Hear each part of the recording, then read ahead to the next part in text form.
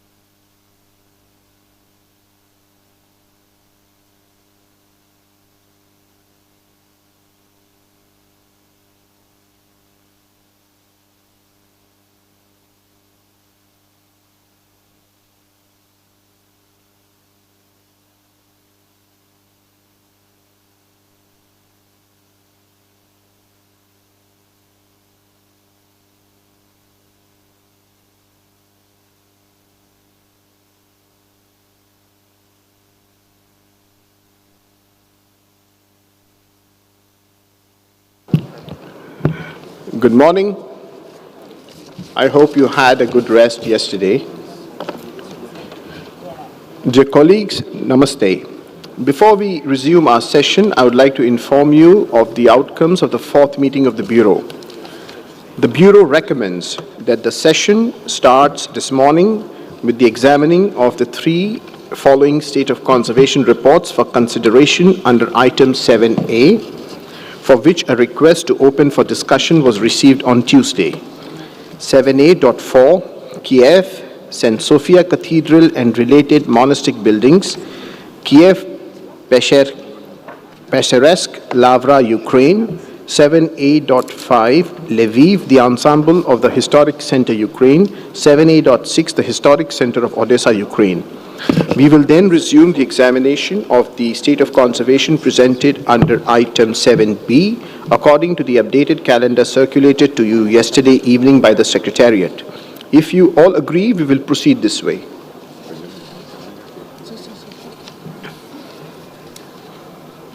Regarding item 8B on nominations of the World Heritage to the World Heritage List, the Secretariat will circulate shortly this morning a calendar of examination of the nomination under consideration which accommodates the numerous requests received from state parties. I also wish to recall that the Budget Working Group will start today from 2 p.m. to 3 p.m. in the Bureau meeting room under the chairpersonship of Ms. Chiara Franco of Italy. Thank you very much. We will now proceed with 7A, Culture, Europe and North America.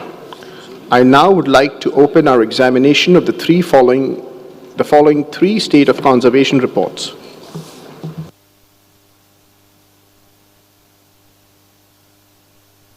I'm sorry, the Secretariat just informs me that the host country would like to make some announcement, some housekeeping announcements regarding technical issues. You have the floor.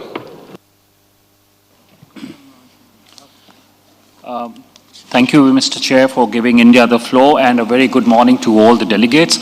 There are two very small announcements. One, I would like to inform all the delegates, the distinguished delegates in this room, that yesterday's issue that we faced regarding the Wi-Fi has now been resolved.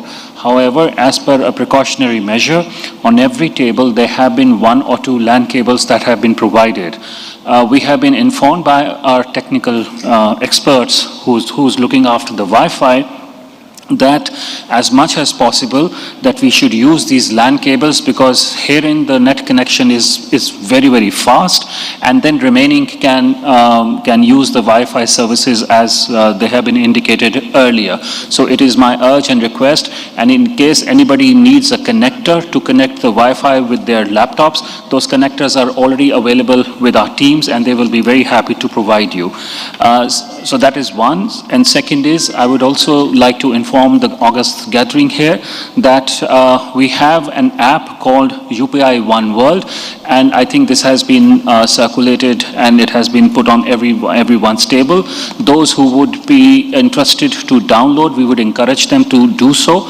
And the government of India has already decided that anybody who would be downloading this app for the purpose of shopping, purchases, etc., that a token sum of rupees 2,000 will be pre-installed in that, and therefore it will encourage the delegates to use the money. We don't, because in India now we hardly use the physical money, and that all the transactions are digital. Thank you very much, Chair. Thank you. We'll now open our examination of the three following State of Conservation reports. 46 Com 7A.4, Kiev, St. Sophia Cathedral and related monastic buildings, Kiev, Pekhersk, Lavra, Ukraine. 46 Com 7A.5, Lviv, the ensemble of the Historic Center, Ukraine. 46 Com 7A.6, the Historic Center of Odessa, Ukraine. As you may recall, on Tuesday, we received a request from a member of the committee to open these three items for discussions. Consultations have been conducted over the past 2 days with all committee members in order to reach a consensus.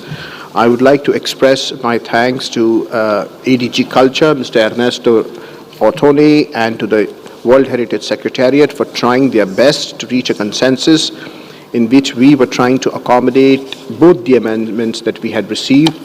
However, even such a balanced view was we couldn't arrive at a consensus, and this was a pretty unfortunate thing, but this is how things stand, that a consensus was not reached.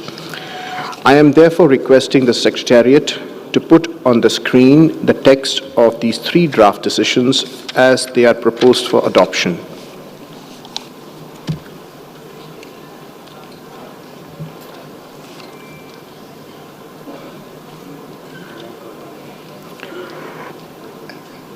As you shall see, the draft decisions are the same ones as presented in document 7A.ADD, with only two amendments as proposed in the course of this session, namely one amendment in para 3 and one amendment in para 5.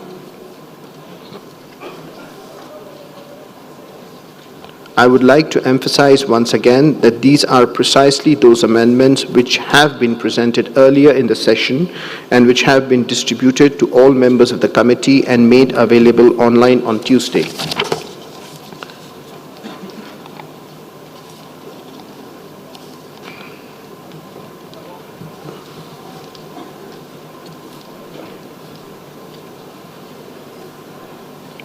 Since there is an objection to the course of action that was proposed during the consultations in the search for a consensus, the only available option for the committee is to proceed to the examination of each of these three items in turn. We shall now start our examination of item 7A.4. Is there any committee member that would like to take the floor? Kazakhstan, you have the floor.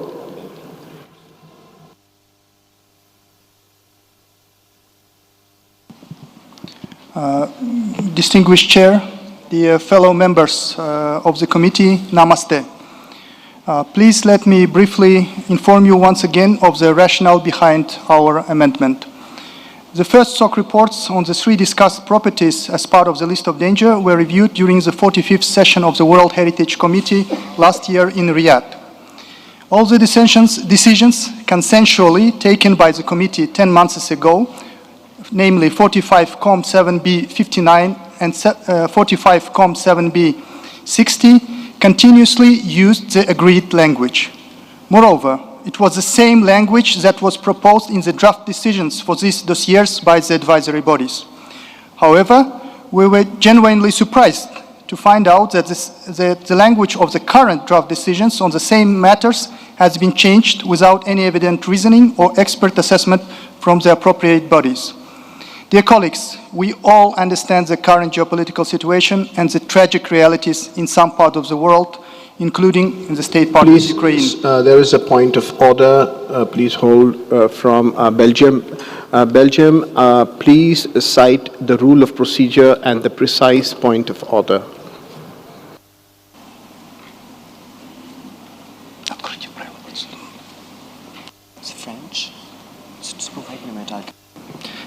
Yes. Good morning, everyone. Thank you, Mr. Chair. Indeed, we would like, as you explained, there is no consensus on this. We just would like to suspend the debate, and that's why we interrupted the distinguished delegate of Kazakhstan and call for a roll call vote by Rule 40.3 of the rules of procedure, and we also regret, of course, that we did not have a consensus. We also would like to thank you, Mr. Chair, for your efforts. We know also together with ADG and the director that there were many consultations and we always prefer a consensus, but now that we are in this position, we believe that debating this item indeed is no longer useful, and that's why we call for this vote. Thank you. The point of order is that you want to interrupt the delegate and call for a vote while he's delivering his statement. So I'll have to refer to, we'll just put a pause to evaluate your request.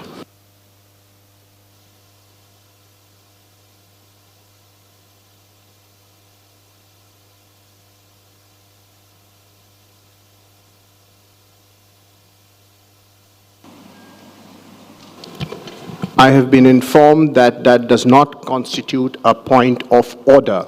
It's a procedural motion which you can raise your plate and mention it when you get the turn. Kazakhstan, may you kindly continue.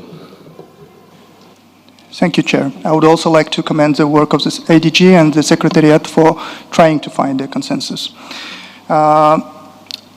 As I mentioned, we all understand the current geopolitical situation and the tragical realities in some parts of the world, including in the state party of Ukraine. At the same time, it is the belief of many in this room that the work of the World Heritage Committee should remain expertise-based and as least politicized as possible. The UN General Assembly and the UN Security Council have more relevant competences on judging the nature of armed conflicts in and between the UN member states, and they do exercise their obligation to do so. As equal members of this committee, we believe that we should all strictly comply with its mandate and impartially follow the standing rules of procedure and the operational guidelines of our convention.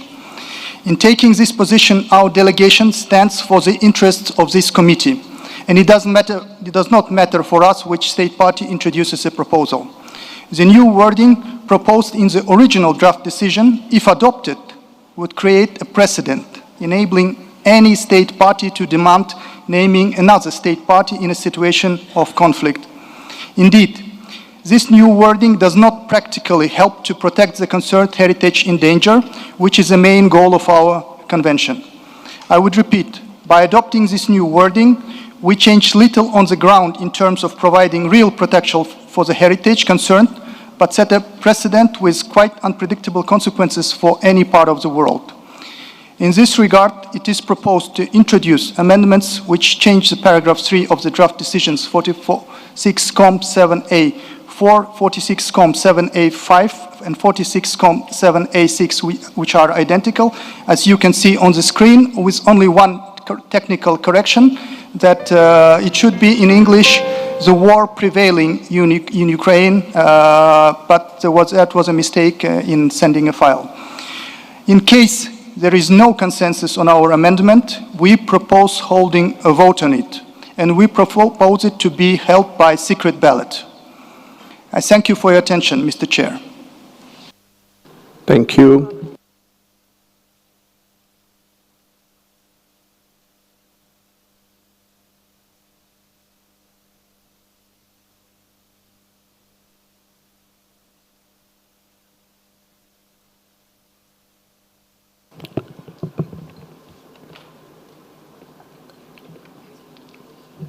I now give the floor to the distinguished representative of Belgium.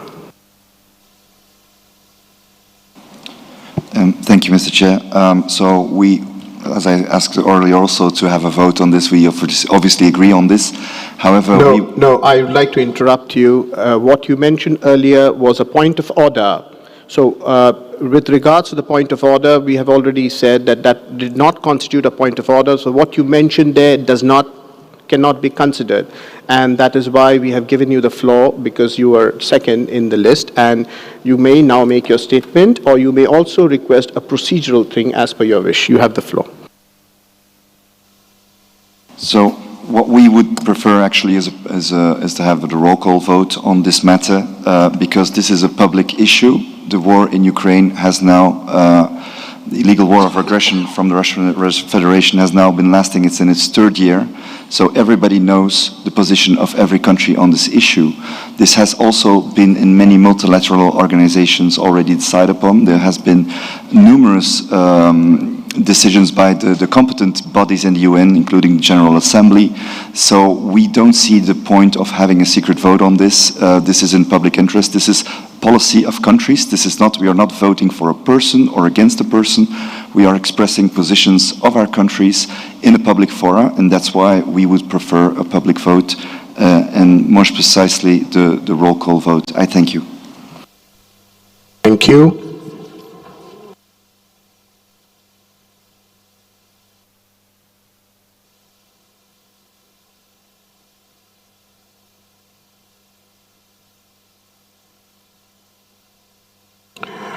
Would anyone else? Kenya, you have the floor. Thank you, Mr. Chairman. We propose that the vote be done through a secret ballot. We have two countries now that have called for a vote by secret ballot.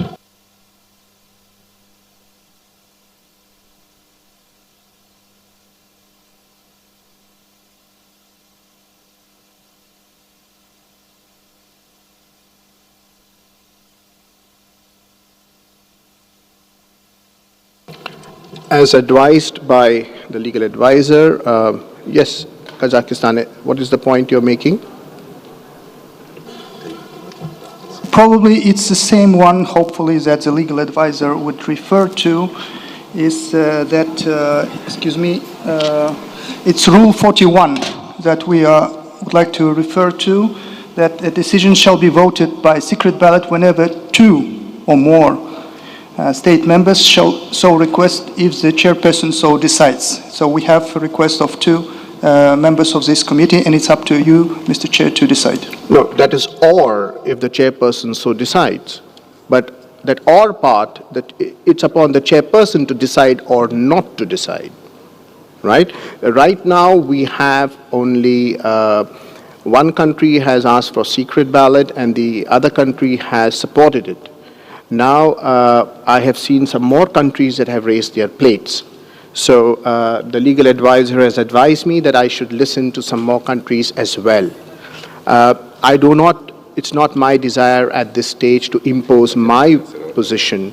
So I will now give the floor to Bulgaria, followed by the distinguished representative of Greece. Bulgaria, you have the floor.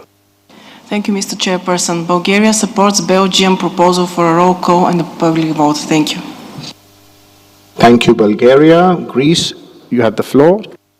Thank you, Chair. Same position. We think that, in particular, for these kind of issues, roll call votes are needed. Secret vote is much more linked when we decide over persons, not over issues. That's why Greece supports the roll call vote. Thank you. Thank you, Greece. I now give the floor to Japan. Thank you, Mr. Chair. We support the Belgian proposal on roll call vote. Our best hope is to see consensus, but if the voting is unavoidable, we think that the best a roll call vote on this matter is the best way possible. Thank you. Thank you, Japan. I give the floor to Zambia. Thank you, Mr. Chairman. Zambia is going for a secret ballot. Thank you. I give the floor to Italy.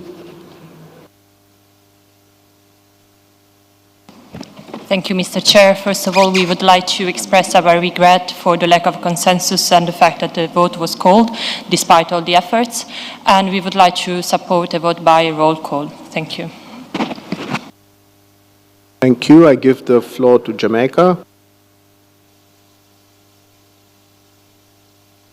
Thank you, Chair. We would like to support a vote by secret ballot. Thank you, Jamaica. Any other member state would like to take the floor?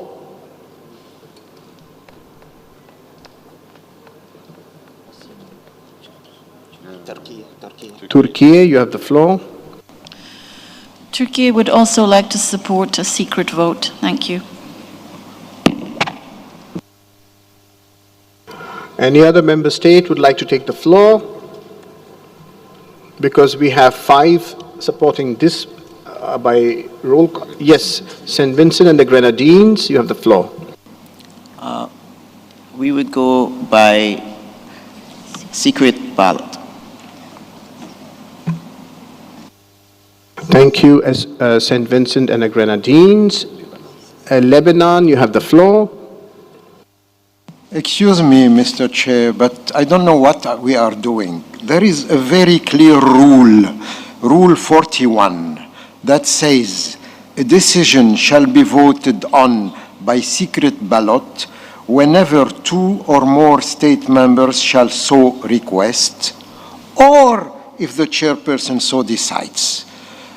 We have seen more than 2 persons asking for secret ballot, so we are forced to go to secret ballot. Why are we losing time?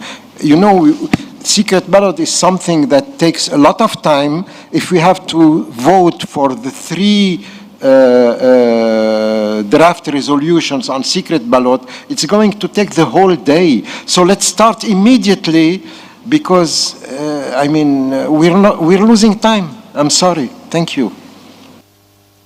Thank you. The legal advisor would like to respond to the point raised on Rules of Procedure 41 by the distinguished representative of Lebanon. Thank you very much, Mr. Chair.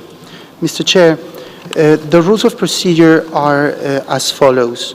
The applicable rules of procedure are Rule 40 and Rule 41 with regard to the conduct of the vote, although I should underline that at this stage, Mr. Chair, you had asked for comments from states, and my understanding is that you had, for the time being, opened the debate. While states have focused their comments on the way in which the ballot should be conducted, you had asked for comments from the states members of the committee on the item in general. You have not yet moved to the examination of the decision, properly speaking, nor opened the vote in any manner whatsoever. Mr. Chair, Rule 40 says that voting shall normally be by a show of hands. But Rule 40 at paragraph 3 says that a vote by a roll call shall also be taken if it is requested by not less than 2 states members before the voting has takes place. Rule 41 on secret ballot states that the decision shall be voted on by secret ballot whenever 2 or more states members shall so request, or if the chairperson so decides. End of quote. Mr. Chair, with your permission and without wishing to take too much of your time, I would like to mention the same rules in the French language, since they are not exactly the same. Rule 40 in French reads as follows. I'm reading in French. Les scrutins ont lieu normalement à main levée. Rule 40, paragraph 3 reads in French. En outre, le scrutin par appel nominal est de plein droit s'il est demandé par 2 États membres du comité au moins avant le début de l'opération. Article 41 on secret ballot reads as follows. Le vote a lieu au scrutin secret chaque fois que la demande en est faite par 2 États membres du comité au moins, ou si le président en décide ainsi. Mr. Chair, in the current situation, my understanding is that 2 states, at least 2 states, actually more than 2 states, have asked for a secret ballot, but also 2 states, and more than 2 states, have asked for a roll call. This is the reason why... Lebanon, I will interrupt you. Lebanon, you have the floor.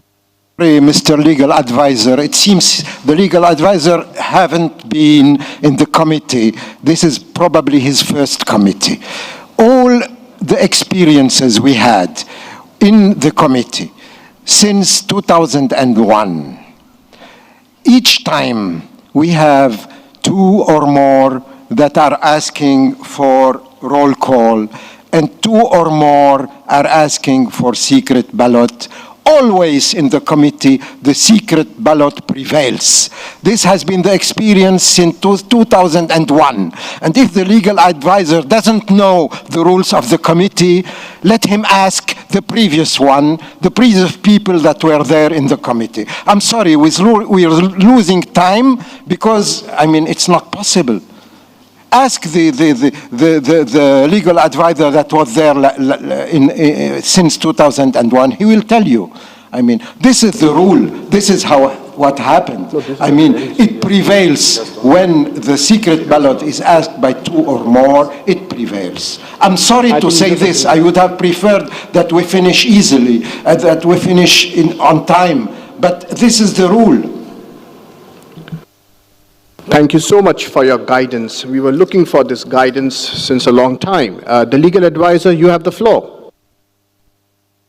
Thank you very much, Mr. Chair. I thank the distinguished delegate from Lebanon for his comments. I'd like to point out that this is not my first committee, and I have more than 25 years of experience in public international law. Mr. Chair, in response to the request to the question of the distinguished delegate of Lebanon, I should point out that the situation has not happened that often in this committee. The last time, to my knowledge, that it has happened is at the 37th session. At that point in time, there was a request for a vote by secret ballot and a competing request for a vote by roll call. On that occasion, Mr. Chair, the committee decided to take a vote to decide which way to proceed, whether to proceed on the secret ballot or on the roll call. Let me give my legal advice in addition to that, Mr. Chair. The rules of procedure, Rules 40 and Rules 41, contain, and this is the reason why I read them in both languages, Mr. Chair, that Rules 40 and Rules 41 do not set a clear precedence between a request of roll call and a request for secret ballot. For the request of roll call, it says that it shall be taken by roll call if it is requested by not less than 2 states members. I should point out that the French is even stronger in that regard, in that it says that le scrutin par appel nominal est de plein droit s'il est demandé par 2 États. Rule 41 says that the decision shall be voted on by secret ballot whenever 2 or more states shall so request. Rule 41 in French says le vote a lieu au scrutin secret chaque fois que la demande en est faite par 2 États membres du comité au moins. In those circumstances, Mr. Chair, the precedent I can rely to is that the committee, given the ambiguity of the norms, has decided to make a decision, and faced with 2 competing requests, has decided to decide itself how to proceed, and this is fully in line with the principle that a body is always master of its own procedure. Thank you very much, Mr. Chair, for giving me the floor. Thank you. The distinguished representative of Lebanon, you have the floor. Mr. Chair, to intervene again. What I'm saying is the legal advisor doesn't follow very well what happens in the committee. It's not true that the last one was in 2013 in Cambodia. The last session where there have been a competing vote between roll call and secret vote was in 2017 in Krakow. And in that case, the legal advisor that was there in Krakow, said that the secret vote prevails, that if we have 2 or more that ask for roll call, and if you have 2 or more that ask for secret vote, the secret vote prevails, and there were several members of the committee that said, well, the committee should vote, should decide, and the legal advisors say, no, the rule is very clear. go back to the 2017 case in Krakow, you will see that this is what happened. Thank you. As of now, we have Kazakhstan, Kenya, Zambia, Jamaica, Turkey, St. Vincent and the Grenadines, and Lebanon that have supported a call for a secret ballot. We had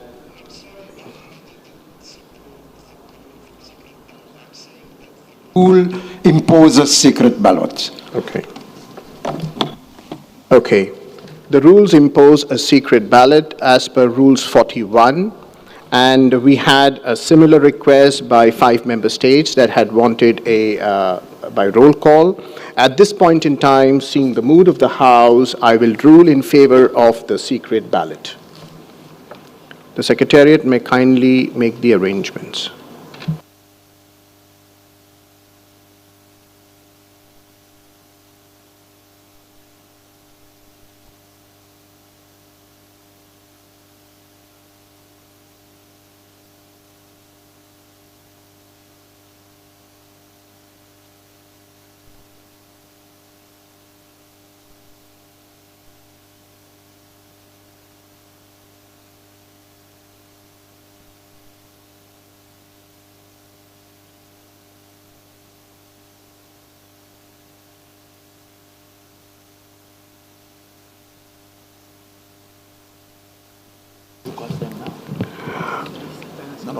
Before the vote begins, as per Rule 42.1, the chairperson shall appoint 2 tellers from amongst the delegations of the members of the committee to scrutinize the votes cast.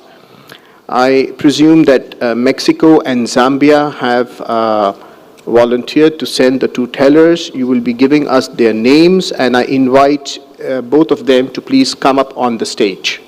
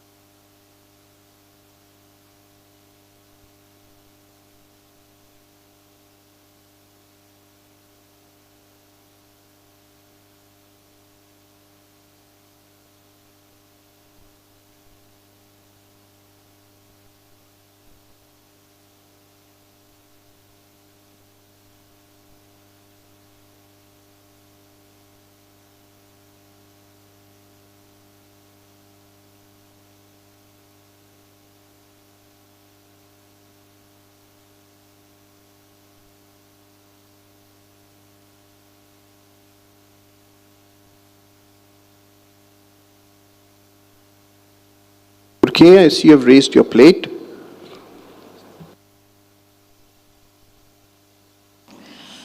Mr. Chair, I was just wondering if you would clarify what it is we're actually voting for.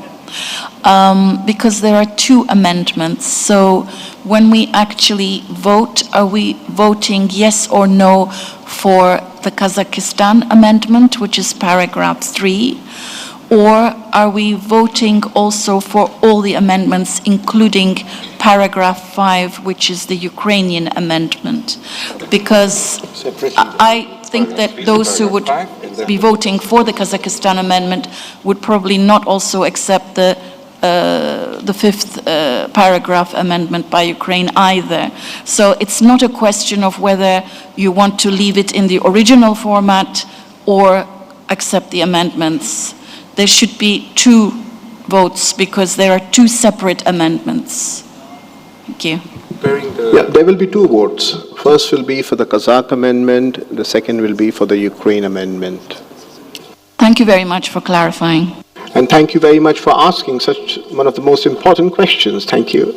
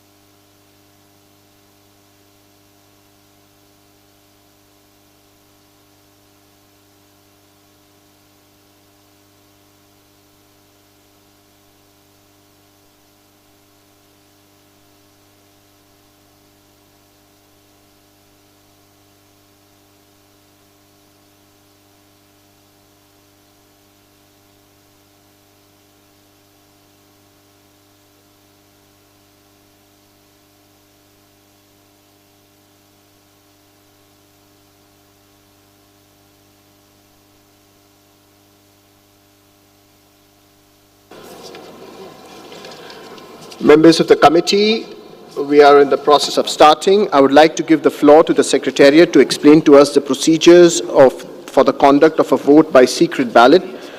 Mr. Ilindo Osomo, you have the floor, please.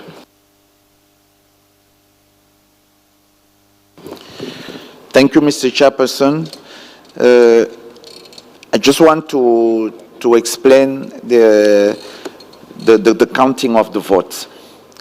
So allow me to recall Rule 42.2, which is on the counting of the vote of the rules of procedure.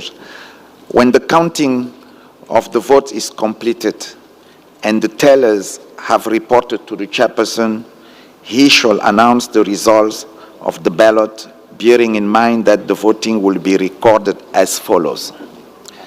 From the total number of members of the committee will be deducted the number of members absent, if any, the number of blank ballot papers, if any, the number of invalid ballot papers, if any. The remaining number will constitute the number of votes recorded. I also wish to recall the voting arrangements for the conduct of the secret ballot. Each member of the committee will be given an envelope and a ballot paper, and I think it's being done. 2 tellers from among the delegations of the committee members who can be physically present need to be appointed by the chairperson with the assistance of the secretariat. I think this has been done. The 2 tellers, together with members of the secretariat, shall be present during the voting and counting of the ballots. The conduct of the vote will be in accordance with Rule 42 of the Rules of Procedure, Mr. Chairperson. I would like to recall, of course, that Zambia and Mexico have kindly volunteered to serve as tellers during this session. Thank you very much. Thank you. As the voting process is on, Senegal, you may not take the floor at this point in time. May you kindly lower it? Thank you. Chair, so it's a question related to the vote itself. So no, it's just a precision I'm asking. So thank you. No, as of now, please lower your plate. You want to raise a point of order? Then we will evaluate it from a point of order. Otherwise, and if you want to express your happiness for the tremendous achievement of yesterday, then of course, but after the voting is over. Thank you.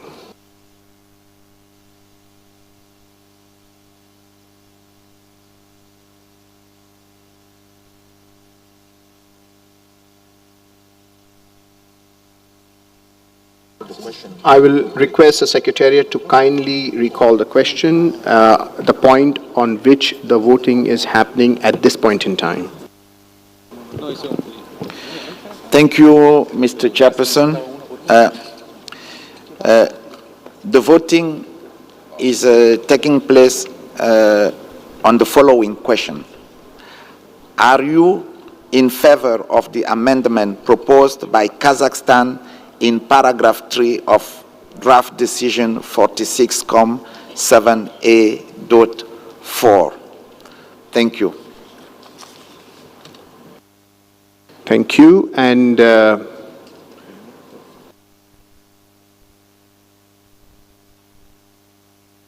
request the tellers to please come up.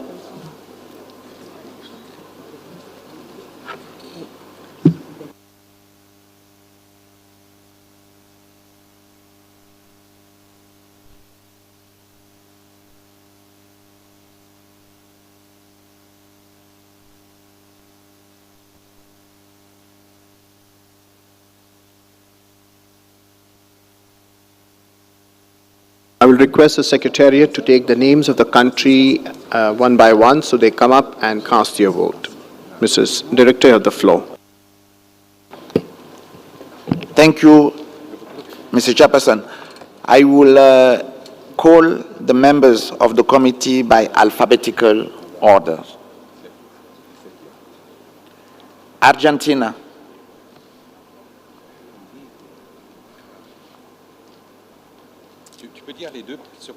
followed by Belgium.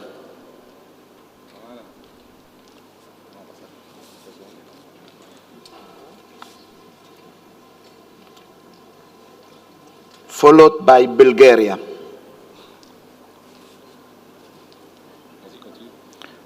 Followed by Greece.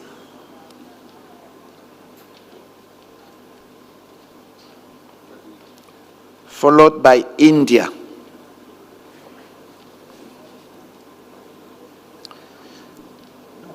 Followed by Italy.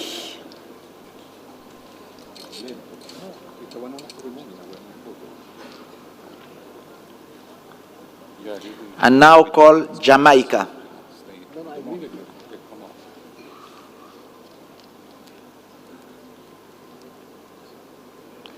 Followed by Japan.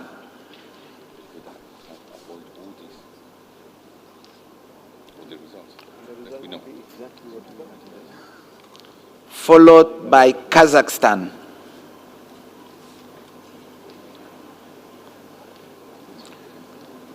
Followed by Kenya.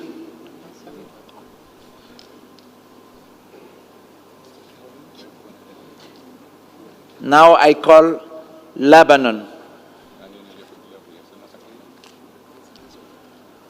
Followed by Mexico.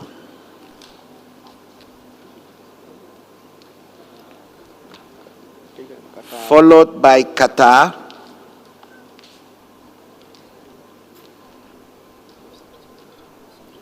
Followed by Republic of Korea.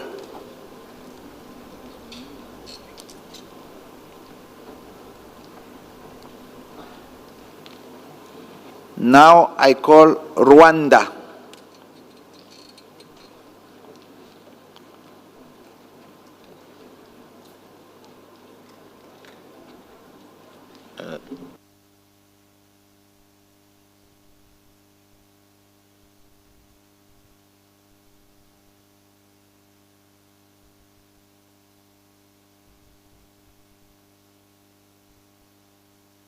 Now I call St. Vincent and the Grenadines.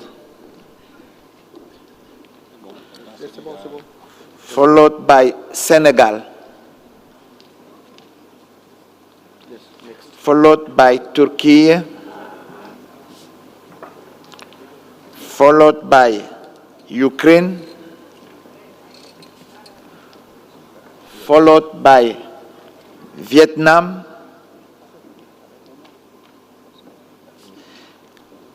And last, Zambia.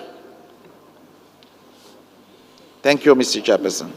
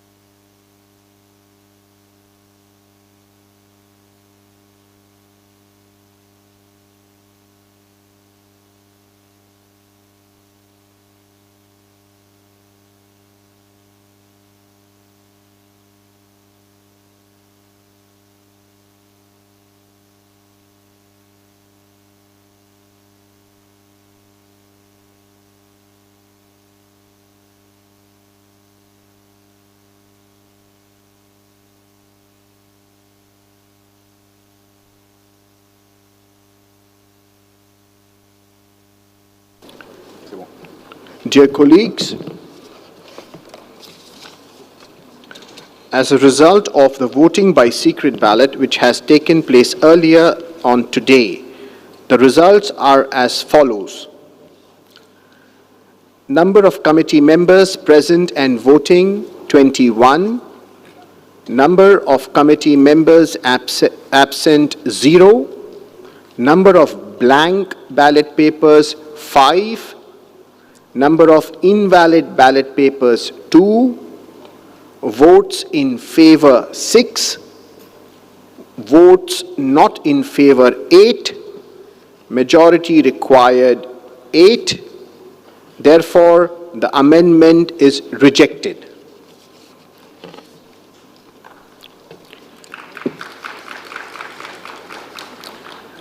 I see there are no representatives wanting to take the floor at this point in time. Thank you very much. After the completion of the process. We now go to the next amendment.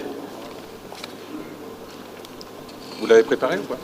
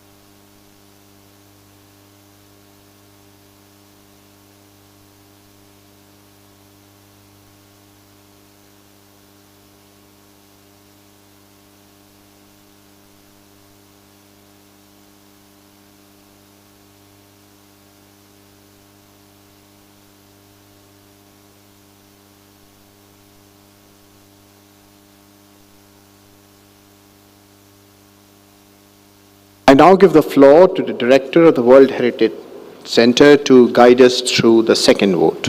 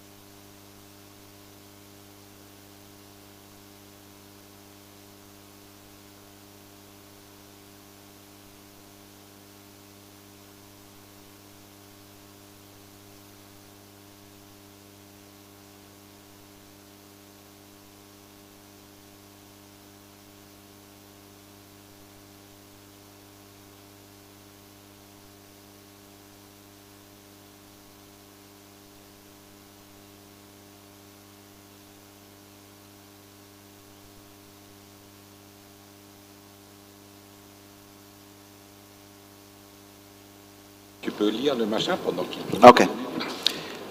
I will now read the question which will have to vote as it is in the screen. Are you in favor of the amendment proposed by Ukraine in paragraph 5 of draft decision 46,7A.4? Thank you. OK. Je vais maintenant commencer à lire les...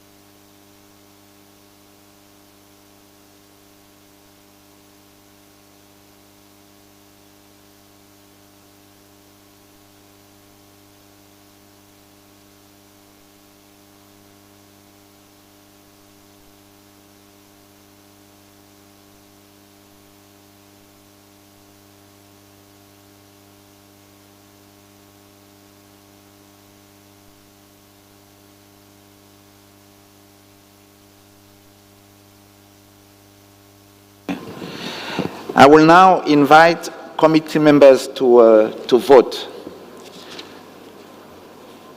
I will call by alphabetical order. Argentina, followed by Belgium,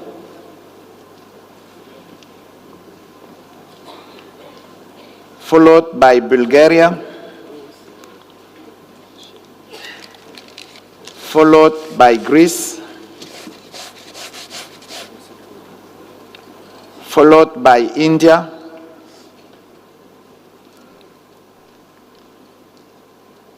let me now call Italy, followed by Jamaica,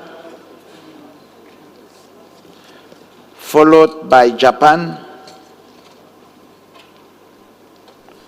followed by Kazakhstan,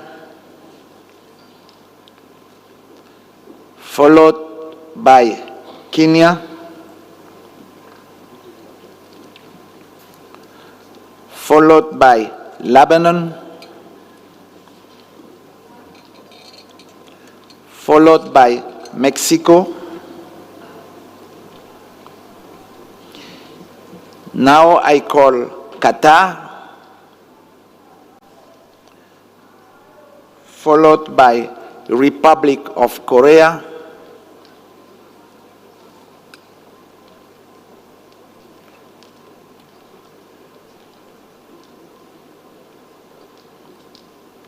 followed by Rwanda,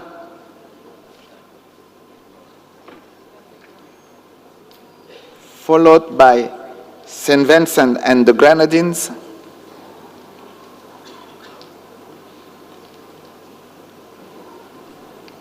followed by Senegal,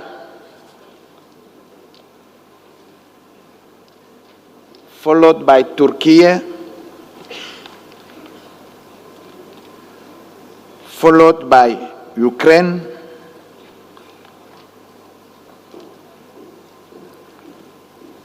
followed by Vietnam,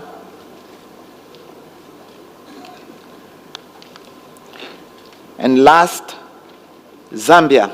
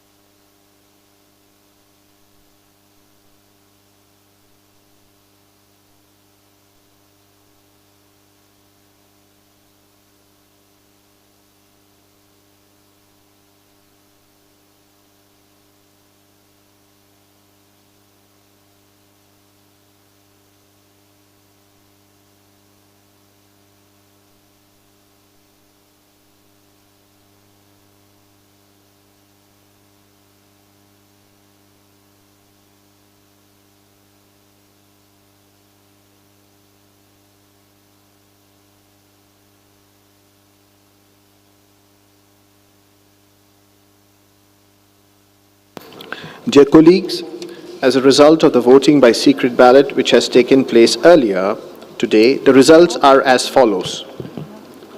Number of committee members present and voting 21.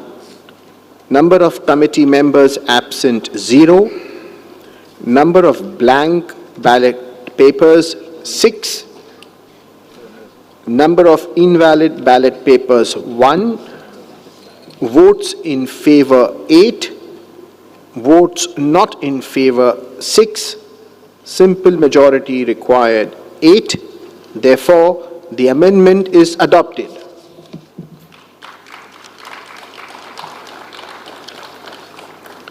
I see no representatives are taking the floor.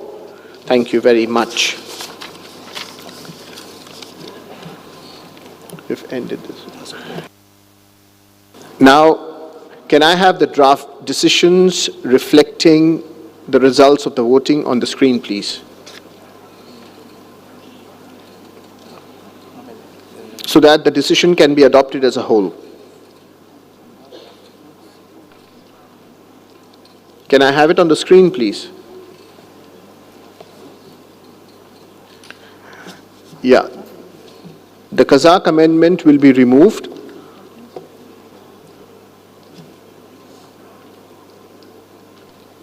Just revert to the original.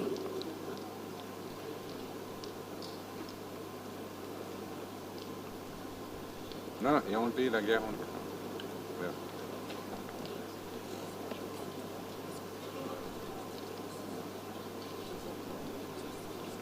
No, they have also to take. The Ukrainian amendment will be accepted.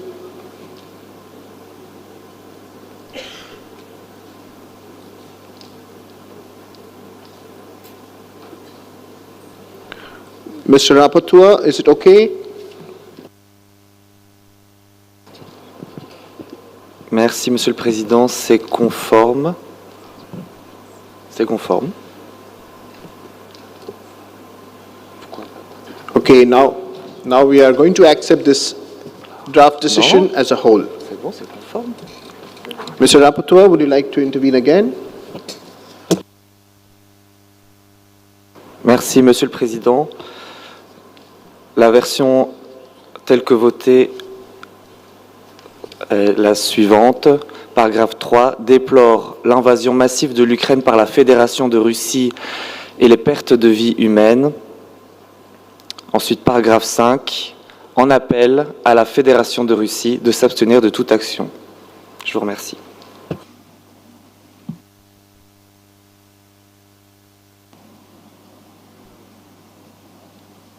Is it matching both in the English and French versions? Okay, we are now going to adopt this decision as a whole.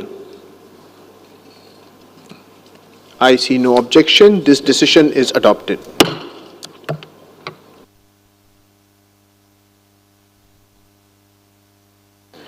Now, regarding the remaining two dossiers, may I request, because the mood of the member states, I see Ukraine has raised its plate. You have the floor.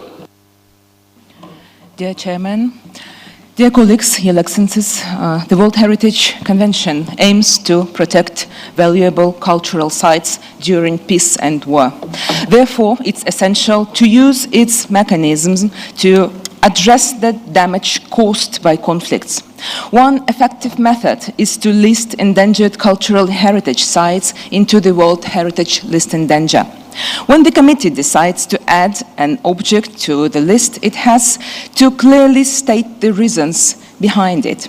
And this clear approach should particularly apply to the war-related threats. Therefore, we appreciate the exact and clear wordings on the decision text. Our goal is to protect cultural heritage as a part of our political agenda, ensuring future generations reach it undestroyed. We insist on being explicit about threats, as diplomatic and neutral wordings have proven ineffectiveness in preventing destructions. Explicit language helps highlight the nature of threats, no matter if the damage is caused by direct attacks or indirect impacts towards the cultural heritage. Dear Chairman, Yesterday and today morning, we all witness how the heavy rain is falling to the beautiful land of India due to monsoon. It is the third year in a row we are witnessing the missiles falling to the beautiful land of Ukraine due to Russian Federation. So, dear Chairman and Committee, let me express my deep gratitude to those members who are brave enough to call things in their own names. Thank you. Thank you. As stated, there are three dossiers. You have seen the mood of the committee members for 46Com 7A.4. We are really very short of time and the voting process takes a lot of time. May I request the Kazakh delegation? Yes, you have the floor. Yes, Mr. Chair, in the interests of this committee and our joint work, we understand the mood of the House, so we withdraw our amendments. Thank you. Thank you, Kazakhstan, for, thank you.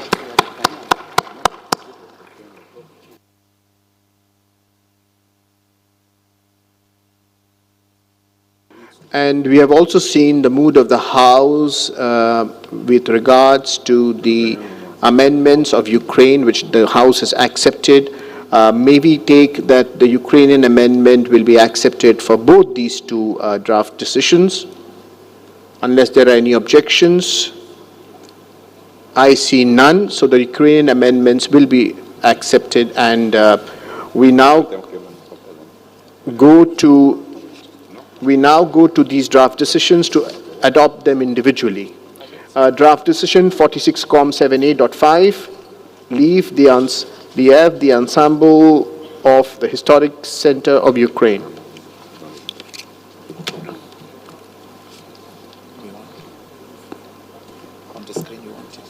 When you do this, they are thinking of pointing towards the member states, but you're actually pointing to the screen.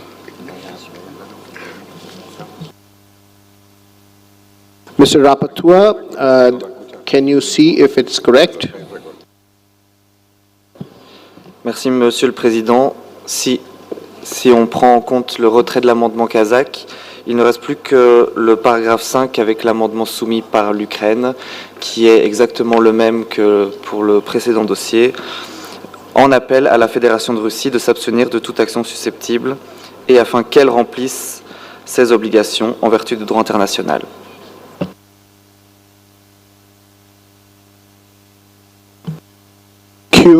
Is there any objection to this draft decision being adopted as a whole? I see none. This decision is adopted as amended. We now go to draft decision 46Com 7A.6. Mr. Rapporteur, can you guide us if the text is okay?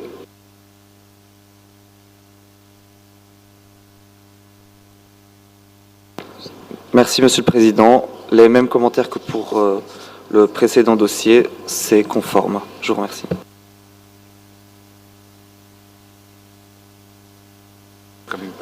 Thank you. Are there any objections to this draft decision being adopted as a whole? 46Com 7A.6, the Historic Center of Odessa, Ukraine. I see no objection. This draft decision is adopted as amended.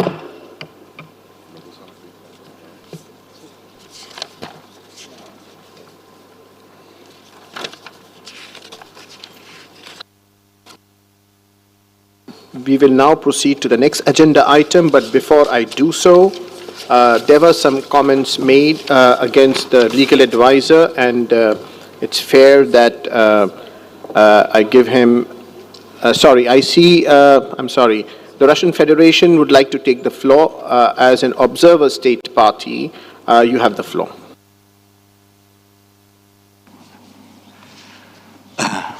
Спасибо, уважаемый господин председатель. Принятое решение является ничтожным.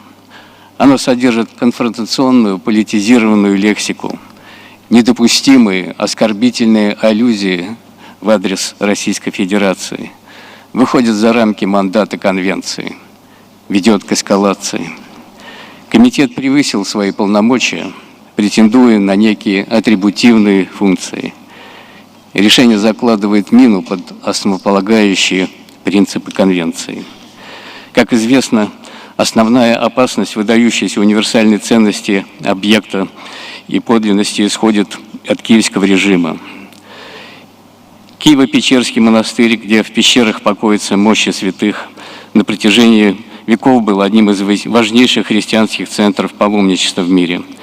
Сегодня в нарушении решений Комитета и руководства о применении Конвенции местная религиозная община Украинской Православной Церкви, которая веками сохраняла духовную традицию, подвергается жесткому силовому преследованию со стороны властей.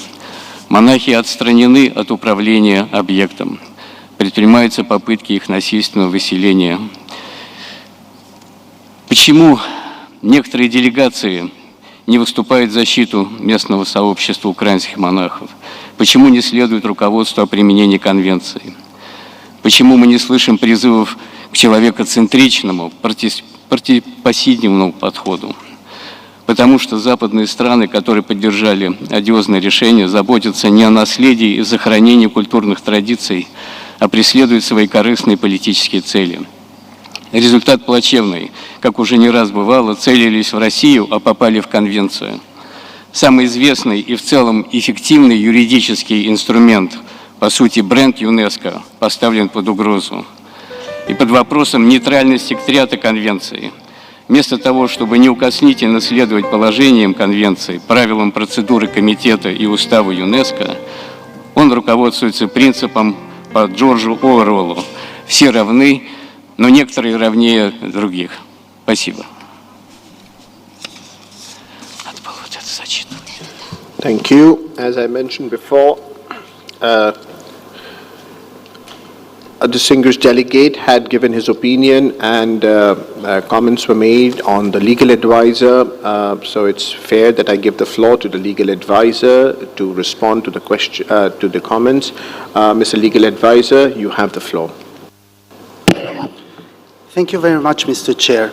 Mr. Chair, I have requested the floor after the end of your examination of these draft decisions, insofar as a member of the committee earlier made during the discussions an inaccurate account of the prior practice of the committee, and I want to be sure that to set the record straight for future reference. Mr. Chair, my earlier legal advice has been that the rules of procedure do not set a clear precedence between a roll call and a secret ballot, and in this regard I have read the relevant rules in English and French. I also pointed out that this situation has not arisen frequently in the past, and I did mention the precedent of the 37th session, in which, faced with competing requests for roll call and secret ballot, it was the committee that made a decision on the way to proceed, on the advice of the then legal advisor. A delegation wrongly indicated that there was a further precedent at the 41st session. However, on that occasion, the committee was faced with competing requests for secret ballot and vote by show of hands. I repeat, show of hands, not roll call.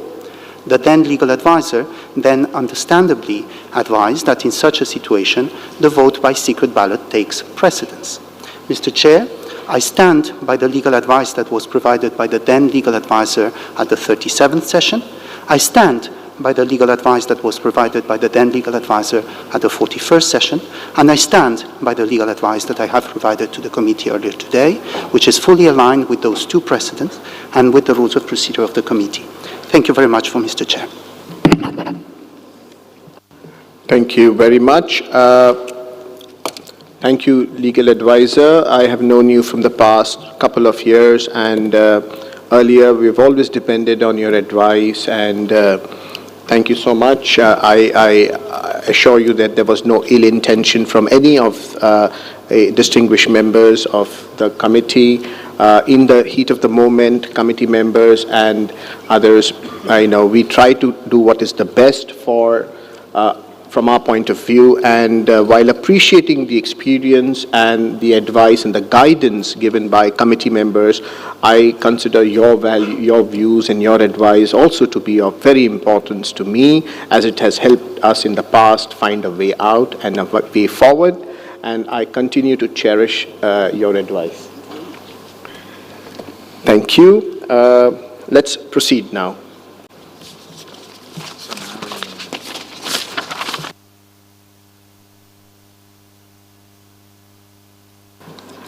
I now invite the Director of the World Heritage Center for 7B, Mr. Ilendo Asomo, to read the list of the properties located in the region of Europe and North America for which the reports are proposed for adoption without discussion. You have the floor. Thank you, Mr. Chairperson. So, since we are resuming to 7B, the following list of properties for which the reports are proposed for adoption without discussion are Butrint, Albania, Frontiers of the Roman Empire, the Danube lands, Western segment, Austria, Germany, and Slovakia, Ferto, Cultural Landscape, Austria and Hungary, Le Havre, the city rebuilt by Auguste Perret, France, Paris, banks of the Seine, France, Budapest, including the banks of the Danube, the Buda Castle Quarter, and Andrassy Avenue, Hungary, Tokaj One Region Historic Cultural Landscape, Hungary, archaeological areas of Pompeii, Herculaneum, and Torre Annunziata, Italy, natural and culturo-historical region of Kotor, Montenegro, Centennial Hall in Wrocław, Poland, Sanctuary of Bom Jesus do Monte in Braga, Portugal, Aslan Tepe Mount, Turkey, Diyarbakir Fortress and Hepsel Gardens Cultural Landscape, Turkey, historic areas of Istanbul, Turkey, and Darwin Valley Mills, United Kingdom of Great Britain and Northern Ireland. Thank you. Thank you very much. If there is no objection from the committee on this State of Conservation report, I declare the decisions read out adopted. I would now like to ask whether any observer delegation would like to express themselves about one of the properties for which we have adopted the decision without discussion. I see none. Let's proceed then. 7B, Culture, Latin America and the Caribbean. I now invite Mr. Ilendo Asomo to read the list of the cultural properties inscribed on the World Heritage List located in Latin America and the Caribbean region, for which the reports are all proposed for adoption without discussion. You have the floor, sir. Thank you, Mr. Chairperson. The following two properties for which the reports are proposed for adoption without discussion are Sitio Roberto Burle Marx, Brazil, Churches of Chiloé, Chile. Thank you very much. Thank you very much. If there is no objection from the committee on this State of Conservation report, I declare the decisions read out adopted. I would now like to ask whether any observer delegation would like to express themselves about one of the properties for which we have adopted the decision without discussion. I see none. Let's proceed then.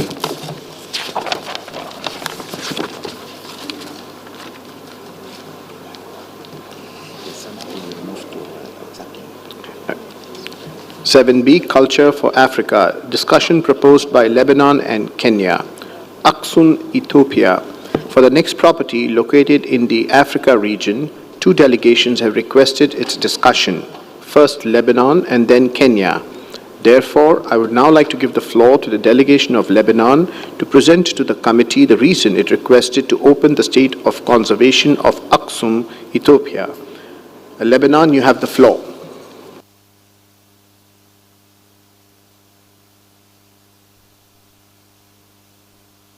I repeat, Lebanon, you have the floor.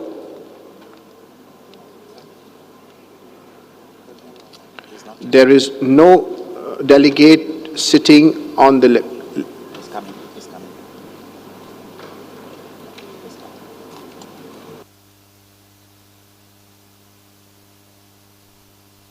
I'm sorry, Mr. Chair. I'm trying to find my colleague who is working on this file, and I don't know where she is.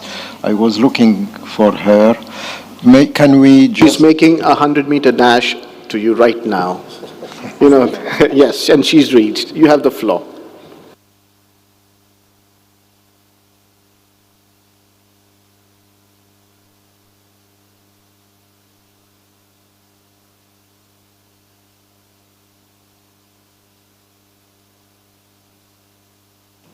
Thank you, Chair. Sorry for this delay. Before the vote will be longer. So, dear Chairperson, dear distinguished delegates, the serial culture property of Aksum, Ethiopia, in the Tigray region, has been one of the early sites to be inscribed on the list of the World Heritage in 1980, with criteria 1 and 4. The ruins of the ancient Aksumite civilization covered a wide area in the Tigray Plateau. The most impressive monument are the monolithic obelisk, royal tombs, and the palace ruins dating to the 6th and the 7th century AD. Through decades, the property faced many factors and challenges, among them management, structural stabilization, ground rising water, development, boundaries, and interpretation infrastructure. The last reactive monitoring mission of the advisory bodies dating back to 2016 have provided several recommendations. The episode of armed conflict in the province of Tigray between 2020 and 2022 have raised considerable concern on the condition for the maintenance of authenticity or integrity of the property and the potential impacts of the conflict on the cultural heritage in Tigray region. Despite the peace treaty signed in November 2022, the exact situation today on the ground remains unclear. The lack of reliable information, latest state party report accessible, is dated 2019, since the 2024 report has been submitted late and accordingly not processed by the World Heritage Center.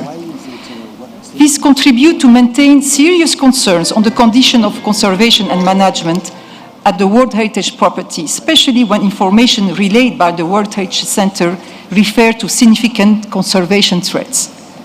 Our question is for the state party to kindly clarify the status of the property on its potential threat. Thank you, Chair. Thank you. We have noted the question posed by Lebanon for the state party to kindly clarify.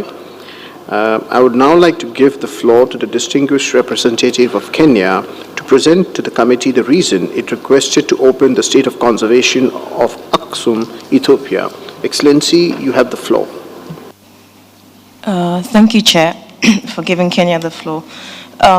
Kenya opened the draft decision on the request of the state party because we noticed that the draft decision was not in line with the current reality of the state of affairs concerning the property and doesn't reflect what was submitted in March 2024 by the state party.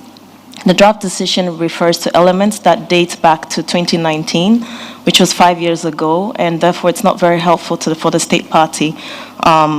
Moving forward, the state party had actually contacted the World Heritage Center to inform of the delay that they were experiencing because of difficulties accessing the site due to the conflict in northern Ethiopia. And so they missed the 1st February deadline. However, they were able to submit the new SOC report by March, which was a month later. So based on these elements, we wish to have the draft decision to reflect the current condition of the site. Thank you, Chair. Thank you.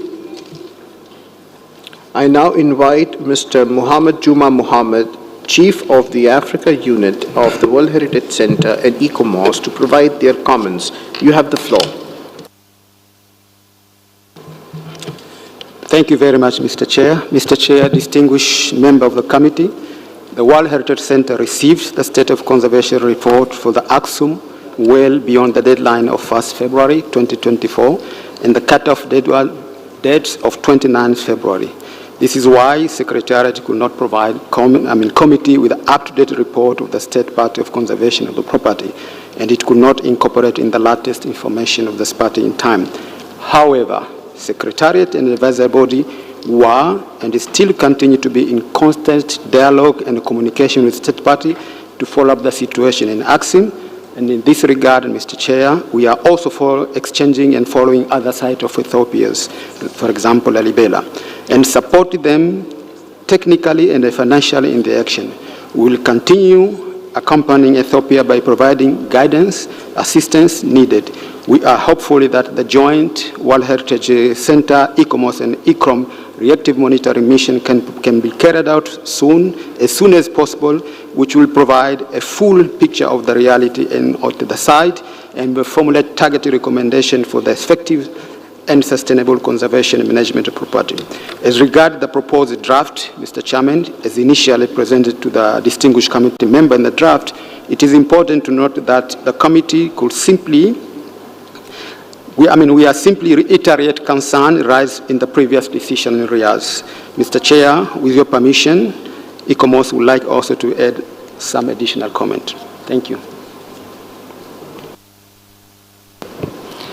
Thank you very much, Mr. Chair. Members of the committee, ICOMOS will expand on the state of conservation of the property.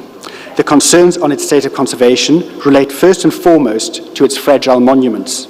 The stabilization of both the Stele 3 and the mausoleum, as well as addressing the rising water table in the Tomb of Brick Arches, all remain critical.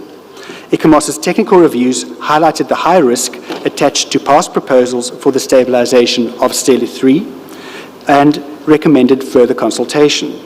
The committee requested in Decision 44-7B3 that the state party submit all documentation for the proposed interventions to these three structures to the World Heritage Center for review by the advisory bodies. It further requested that the state party only commence with implementation once full agreement on technical details and monitoring protocols have been agreed to. Finalizing and submitting the previously requested detailed boundary delineation map for the property and its buffer zone to the World Heritage Center remains a matter of urgency. The committee's request for heritage impact assessments on the thematic master plan and structure plan for the city of Axum remain relevant. Seeing the range and scale of challenges faced at the property, the draft decision before the committee includes a repeat of its request to the state party to develop an action plan with timelines for the implementation of the recommendation of past mission recommendations and the previous decisions of the committee. A reactive monitoring mission, as recommended in the draft decision before the committee, would report on the general state of conservation of the property and identify measures needed to ensure the management and protection of its OUV. It will also provide the opportunity to assist the state party in addressing previous committee decisions and suggest improvements to the intervention designs for the stabilization of Stele 3, the mausoleum, and the Tomb of the Brick Arches. The mission can also assist the state party in addressing urban control in the buffer zone and wider setting of the property. It is therefore important that this mission is dispatched as soon as possible and the state party be requested to not implement any projects in the property until the recommendations of the mission are available. Thank you very much, Chair. Thank you very much for this presentation. I would like to know whether there are any comments before I invite the rapporteur. Belgium, you have the floor. Thank you very much, Chair. First of all, we really appreciate the intense and continuing dialogue between the Centre, the advisory body and the state party. But we also note that we as committee members rely on documents put before us. We are not part of this dialogue. We sadly cannot visit all World Heritage properties before each session. So we take decisions based on documents put before us. Therefore, as a general point, so not specifically related to Axum, but as a general point, we would like to call on all state parties to submit all relevant information in a timely manner. But we would also like to ask the Centre and the advisory bodies for flexibility in exceptional cases. And maybe this is something that we need to consider when we continue the open-ended working group. We should also start thinking about ways to include the latest information in the decisions we take as a committee member, because between the 1st of February and the meeting in summer, it's quite a lot of time. It's half a year almost. Things can happen, and sometimes it's important to take into account what has happened in the latest weeks and months when we take a decision. Thank you. Thank you. I now give the floor to the distinguished representative of Qatar. Thank you, Mr. Chair. We recognize the exceptional circumstances faced by Ethiopia in the conservation of the Aksum World Heritage Site due to the conflict in northern Ethiopia. We commend Ethiopia's efforts to overcome these challenges despite the severe access restrictions. We furthermore acknowledge Ethiopia's commitment to addressing issues such as boundary delineation and the impact of conflict and structural stability of significant heritage elements. The proactive steps by the Ethiopia demonstrate their dedication to preserving the OUV of the Aksum site. So we believe that the proposed amendment by Kenya is in order. Thank you, Mr. Chair. Thank you. Rwanda, you have the floor.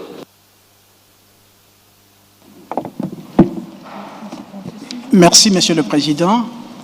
L'État partie du Rwanda soutient les efforts fournis par l'Éthiopie quant à l'élaboration du document de l'état de conservation du bien, de même que le plan d'action prévoyait des échéances pour la mise en œuvre des recommandations des missions de 2013 et de 2016 et des décisions antérieures du comité. Le document transmis donne réponse aux inquiétudes manifestées par les organes consultatifs qui sont la finalisation de la délimitation des frontières et de la cartographie détaillée du bien. Les travaux de gestion et d'entretien à l'intérieur et autour du bien restent de la priorité de l'État partie et de la communauté locale qui vit et pratique la valeur du bien. L'accord de paix récemment conclu a permis d'assurer la viabilité et la durabilité du bien du patrimoine mondial, à relever les défis posés par les conflits grâce à des interventions appropriées.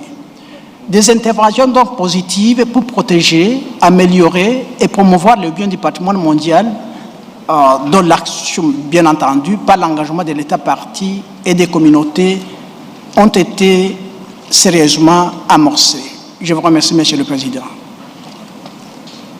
Thank you.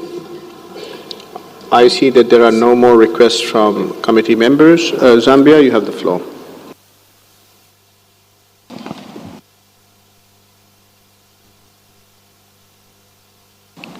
Thank you, Chair. We are happy to note that the Italian Funds in Trust for the Aksum Archaeological Site Improvement Project provided funds for the preparatory studies for the reinstallation of the obelisk and capacity building for archaeological conservation, Phase 1 covering reinstallation of the obelisk, Phase 2 consolidation of Stele 3. The state party began the Stele 3 consolidation project and the complete study of Aksum Stele field through a self-financing initiative, which was expected to begin implementation before the outbreak of COVID-19 and the subsequent conflict.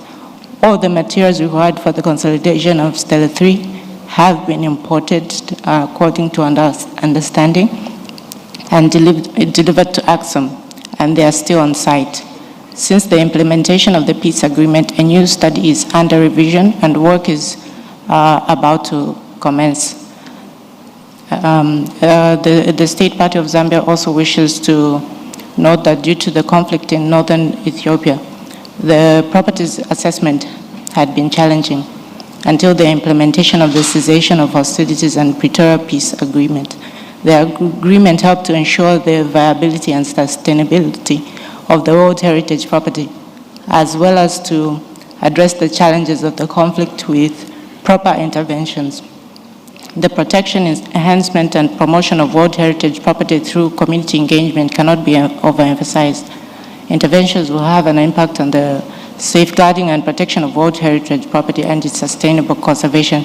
The SOC report mentions looting of artifacts and goods, as well as damage to structures within the property.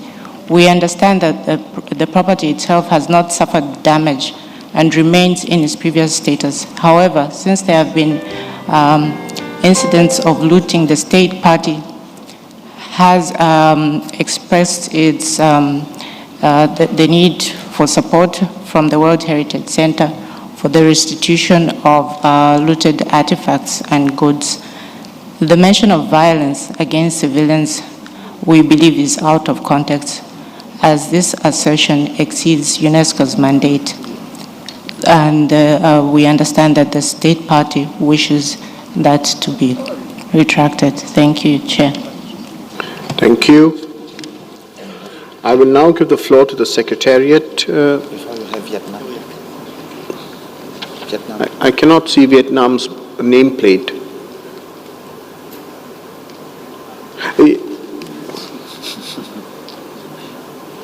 Yes, Vietnam, you have the floor.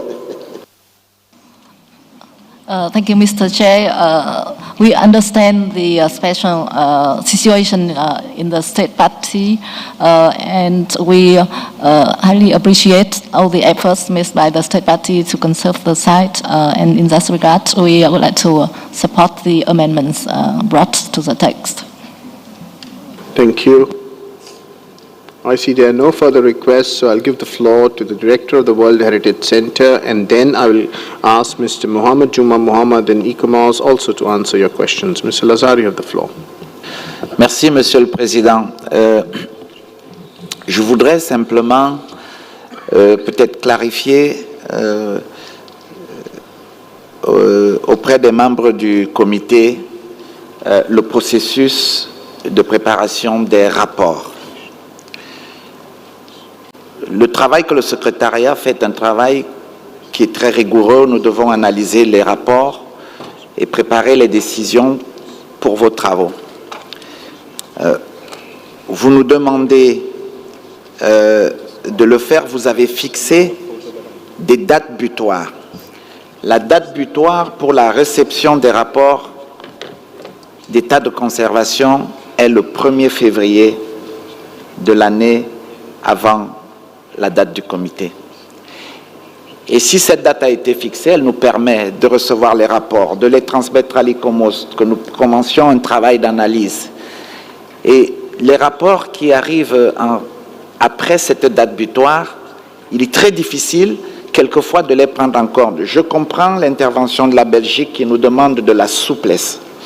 Et je peux vous assurer que de la souplesse, nous en avons et nous faisons.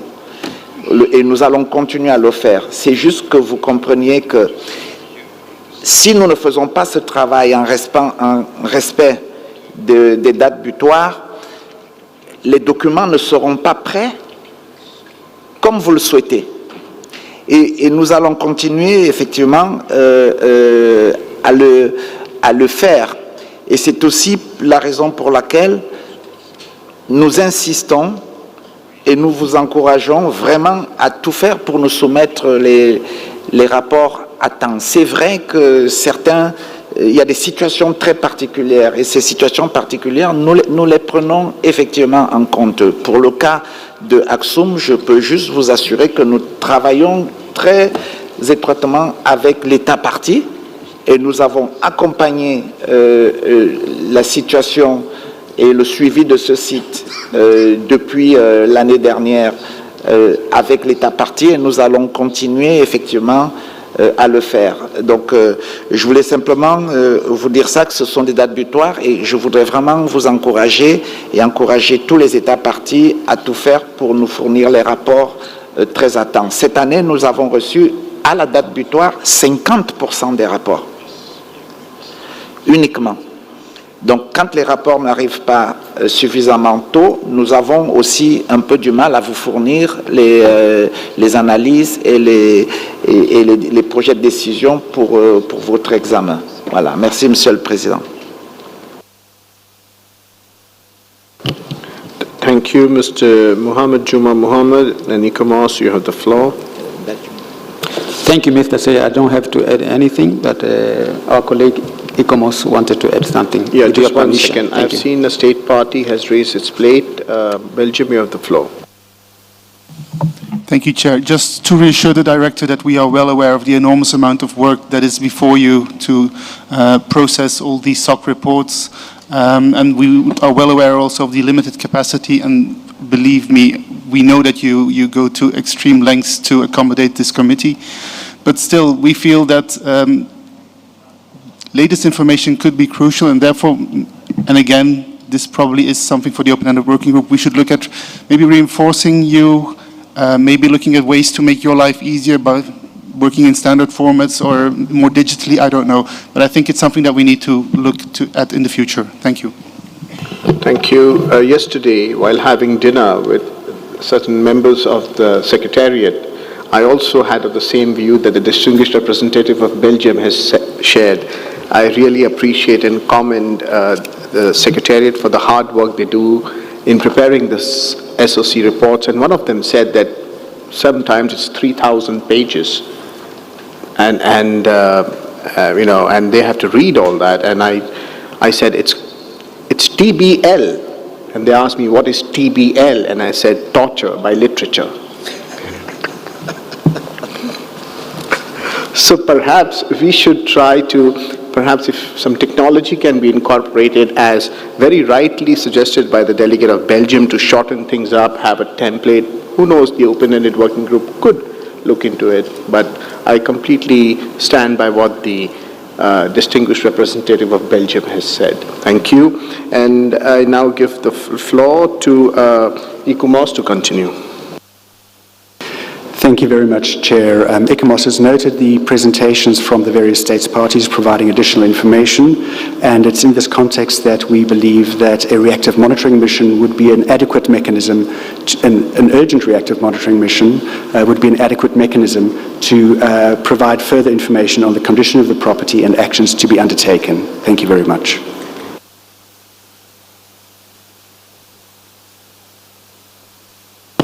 Thank you. I see that there are no further questions or comments. I now invite you to adopt the draft decision 46-7B.21 concerning this property. But before doing so, I would like to ask the rapporteur if he has received any amendments. Merci, Monsieur le Président. Concernant le site d'Aksum, nous avons effectivement reçu une proposition d'amendement soumise par le Kenya, coécrite par la Zambie, débutant avec le paragraphe 3 de la décision, remplaçant regrette que l'État partie n'ait pas soumis en temps opportun un rapport sur l'état de conservation du bien, par prend note de la soumission du rapport sur l'état de conservation du bien par l'État partie. J'ai également pris en compte que l'État partie du Kenya souhaitait voir souligné dans la décision que le rapport avait été soumis en mars 2024. Je peux donc suggérer au Kenya, s'il souhaite, avoir la mention en mars 2024 à la fin du paragraphe 3 s'il souhaite clarifier ce fait.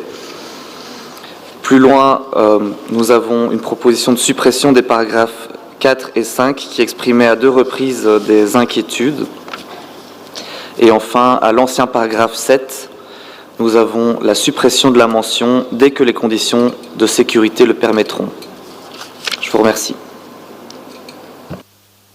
Thank you. Are there any comments? I see none. Let's go to the draft decision, para by para. Are there any objections to adoption of para 1 and 2? I see none. We go to para 3.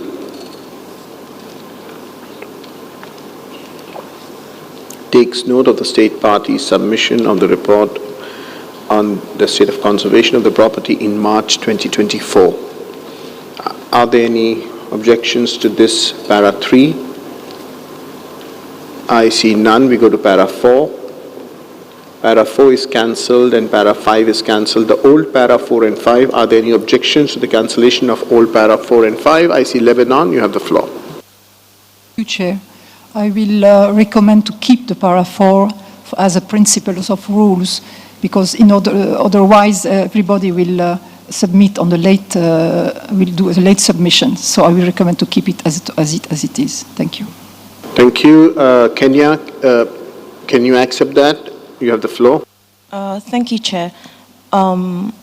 If we're going to keep it, we want to include something in the if we're keeping it. So note we're concerned that the lack of timely reporting from the state party due to the conflict in northern Ethiopia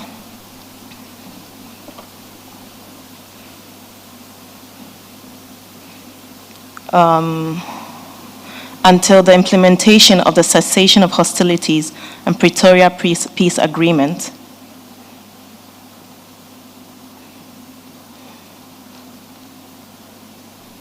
Right, makes it difficult.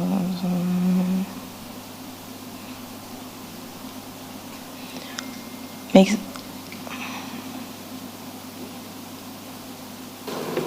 Instead of makes it difficult, perhaps makes it challenging. And then we take out given the significant conservation threats it faces. For that one, we're relying on the reactive monitoring mission to give us that kind of verdict. Thank you, Chair. Thank you. Lebanon, are you okay with it? No objection. Okay, Mr. Rapporteur, is it okay? Oui, je simplifierai en français en disant dans le nord de l'Éthiopie. Merci.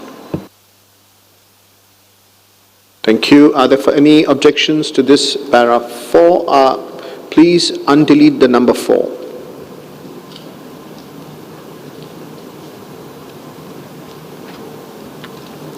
Okay.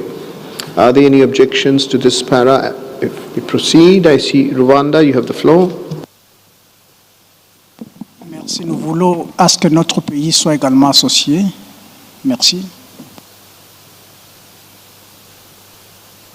Okay. Thank you. I see there are no further requests. We go to the next, the old para 5, which has been cancelled. Are there any objections to the cancellation of the old para 5?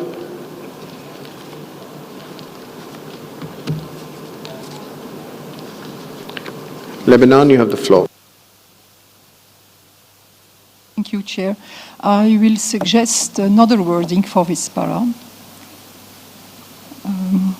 Also note that previous concerns of threats on the property remains only unless resolution demonstrated by updated information. The submittal of a detailed damage assessment of the archaeological and built attributes of the property could allow to better determine the degree of threats. The floor to the rapporteur. Puis-je demander aux États parties de parler plus doucement pour que les rédacteurs puissent noter dans la forme désirée. Merci beaucoup. Also note that previous concern of threats on the property remains unless resolution demonstrated by updated information. The submittal of damage assessment Lentement. of the archaeological and built attributes of the property could allow to better determine the degree of threats the property is facing. Thank you, Chair. Word demonstration be replaced by the word demonstrated. Is that right, Lebanon? You had said the word demonstrated. Yes, demonstrated, please. Okay, the rapporteur, is it okay in both the versions? It's still work in progress, Chair.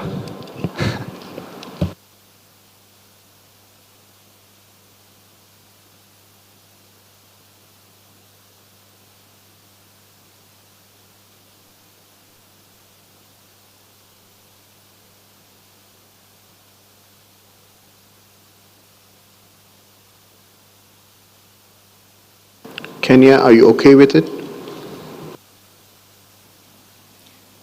Chair, we have difficulties accepting this paragraph, sorry. As we had mentioned, the state party in the March 2024 SOC report added further details, updated information that caters to all that was mentioned in the Riyadh, which is the last committee session 45com decision.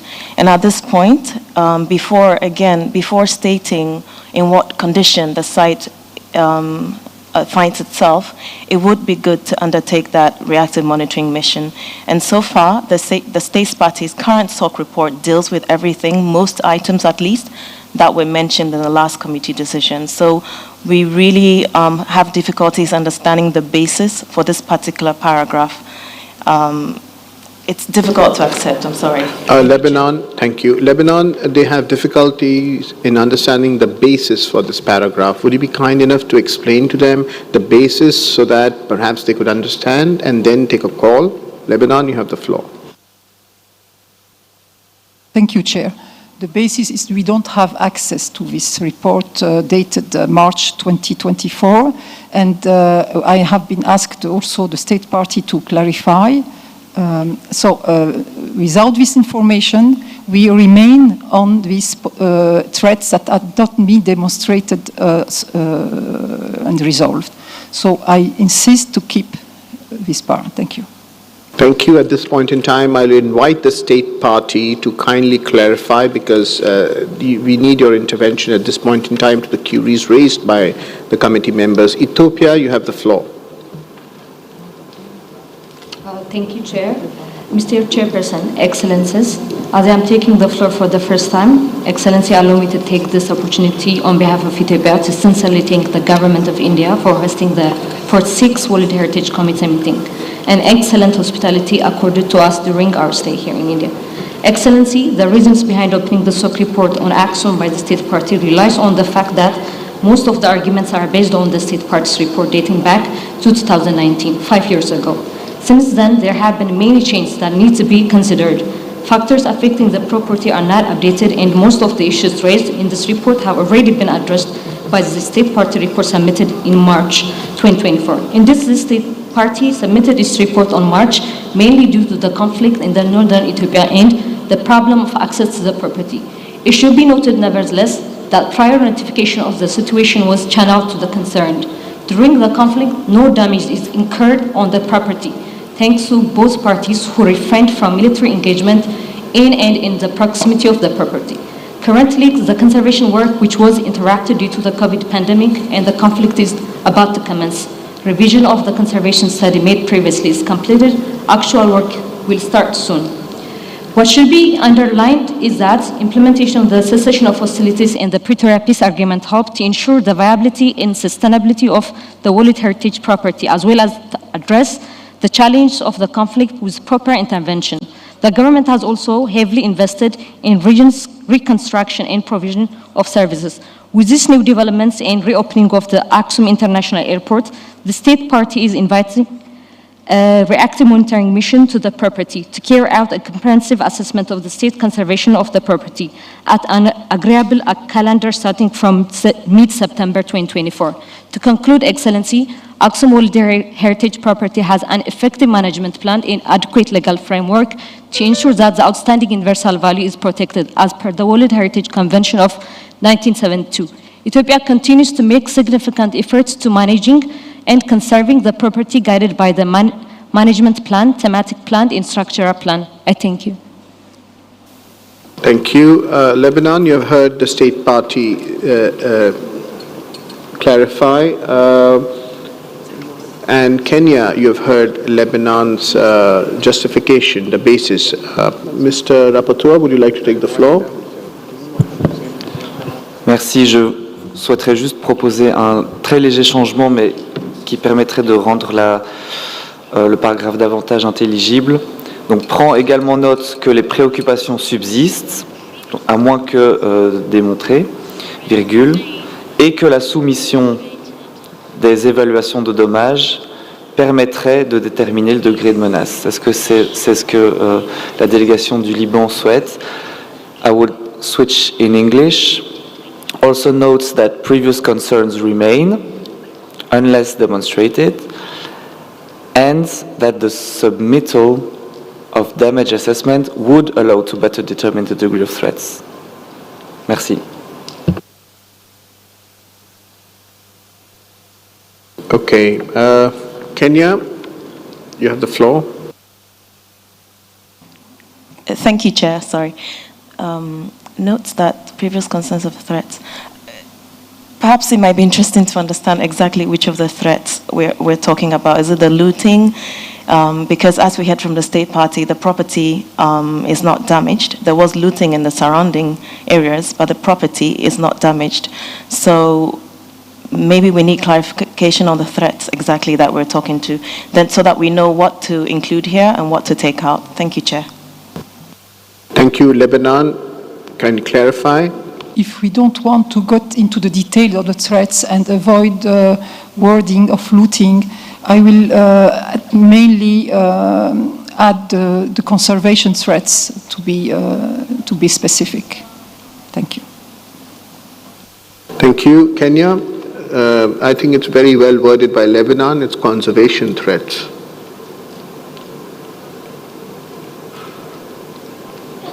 Is it okay? Can we move? Is it acceptable to you, Kenya?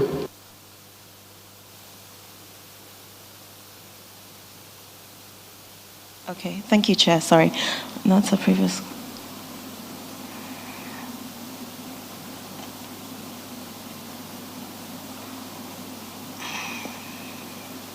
Okay, so perhaps we could say, also note that previous concerns of conservation threats on the property could be assessed through the submittal of, could be evaluated through the submittal of damage assessment of the archaeological and built attributes of the property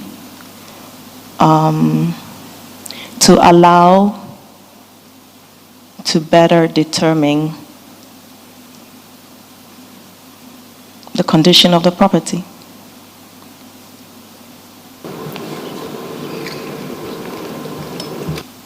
Mr. Rapporteur, can you please help?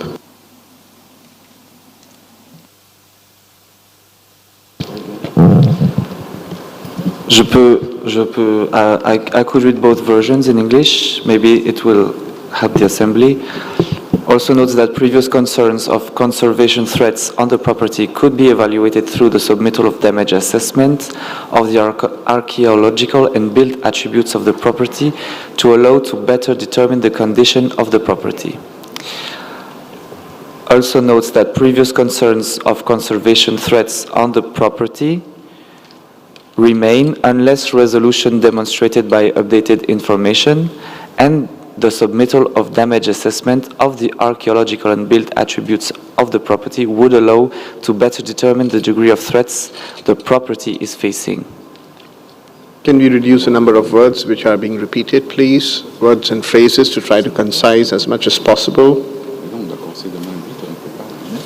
Mr. Rapporteur, can you help reduce the number of words which are being repeated?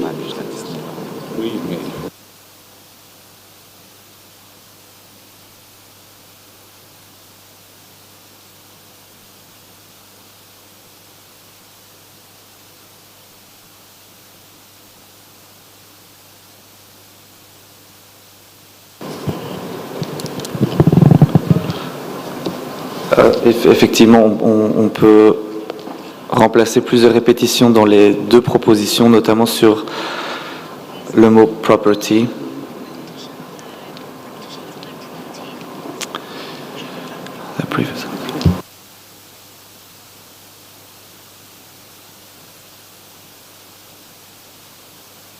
So it reads, also notes that previous concerns of conservation threats on the property could be evaluated through the submittal of damage assessment of the archaeological and built attributes of the property to allow to better determine the condition of the property is one aspect, remains unless resolution demonstrated by updated information and the submittal.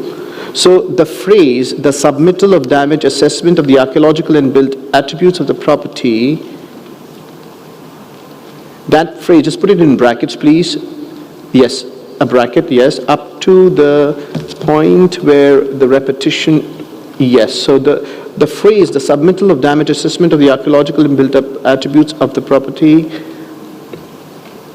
yes, this is the phrase which is being repeated. So remain unless. So Lebanon, can you accept what the Kenyan delegation has suggested? Lebanon, you have the floor. Thank you, Chair. It can be accepted, but I will add one word to determine the current condition of the property, please. better determine the current condition of the property. Okay. The remaining part after the two thing here, just strike them out. Okay. Also notes the previous condition, the previous concerns. All right. Kenya, is that okay with you? Perfect. Lebanon is okay. Kenya is okay. Are there any further objections? I see none. Let's move on to the next para 6. Para 6, are there any objections to that? Any comments? I see none. We go to the next para 7, in which the word "as soon as the security situation allows" has been striked out. Are there any objections to this? I see none. We go to para 8. Are there any objections to para 8 and para 9? I see none. Can we go to adoption of this entire decision as a whole? We have seen the amendments. Is there objection for the adoption of this entire decision as a whole? I see none. I therefore declare draft decision 46-7B.21 adopted as amended. Thank you very much. I would now like to ask whether any observer delegation would like to express themselves about this property.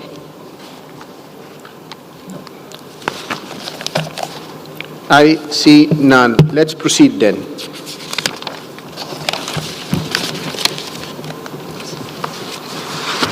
I now invite Mr. Elendo Osomo to read the list of cultural properties inscribed on the World Heritage List located in the Africa region for which the reports are proposed for adoption without discussion. Mr. Director, you have the floor. Thank you, Mr. Chairperson. The following 3 properties are proposed for which reports are proposed for adoption without discussions are Forts and Castles, Volta Greater Accra, Central and Western Regions, Ghana, Oshono-Shokbo Sacred Grove, Nigeria, and Stone Town of Zanzibar, United Republic of Tanzania. Thank you very much. Thank you very much. If there is no objection from the Committee on the State of Conservation report, I declare the decisions read out adopted. I would now like to ask whether any observer delegation would like to express themselves about one of the properties for which we have adopted the decision without discussion. I see Ghana. You have the floor.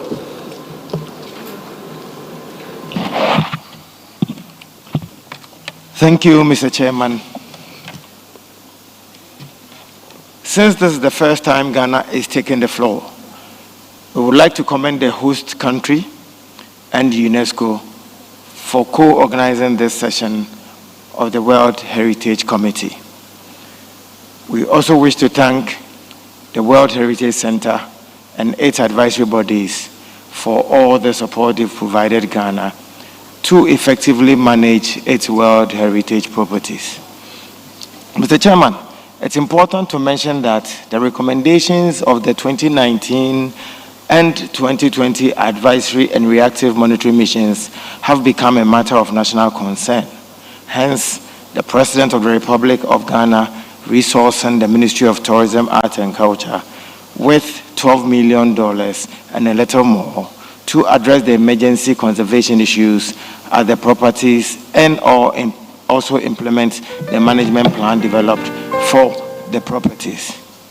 Recognizing the international relevance of the forts and castles and further recalling the committee's earlier request for increased mobilization of international committee to support the conservation of forts and castles, Ghana intends to work with the World Heritage Center and its advisory bodies to launch an international campaign for the properties as prescribed in the draft decision. To conclude, Mr. Chairman, we assure you that Ghana is committed to implementing the World Heritage Convention and its operational guidelines. Thank you for your attention. Thank you for your comments. I see that there are no further requests. Let's proceed then.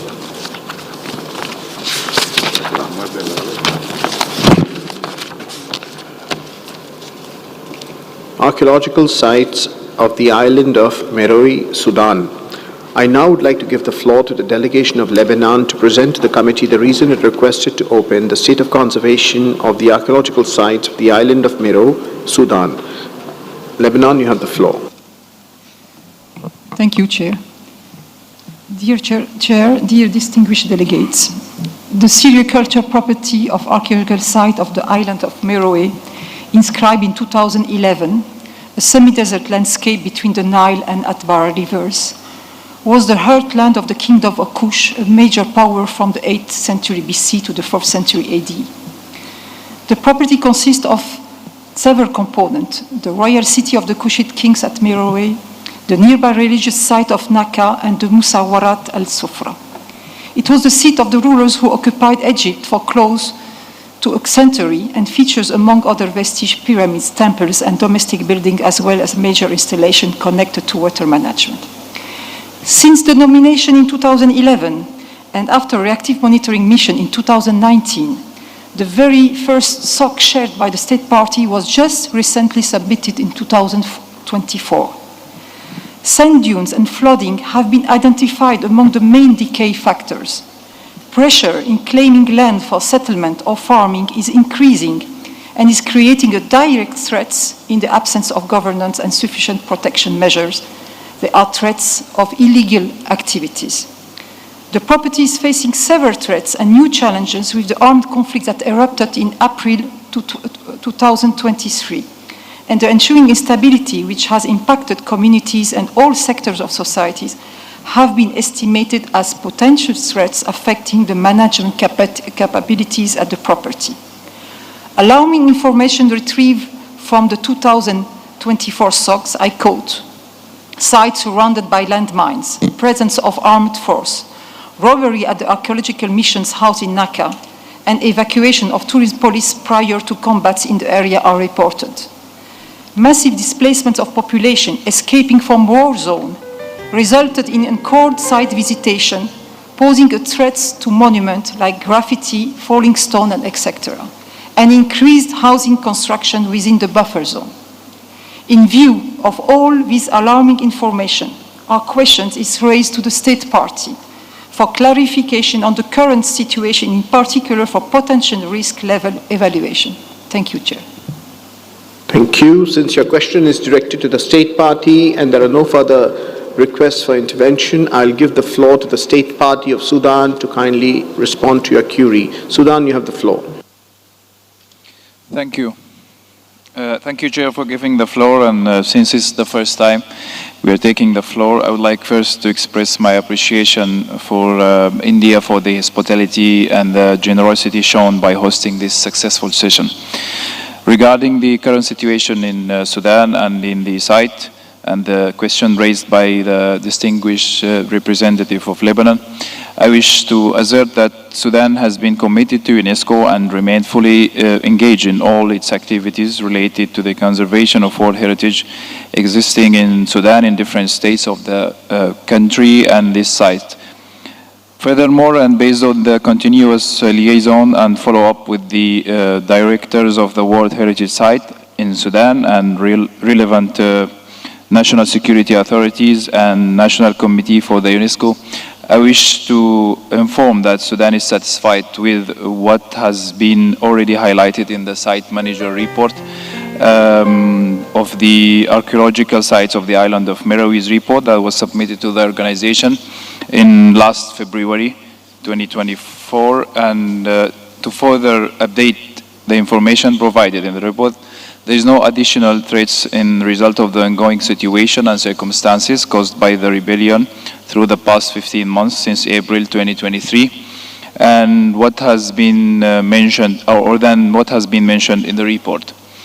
Chair, the government of Sudan is exerting huge efforts and tangible efforts to conserve the sites and keep it safe and secure, especially in light of this ongoing situation. Finally, we wish to underscore that the information highlighted in the reports, in addition to this intervention, confirm that the archaeological sites of the island of Meroe in Sudan are safe and protected, and Sudan looks forward with appreciation to the UNESCO's invaluable efforts in conserving these sites. Thank you, Chair. Thank you for that clarification. I will now give the floor to the Secretariat and request you to kindly concise your presentation, because there are no draft amendments to this decision. So I can straight away go to the draft decision and we can adopt it and move on to the next decision. But can you quickly summarize it so you have the floor. Thank you, Mr. Chairperson. Indeed, the State Party report that was submitted in February 2024 provided information about the situation on the ground in relation to the three component sites of the property, and it also included their efforts that are being made by the State Party to ensure protection, monitoring, and assessment of its current condition. The State Party has outlined also priority actions needed for adequate conservation of the property. In the framework of the project funded by the UNESCO Heritage Emergency Fund, capacity building on crisis response, damage and risk assessment and mitigation, as well as first aid for Sudan's heritage has been provided, in addition to support to the monitoring of cultural heritage in Sudan. In addition, UNESCO has been following up closely with the State Party and partners in order to monitor and ensure updated information, as well as coordinate efforts as necessary. The property is facing several threats and new challenges, and hence it has been recommended to closely monitor the situation and to request an updated state of conservation report by 1 February 2025 for examination at the 47th session of the committee, considering that the urgent conservation needs of this property require a broad mobilization to preserve its outstanding universal value. Thank you, Mr. Chairperson.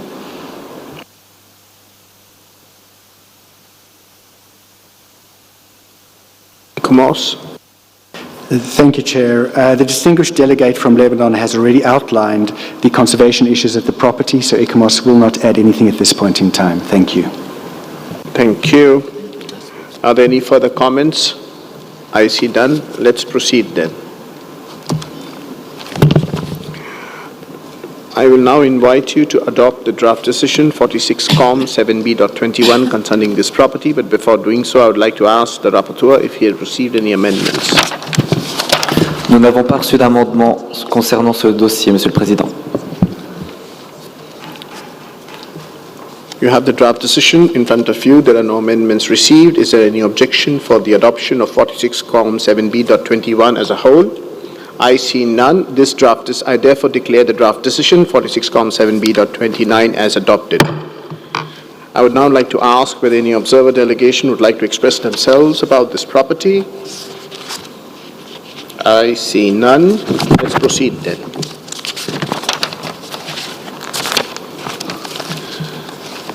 The next is Gebel Barkal and the sites of the Napatan region, Sudan. I would now like to give the floor to the delegation of Lebanon to present to the committee the reason it requested to open the state of conservation of Gebel Barkal and the sites of the Napatan region, Sudan.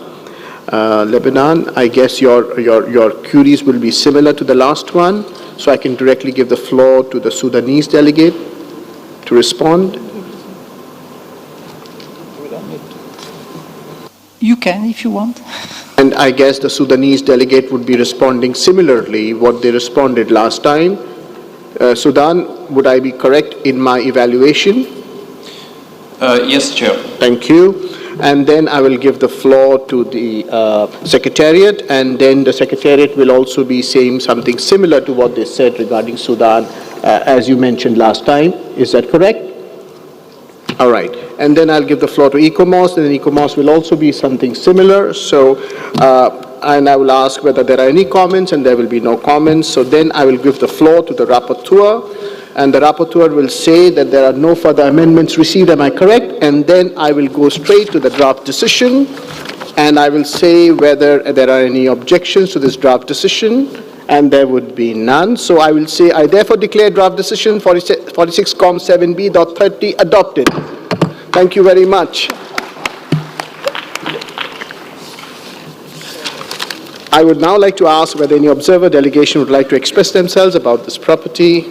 I see none. Let's proceed then. I now invite Mr. Elenda Osamo to read the list of the cultural properties inscribed on the World Heritage List located in the Arab States region for which The reports are proposed for adoption without discussion. Mr. Director, you have the floor. Thank you, Mr. Chairperson. The following 4 properties for which reports are proposed for adoption without discussion are Tipasa, Algeria, Historic Cairo, Egypt, Ksar of Aid Benado, Morocco, and Medina of Marrakesh, Morocco. Thank you very much. Thank you very much. If there is no objection from the committee on this State of Conservation report, I declare the decisions read out as adopted.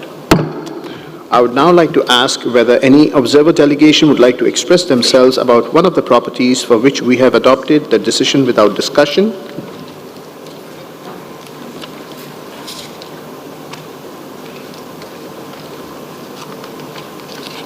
I see none. Let us proceed then.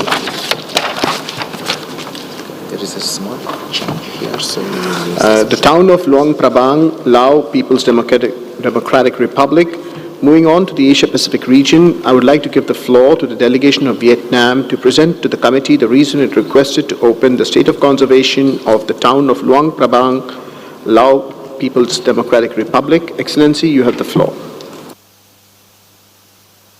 Mr. Chair, we highly appreciate the commitment and efforts by the state party to safeguard the OUV of town of Luang Prabang site, especially the progress made with the update of the management framework of the Luang Prabang conservation plan, including the use of GIS monitoring, research on ecological and intangible values, and the thematic policy development relating to its intangible values, sustainable development goals, and historic urban landscape.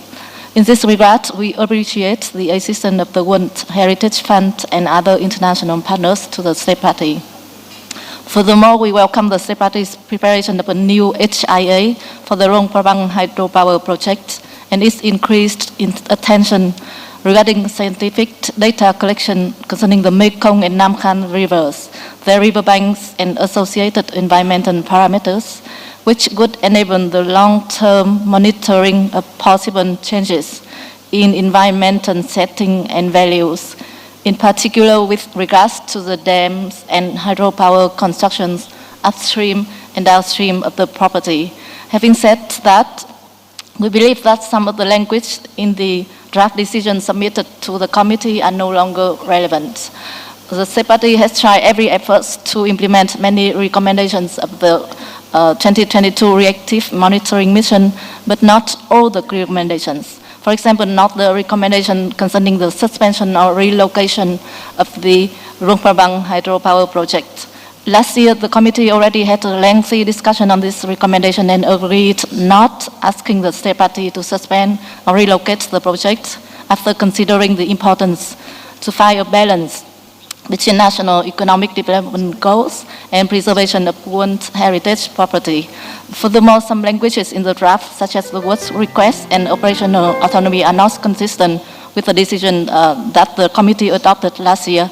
That's why we would like to propose some amendments to the draft decision and kindly request the committee members to extend their support to those amendments. Thank you. Thank you. I now invite Ms. Nao Hayachi, Program Specialist at the Asia and Pacific Unit of the World Heritage Center in ECOMOS, to provide their comments. You have the floor. Thank you, Mr. Chairperson. Distinguished committee members, the state of conservation of town of Luang Prabang has been subject to the committee's study since 2021, focusing on how to sustain its outstanding universal value, which embraces not only its remarkable townscape, but also its surrounding environment, the ecological values related to the Mekong and Nam Khan rivers associated with living religious and cultural practices of local communities. In this sense, the Para 7 of the draft decision duly recognizes the state party's efforts in implementing the recommendations of the 2020 Joint World Heritage Center ECOMOS Reactive Monitoring Mission and previous committee's decision. Actually, the initial draft paragraph 11 suggests maintaining operational autonomy of the Luang Prabang World Heritage Management Division Because a robust and well-resources management authority is an important condition for sustaining the outstanding universal value of World Heritage properties. Dear committee members, this management division has been performing remarkably over years, staying close to the inhabitants, monitoring all changes in the town, and communicating the values of the World Heritage property. There seems no need to change a winning team. Instead, it should be encouraged and supported to cope with greater challenges. Now, with your permission, Mr. Chairperson, ICOMOS can be invited to provide further explanation on the draft decision on this property. Thank you. Thank you, Chair. ICOMOS concurs with the World Heritage Centre Secretariat that the World Heritage Management Division responsible for the property should be both well-resourced and autonomous, consistent with the request of the committee at its last session. The joint 2022 World Heritage Centre ICOMOS Reactive Monitoring Mission provided important recommendations, and it is appropriate to acknowledge the efforts of the State Party to implement those recommendations. It is also important to continue to highlight the recommendations that are yet to be implemented, hence the proposed voiding of the original draft decision before the committee. In addition to the matters previously considered by the committee and the 2022 advisory mission, there are now significant tourism and infrastructure projects, including a proposed new Mekong Bridge, the Riverside Tourism Development Project, the Hillside Tourism Development, the Mekong Footpath Project, the airport upgrade, and these individually and especially in combination involve major change. So the proposed reactive monitoring mission is warranted, and this mission should of course evaluate progress with the implementation of the committee's previous decisions and the recommendations of the 2022 advisory mission. The new Heritage Impact Assessment for the Luang Prabang hydropower project has improved the understanding of the implications for the property of this very major infrastructure project, but still requires further review to address potential impact on attributes that support the property's outstanding universal value, and should therefore also be considered by the proposed reactive monitoring mission. Thank you, Chair. Thank you for this presentation. I would like to know whether there are any comments. I see none. Let's proceed then. Sorry, Korea, you have the floor. Thank you, Mr. Chair. The Republic of Korea appreciates the advisory bodies and the World Heritage Center for their constructive recommendations for this invaluable property. We also commend the state parties' ongoing efforts to implement these recommendations. We also take note of its commitment to balancing sustainable development with the conservation of the property's OUV. In this context, the Republic of Korea is co-sponsoring the amendment submitted by Vietnamese delegation. We acknowledge the original recommendations made by the World Heritage Center. However, through a series of discussions with Laos, we were informed of their continued efforts to meet those recommendations by the advisory body and the center. As we understand, the amendment by Vietnam was made to allow the state party to fulfill its conservation responsibilities for the OUV in a more long-term based and flexible manner. Importantly, the state party has expressed its willingness to invite the reactive monitoring mission and to provide updates on the PSMV and the tourism management plan. We recognize the state party's ongoing efforts in safeguarding the site and further encourage the state party and the World Heritage Center to maintain close cooperation in order to conserve the OUV of the Luang Prabang. In this regard, we welcome the Heritage Impact Assessment submitted in January 2024 and expect the state party to continue its close consultation with the advisory body, including inviting a new reactive monitoring mission. Thank you for your attention. Thank you. I give the floor to India.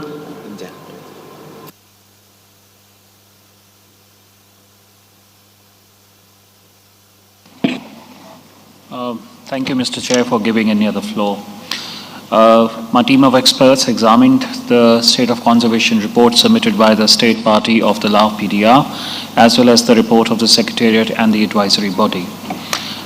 India believes that the Lao PDR has consistently demonstrated a strong commitment to safeguarding the outstanding universal value of the town of Luang Prabang. They've made significant updates to the Luang Prabang Conservation Plan, integrating GIS monitoring to enhance conservation planning. Moreover, the state party has also engaged in collaborative partnerships with UNESCO and ICOMOS and is actively implementing the recommendations from the 2022 Joint World Heritage Center ICOMOS Reactive Monitoring Mission Report. We appreciate the state's party's initiative to revise the January 2024 HIA in accordance with the findings and recommendations of the ICOMOS Technical Review and the comments of the World Heritage Center, demonstrating their commitment to best practices. The state party's proactive approach to safeguarding the OUV of the property by preparing a new heritage impact assessment report for the Luang Prabang hydropower project is highly commendable. The state party has also proactively addressed infrastructure challenges and prioritized the restoration of the deteriorated buildings. For projects like the Namkhan River Bridge, the state party is exploring alternate approaches to ensure minimal impact on the heritage of the property. Despite facing challenges, Mr. Chair, efforts to strengthen the management capacity of the World Heritage Management Division in Luang Prabang are commendable. We should encourage their continuing efforts, and we also align with Secretariat's report that also appreciated the efforts being made by the state party. Moving forward, Mr. Chair, we encourage Lao PDR to continue its proactive efforts in heritage conservation, and also we request them to give us an updated state of conservation report for its examination next year. Thank you, Mr. Chair. Thank you. I now give the floor to Turkey, to be followed by Bulgaria. Thank you, Mr. Chair. We extend our congratulations to the State Party for their efforts in revising the management framework of the conservation plan aimed at safeguarding the outstanding universal value of the site. It would be advisable to consider a new reactive monitoring mission for the proposed projects. This would ensure that all projects are planned, assessed, and executed in a way that promotes sustainable social and economic benefits while safeguarding the outstanding universal value. Thank you. Thank you. I give the floor to Bulgaria, to be followed by Qatar. Thank you, Mr. Chairperson. We thank the advisory body for their thorough report and engagement with the protection of the town of Luang Prabang World Heritage Site. We commend the State Party for their continuous efforts in the implementation of the recommendations of the previous World Heritage Committee decisions, especially its commitment in preserving the OUV of the property while supporting its economic development. One of our experts had visited the site 2 months ago, and we welcome the increased attention to intangible values, pond and wetland restoration, and the commitment to improving the protection of the Namkhan River bank and the park projects. We encourage the State Party to continue the close collaboration with the advisory bodies and to invite a reactive monitoring mission.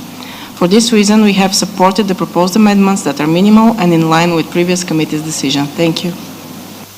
Thank you. Qatar. Thank you, Mr. Chair. We acknowledge the State Party Lao People's Democratic Republic of their firm commitment to preserving the OUV of Luang Prabang while balancing the socio-economic needs of its community. We believe that the language of the draft decision should remain consistent with the one used in Riyadh. Therefore, we support the amendment proposal made by the delegation of Vietnam. Thank you, Mr. Chair. Thank you. I see that there are no more requests for the floor, so I now invite you to adopt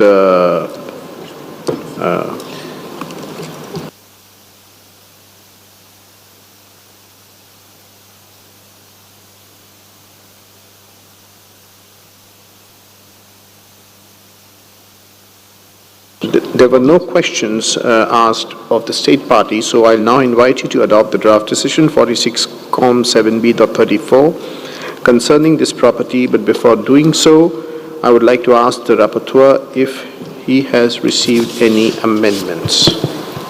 Merci, Monsieur le Président. Comme cela a été annoncé durant les discussions, nous avons effectivement reçu un amendement soumis par le Vietnam coécrit par la République de Corée, la Bulgarie et le Japon, et avec des soutiens supplémentaires qui viennent d'être exprimés en salle de la part de l'Inde, de la Turquie et du Qatar.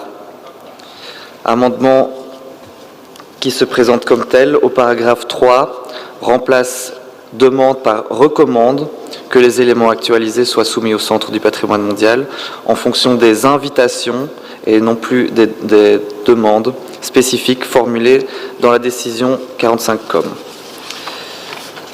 Paragraphe 7. Reconnaît également que les efforts de l'État partie pour prendre en considération ces décisions antérieures et mettre en œuvre un certain nombre des recommandations et dans ce contexte invite l'État partie à, avec des modifications mineures de compréhension dans la version française pour l'énumération des points suivants. Paragraphe 11 réitère sa précédente invitation à la division de la gestion du patrimoine mondial à Luang Prabang de rester une entité technique unifiée avec la suppression de la mention en fin de paragraphe et d'une autonomie opérationnelle. Enfin, paragraphe suivant, paragraphe 12, recommande à l'État partie et non plus demande de mettre, d'inviter une nouvelle mission conjointe de suivi réactif dans la mise en œuvre des décisions précédentes du comité et des recommandations pertinentes. Ajout de la mention pertinente. Je vous remercie.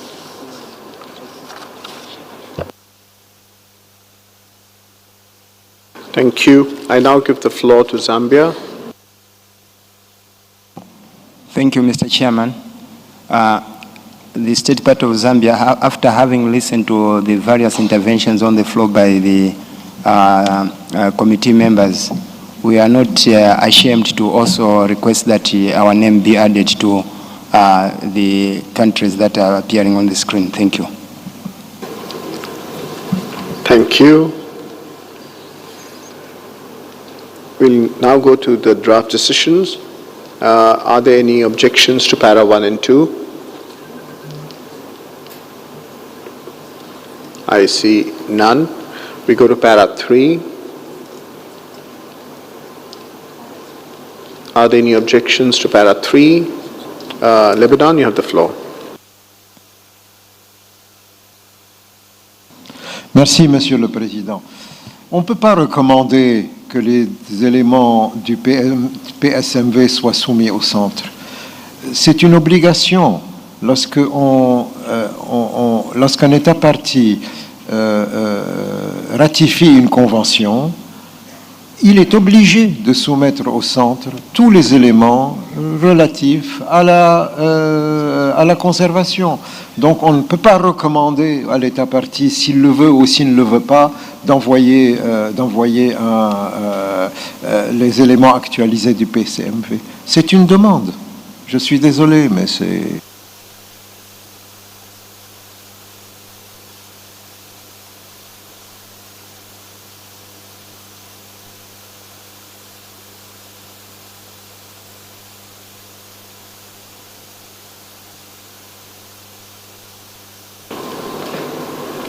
Vietnam, you have the floor. Merci, Monsieur le Président. Alors, ce que nous proposons, c'est exactement le langage de l'année dernière, de la décision de l'année dernière du comité. Donc, je pense que le comité doit être consistant dans sa décision concernant cette question. Et puis, cet amendement reflète mieux l'esprit de coopération et d'accompagnement des États membres partis. Je vous remercie. Mr. Rapporteur, I've seen the word recommends has been striked out. Can you please clarify? De ce que j'ai compris, le Liban suggère de garder le verbe demande, tandis que l'amendement suggère de le remplacer par recommande. Which has been supported by at least 1, 2, 3, 4, 5, 6, 7, 8 committee members. So you would go with whom, right? please do not strike out any word here. And Vietnam has clarified that this is a continuation of a previous decision, the terminology that was used. Lebanon, after listening to Vietnam's clarification, you have the floor. Président, bon, puisque la majorité le demande, mais le problème c'est qu'on est en train de faire un précédent. Dorénavant, on ne peut plus demander aux États partis ni d'envoyer des rapports de conservation, ni d'envoyer des projets de... Quand un État parti veut faire un projet, on ne peut plus lui demander d'envoyer ce projet pour examen par le centre et par les... C'est contraire On va faire des choses qui sont contraires aux operational guidelines. Les operational guidelines demandent aux États partis de le faire. Ils ne le recommandent pas.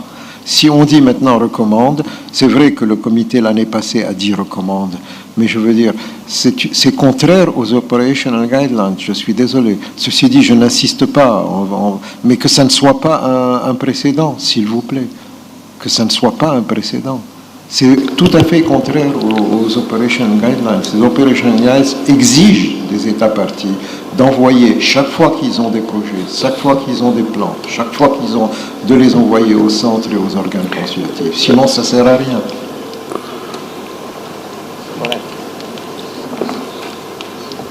Okay, you can remove Lebanon's name from that after listening to this. They will not come in the way of the majority. We go next. So there are no further objections to para 3, I guess. We move on to para 4. I see no objections to para 4. We move on to para 5. No objections to para 5. We go to para 6. No objections to para 6. We go to para 7. The beginning part of para 7. I don't see any objections to the beginning part of para 7. I see Lebanon. You have the floor. Oui, merci Monsieur le Président. Je ne sais pas si c'était exactement aussi l'année passée, mais quand on envoie une mission conjointe de suivi réactif et on recommande à l'État de prendre en compte un certain nombre de recommandations, à quoi ça sert d'envoyer des missions de suivi réactif? Si les recommandations de la mission ne sont pas prises en compte et qu'on dit à l'État parti, vous pouvez choisir ce que vous avez besoin, ça ne sert à rien d'envoyer une mission de suivi réactif. Ceci dit, bon, donc moi je propose d'enlever un certain nombre et de revenir à les recommandations de la mission de suivi réactif. Ceci dit, après... Yeah, I understand. Vietnam, are you okay with the deletion of the word a number of? Non, désolé, parce que, voilà, comme ce qui a été expliqué dans mon intervention préliminaire, donc parmi les recommandations de la mission, il y a une concernant la suspension ou relocalisation du projet hydroélectrique de l'Ompraban. Et l'année dernière, le comité a eu une longue discussion sur cette question et le comité a décidé de ne pas demander à l'État parti de suspendre ou bien de relocaliser ce projet. Et en réalité, l'État parti a fait beaucoup d'efforts pour mettre en œuvre beaucoup d'autres recommandations de la mission. Et c'est pour ça que nous avons proposé ce langage pour inclure une recommandation qui n'a pas été approuvée par le comité l'année dernière.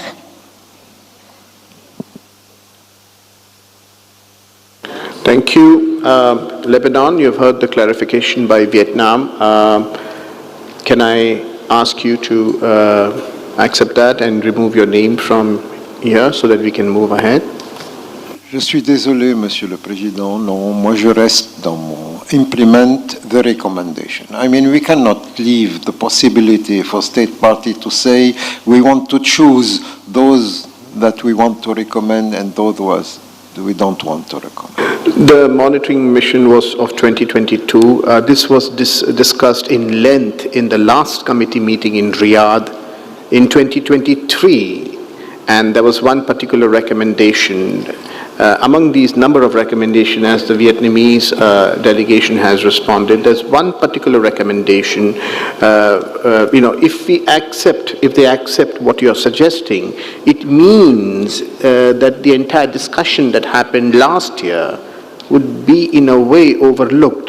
Now, I see that this particular decision on Luang Prabang is a sort of a continuation of last year, and the Vietnamese delegation has given the rationale that a number of recommendations are being accepted, but they cannot accept the entirety of that, but they are not saying that.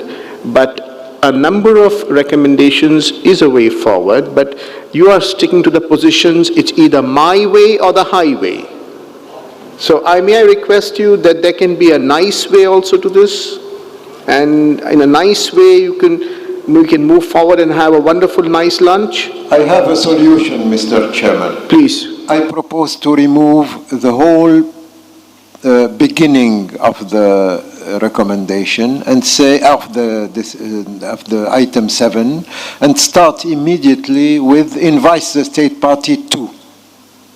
In that case, we do not refer to the recommendation of the 2022, neither totally nor by some of them. We start immediately by inviting the state party to, and we put what we are inviting the state party to do. Thank you. Vietnam, are you okay with that? All right, thank you. Please strike out the beginning of para 7 and you start para 7 from invites. Thank you, Lebanon. We move on to para, I see there are no further objections. Move on to 7A. Are there any objections to para 7A? I don't see. From B, C, D, are there any objections to B, C, D? I see none. Go to 7E, F, G. Okay, are there any objections to those sub-paras? I see none.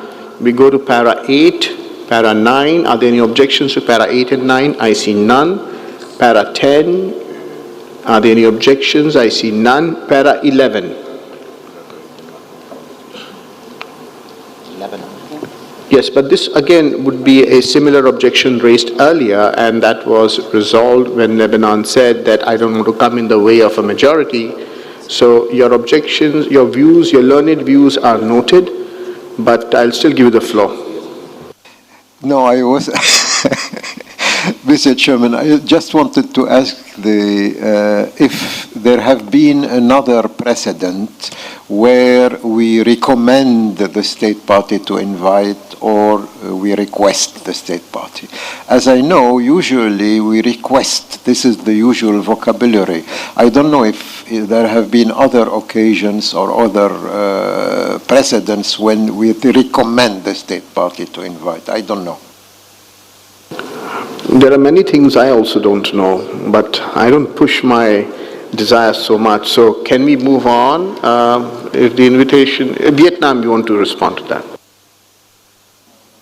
Oui, Monsieur le Président. Alors, c'est en fait exactement le langage du paragraphe 7A de la décision de l'année dernière du comité. Thank you. It's exactly the same thing as decision last year, so we continue. 11 is okay. We go to para 12.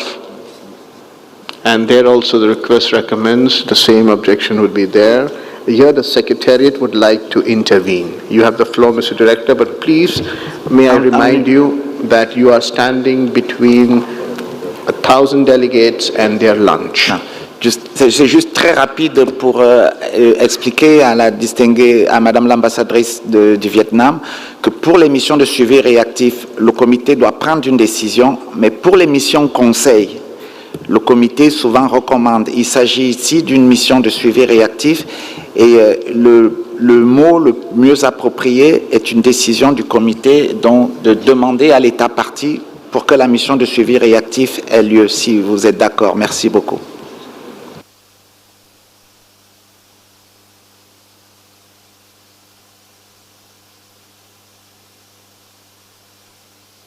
The Secretariat wants the word requests instead of recommends, and that's the explanation. I think Lebanon would have also suggested the same thing.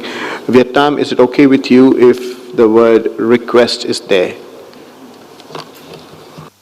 Yes, with a view to find a consensus on this issue, so we agreed to keep the word request. Okay. Are there any objections to para 12? I see none. We go to para 13. Are there any objections to para 13? I see none. We now are going to adopt the whole decision as a whole. Are there any objections for the adoption of the decision as amended? I see none. I therefore declare draft decision 46-7B.34 adopted as amended. Thank you very much. I would now like to ask whether any observer delegation would like to express themselves about this property. Lao PDR, would you like to say something? You have the floor. Yes, of course. Thank you, Mr. President. Taking the floor for the first time, I would like to express my heartfelt appreciation to India for the warm hospitality and excellent arrangements made for the meeting. And in particular to you, Mr. President, for your able leadership in guiding the deliberations of the meeting towards the resulting success. I would like to express my sincere gratitude to the World Heritage Center and all the state members for their continuous support. And notamment mes amis francophones comme la Belgique pour son soutien inlassable à notre cause légitime. And in conclusion, you can rest assured that the Lao PDR remains committed to working hand in hand with all stakeholders involved in preserving the property. I have no doubt that no nations in the world would cherish and love the town of Luang Prabang more than the Lao people themselves. I thank you, Mr. President. Thank you for your passionate response. We appreciate and respect your views. I see that there are no further requests for intervention, so let's proceed then. We are now going to break for lunch and we are going to reconvene at 3 p.m. This meeting is adjourned. I'm sorry.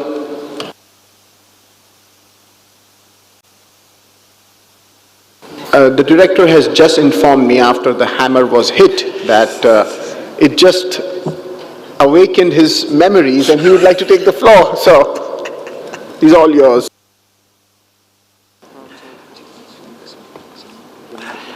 Thank you, Mr. Chairperson, and apologies, And just to remind everyone that we have 3 side events that will start immediately now. The first side event is organized by the Arab Regional Center for World Heritage, the Category 2 Center, entitled Modern Heritage Conservation in the Arab Region, the case study of the Rashid Karami International Fair in Lebanon. So I think we'll all be together with the distinguished delegate of Lebanon and all the delegations. And this start, it is in room MR10. And the second event is also organized by several Category 2 centers, and we invite you to go there. The International Center for Interpretation and Preservation of World Heritage Sites, the Arab Regional Center for World Heritage, and the African World Heritage Fund. And the event is titled Understanding the Heritage Interpretation Strategy and its Case Studies, and this is in room MR15. And lastly, the third side event is organized by ICOMOS, International Scientific Committee on the Underwater Cultural Heritage, entitled Integrating Nature and Culture in Underwater Cultural Heritage, in room MR17. And lastly, just to remind everyone that the budget group will start at 2 o'clock and will be from 2 to 3 in the bureau meeting room. Thank you. Bon appétit.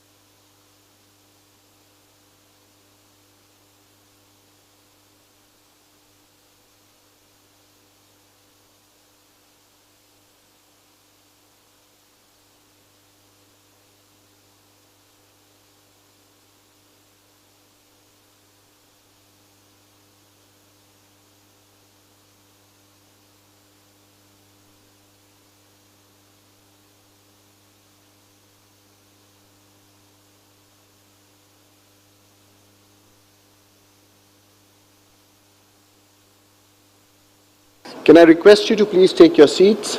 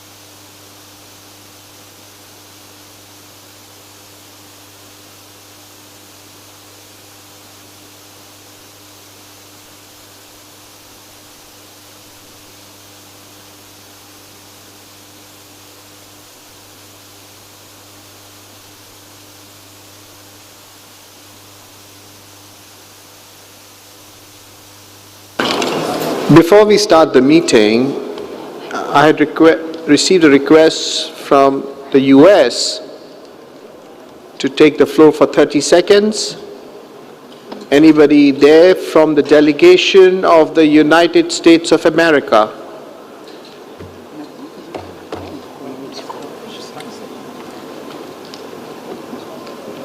There was a request from Ambassador Manis to take the floor for 30 seconds.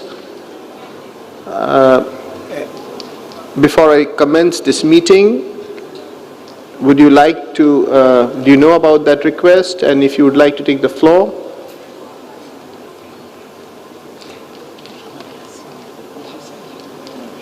Okay.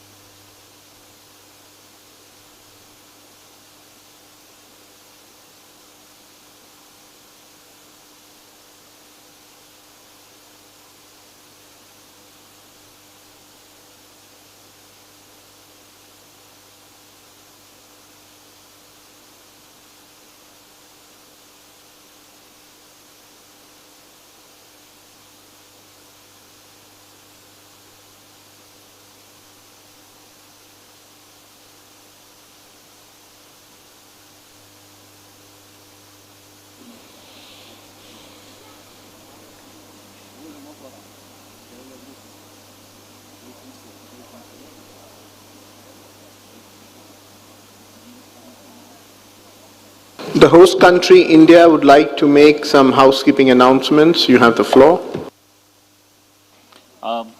Thank you very much, India, Mr. Chair, for giving us the floor. We just wanted to make a couple of small announcements. One, on behalf of the Ministry of Culture, the Director General of the Archaeological Survey of India has just, approved a matter wherein for all the delegates of the World Heritage Committee who are present here, the monuments which are under the protection of the ASI, and there are 3,697 of them, the entry to all these monuments is free for the delegates till 10th of August. So I thought we will make this as announcement for the distinguished delegates who are present here. Thank you, Mr. Chair. How many monuments are under your protection? Can you just tell the number slowly and clearly for my ears? 3,697, out of which 25 are the World Heritage properties. Thank you, Chair. Thank you.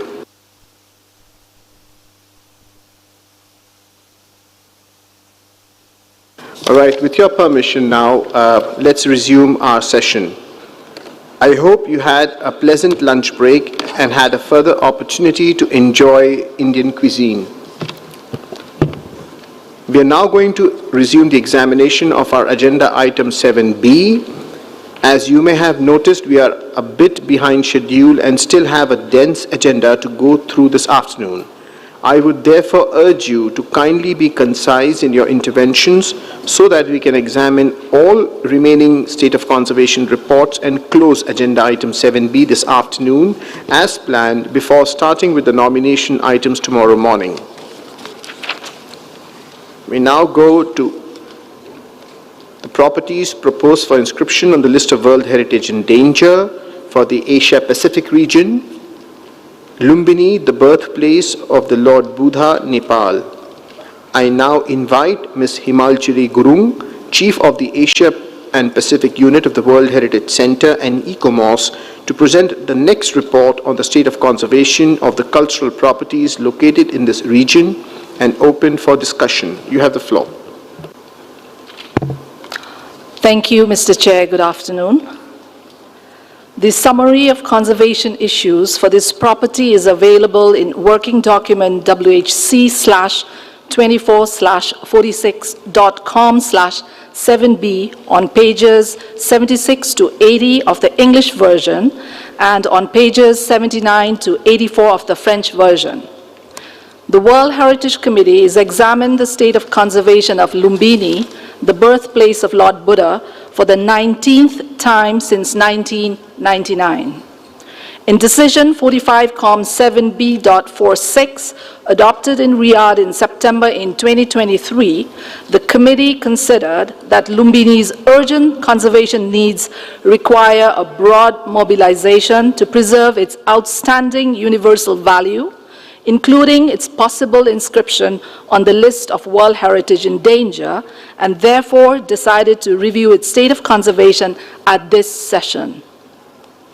The Joint World Heritage Center ECOMOS Reactive Monitoring Mission, conducted in March 2022, expressed its concerns over the deteriorating state of the property and specific projects such as the Mayadevi Temple Shelter and the newly constructed Buddhist Meditation Hall, having a capacity of 5,000 people. On 19 February 2024, the World Heritage Center requested information from the State Party in line with paragraph 174 of the operational guidelines, following third-party reports about new development projects in the vicinity of this property. However, to date, the State Party is yet to respond to this request. 3 consultation meetings between the World Heritage Center, ECOMOS, and the State Party of Nepal were organized prior to this session to discuss the state of conservation of Lumbini and the proposal to add this property to the list of World Heritage in Danger.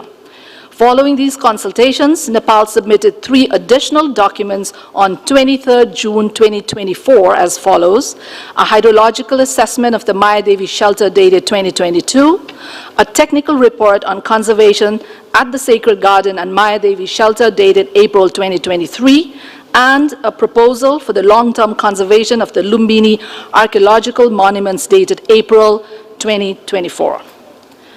Now, with your permission, Mr. Chairperson, ECOMOS could provide further comments on the state of conservation of the property and the rationale behind the proposal to inscribe Lumbini, the birthplace of Lord Buddha, on the list of World Heritage in danger. Thank you. Thank you, Chair. Lumbini, the birthplace of the Lord Buddha, is under significant threat and in need of urgent support, not only from the relevant state party authorities, but also from the wider global community. ECOMOS acknowledges progress with important management initiatives, including the declaration of the Protected Monument Zone and the creation of the Lumbini World Heritage Coordination Unit. However, significant discrepancies exist between the capacity of the Lumbini Development Trust, which acts as site manager, and the nature and scale of the required conservation efforts. The integrated management framework can only achieve its intended aims if sufficient financial and other resources are allocated, and therefore the proposed action plan is required.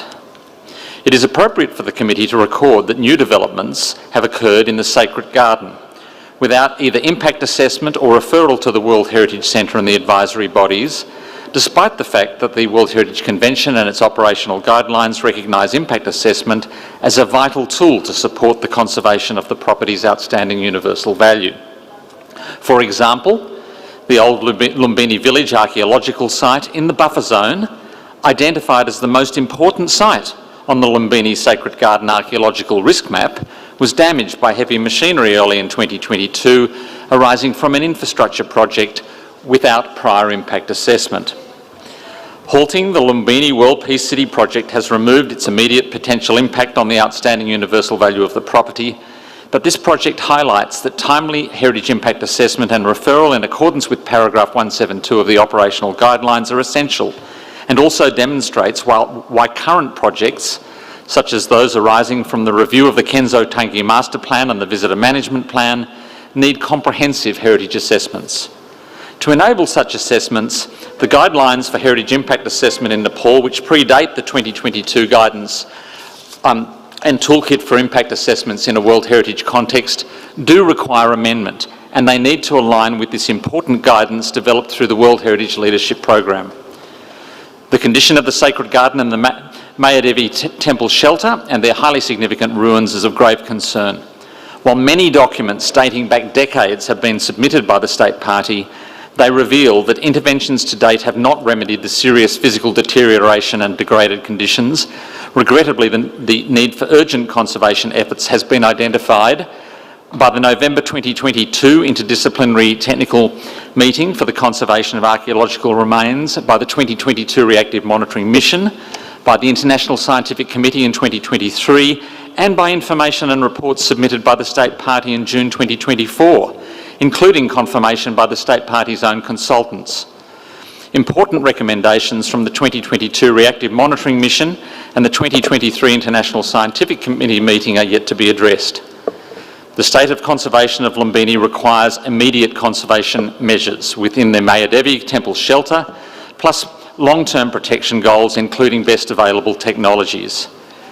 Regrettably, the perilous state and deteriorating condition of the remains within the Sacred Garden and the Mayadevi Temple shelter, and the lack of progress with mitigation measures, constitute an ascertained threat to the outstanding universal value of the property within the meaning of paragraph 179 of the operational guidelines.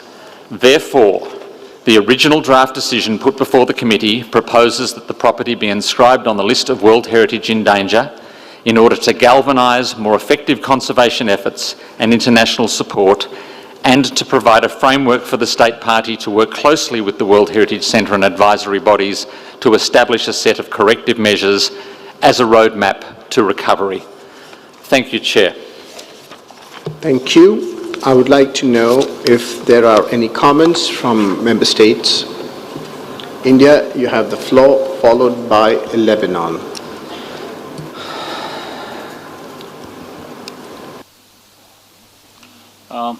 Thank you, Mr. Chair, for giving India the floor.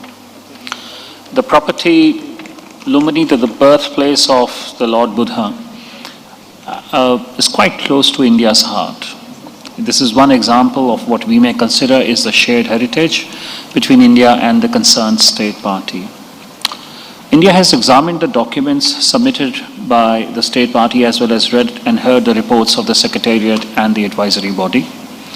The ICOMOS has made its observations mainly on the basis of the implementation of the 2022 Reactive Monitoring Mission and 2023 International Scientific Committee meetings.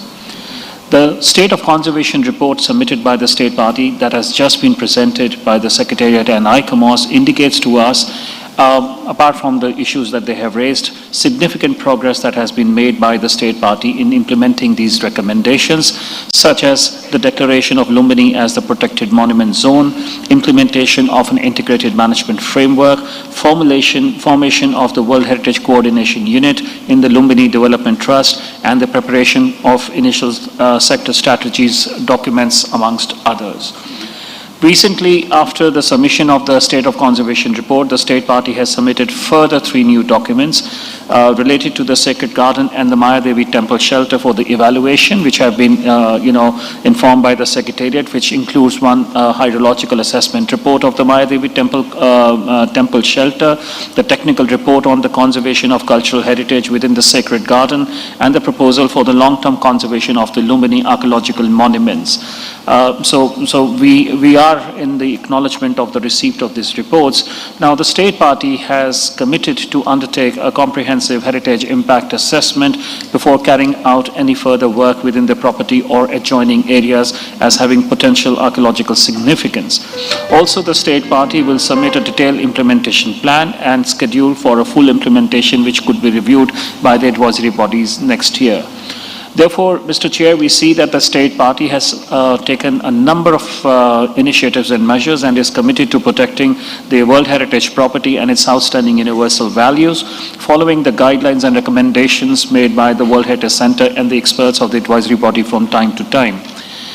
In view of the above, the delegation of India would like to request the committee to grant some more time to the state party and by postponing the inscription of Lumbini, the birthplace of Lord Buddha, on the list of World Heritage in danger, and request an updated report on the state of conservation of the property to be presented in its 47th session.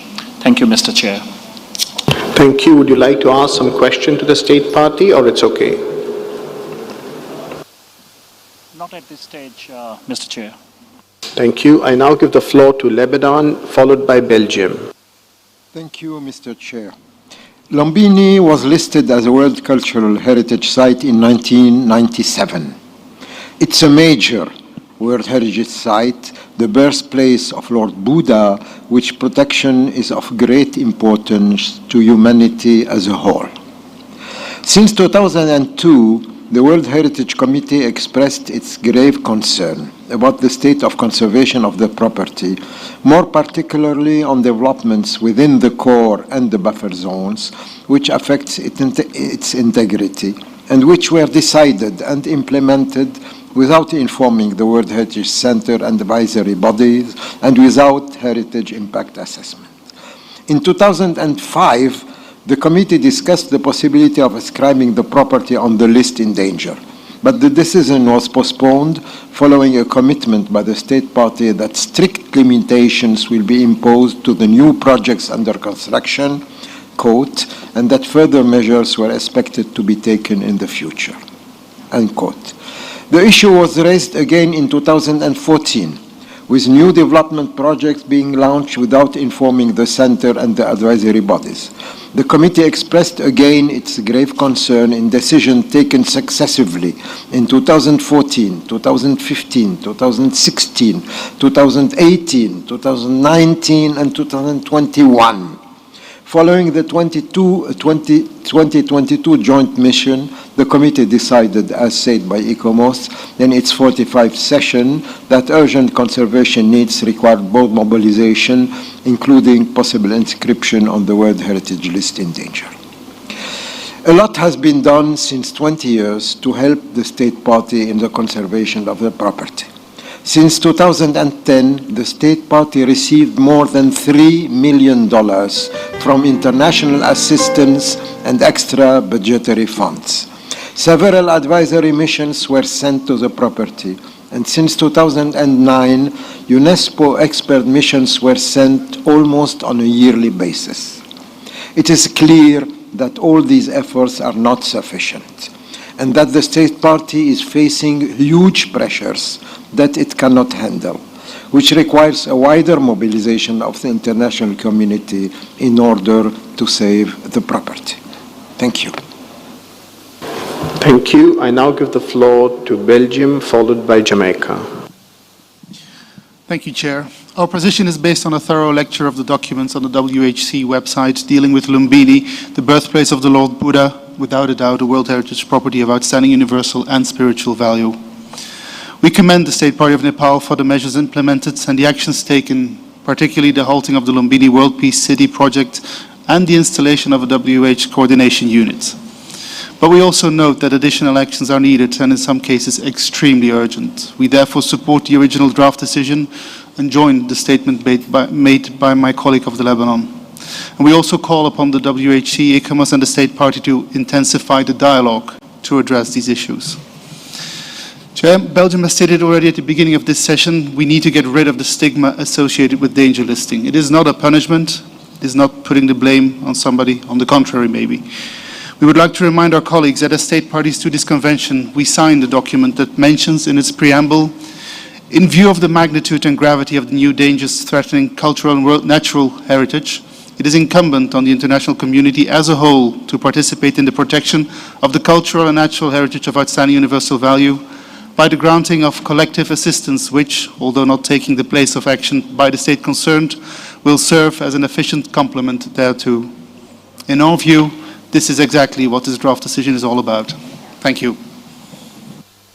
Thank you. I now give the floor to Jamaica, followed by Japan. Thank you, Chair. Jamaica thanks ICOMOS for their comprehensive report on this significant site of Lumbini, the birthplace of Lord Buddha. ICOMOS's recognition of the State Party of Nepal's actions towards the site's preservation is noted with particular mention of the declaration of Lumbini as a protected monument zone, the formation of the Lumbini World Heritage Coordination Unit, an integrated management framework for which budget allocation is now in place for its implementation. The State Party has expressed its commitment to implement the recommendations of the 2022 Reactive Monitoring Mission and the 2023 International Scientific Committee meeting. They have shared some of this work and asked for time to complete it as indicated in the documents provided. And in close collaboration with the World Heritage Center and ICOMOS, we would support their request for additional time, along with consideration for the site not to be listed on the list of World Heritage in danger at this time, but that we allow a report to be submitted at the designated time. Thank you, Chair. Thank you, Jamaica. I give the floor to Japan, followed by Turkey. Thank you, Mr. Chair. Japan appreciates dedicated works of the World Heritage Center, ICOMOS, as well as the State Party on Lumbini, the birthplace of the Lord Buddha. We have supported the State Party's efforts in preserving World Heritage through our JFIT funding, and so we have been closely following the situation of this file as well. Given the still ongoing efforts of the State Party to address various challenges pointed out by ICOMOS, it is premature at this stage to consider inscribing this file on the list in danger.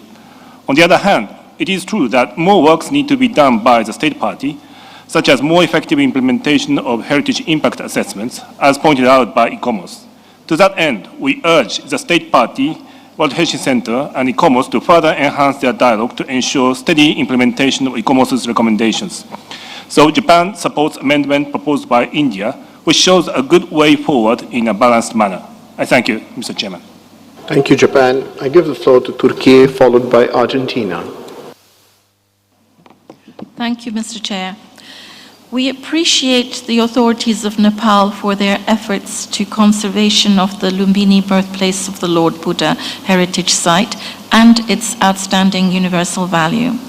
It is obvious that Nepal has made significant progress to fulfill the recommendations of the reactive mission, as well as the decision of the 45th extended session of the committee. In this regard, we believe the inscription of the property in the danger list is not necessary and that the state party needs more time to implement all the recommendations. However, in the time given, we expect that Nepal fulfills its commitments and obligations regarding the recommendations of the reactive monitoring mission of 2022. Therefore, Turkey supports the amendments submitted by India to ensure the property not be inscribed to the danger list. Thank you. Thank you, Turkey. I now give the floor to Argentina, followed by Qatar. Gracias, señor presidente. Durante toda esta reunión hablamos de lo que significa estar en la lista en peligro. Coincidimos en que no debería ser un estigma. El problema es cómo se percibe en el resto del mundo. En toda la población que no está familiarizada con la UNESCO, entrar en la lista en peligro es un castigo. Tenemos que cambiarlo. Este bien en particular es un bien cultural, pero por sobre todo es un bien espiritual. Entonces, nosotros podemos utilizar una herramienta para fortalecer el bien cultural, pero sin quererlo estamos dando un mensaje espiritual muy duro a una gran parte de la humanidad que tiene a Lumbini y a Buda como un guía espiritual extremadamente importante. Entonces, para conseguir más recursos, para poner en práctica el artículo 179 de nuestras guías operativas, tenemos que pensar que estamos dando un mensaje que tal vez sea mal interpretado. Busquemos los recursos, demos tiempo a Nepal para hacer lo que ya saben que tienen que hacer, gracias a nuestra ayuda. El trabajo que ha hecho ICOMOS es fundamental, el que ha hecho la UNESCO también. Bueno, ahora, como en casos anteriores, es el momento de dejarle al Estado parte la posibilidad de decir, aprendí, escuché lo que me dijeron, necesitamos fondos. Bueno, busquémoslos, pero pedimos que se le otorgue un poco más de tiempo para llegar a cumplir. Y quisiéramos hacer una pregunta en concreto al Estado, a Nepal. Nos dijeron que aún no han respondido a la información que se le solicitó en febrero, luego de la misión de seguimiento reactivo. Quisiéramos saber si están preparando esta respuesta, si tiene Nepal algo para decirnos, y vamos a apoyar las enmiendas presentadas por la India. Muchas gracias. Cuando se presenten. Gracias. Thank you, Argentina. We now give the floor to Qatar, to be followed by Kazakhstan. Thank you, Mr. Chair. The efforts and initiatives undertaken by Nepal to preserve and safeguard Lumbini are commendable. It's worth to note the measures and efforts undertaken by the state party. Firstly, the implementation and adoption of the integrated management framework, which represent a structured approach towards safeguarding Lumbini. Secondly, the declaration of the Lumbini Protected Monument Zone and the allocation of budget by the Lumbini Development Trust are significant measures. Thirdly, the formation of the interdisciplinary technical team for the conservation of archaeological remains within the sacred garden is a positive step. Furthermore, the ban on carbon-emitting factories mandated by the Industrial Promotion Board and the Supreme Court of Nepal is another remarkable effort by the state party. Overall, Nepal has demonstrated a commitment to addressing the committee's concerns and implementing substantial measures to safeguard Lumbini. Therefore, Mr. Chair and distinguished member state delegates of the committee, I propose that we grant Nepal the requested additional time to complete the remaining conservation works. It is in our collective interest to support and encourage the continuation of these efforts, ensuring that Lumbini is preserved for future generation without immediately inscribing it on the list of World Heritage in danger. Thank you, Mr. Chair. Thank you, Qatar. We now give the floor to Kazakhstan, to be followed by Vietnam. Thank you, Chair. Dear colleagues, upon reviewing the meticulously prepared documents by the WHC ICOMOS mission, which clearly outlines the existing threats. It is recognized that despite some progress in implementing recommendations and reducing risks, the government of Nepal and all concerned parties must continue their efforts to address current issues such as industrial encroachment, the preservation of archaeological remains, and the management of new land use development projects. Ensuring comprehensive heritage impact assessments for all development projects remains critically important for preserving the outstanding universal value of Lumbini. We acknowledge and support Nepal's proactive measures, including the establishment of the World Heritage Coordination Unit, the formation of an interdisciplinary technical group dedicated to preserving archaeological remains in the sacred garden, and the implementation of an integrated management system that guides all conservation actions and ensures that development projects do not threaten the outstanding universal value of Lumbini. In light of the complex and ambiguous situation, the seriousness of the existing problems reflected in the draft decision is clearly understood. However, in an attempt to find balance, Kazakhstan aligns with India's proposal to amend the decision, primarily concerning the need for Nepal to provide a detailed implementation plan and timeline for the full execution of the recommendations from the 2023 International Scientific Committee and the 2022 Reactive Monitoring Mission. We also urge the State Party of Nepal to treat any decision to be announced today as a clear signal on the need to further enhance its work to protect this unique site of great importance for many in Asia and around the world. Additionally, like the colleagues who spoke before us in support of the amendments, there is a conviction that in the state of conservation report, which Nepal, according to the draft decision, should prepare and submit to the World Heritage Center by February 1st, 2025, the progress achieved in addressing the currently pressing issues should be evident. Thank you for your attention to this matter. Thank you, Kazakhstan. I now give the floor to Vietnam, followed by the Republic of Korea. Thank you, Mr. Chair. My delegation notes the concerns expressed by the advisory bodies on this site.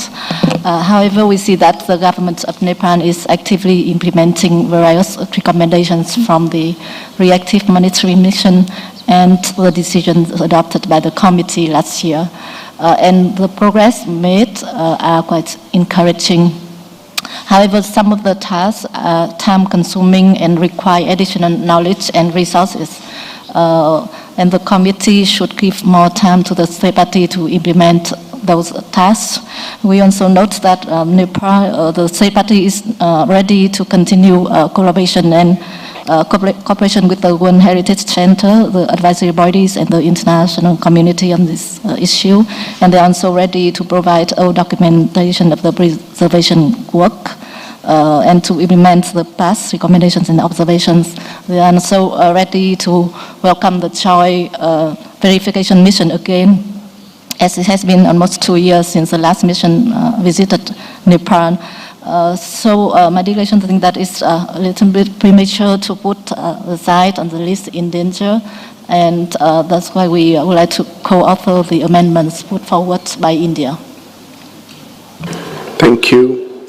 I now give the floor to the Republic of Korea, followed by Italy. Thank you, Mr. Chair. The Republic of Korea takes note of the constructive recommendations made by the World Heritage Center and its advisory bodies for the preservation of the OUV of Lumbini, a remarkable common heritage of humanity. We also recognize the efforts and safeguarding measures that the government of Nepal is taking to protect the site, including the suspension of the Lumbini World Peace City project. We understand that the government of Nepal is undertaking measures requested by the advisory body, such as the hydrological assessment and requested conference center guideline.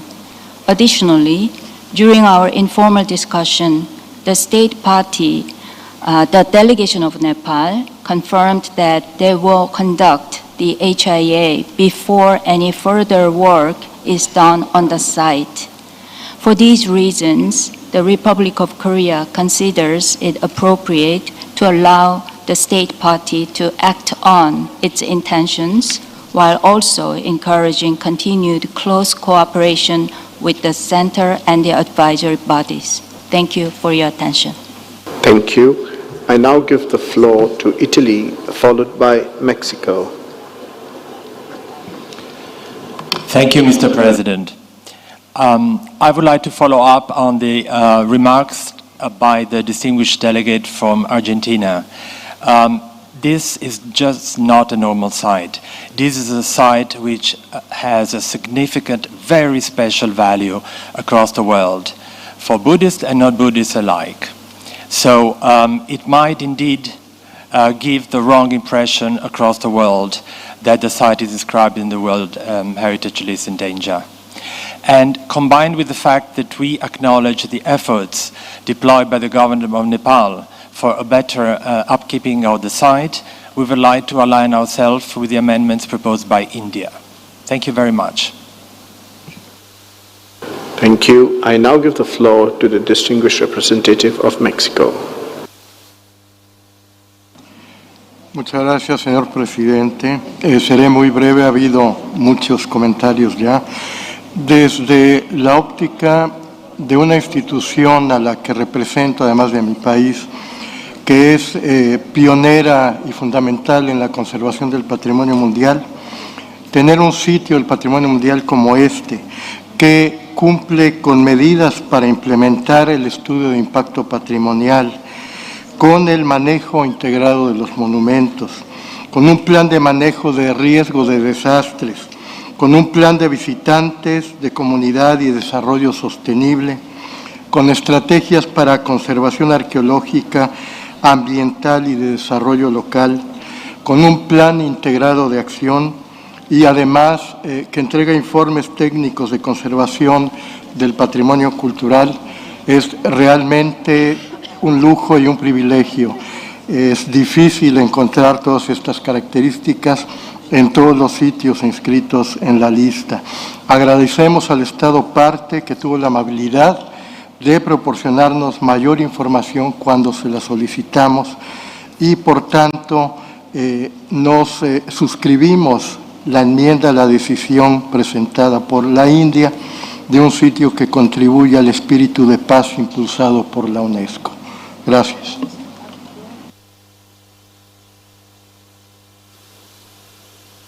Thank you. Now that the state parties have taken the floor, I will give the floor to Nepal to answer certain questions that were posed.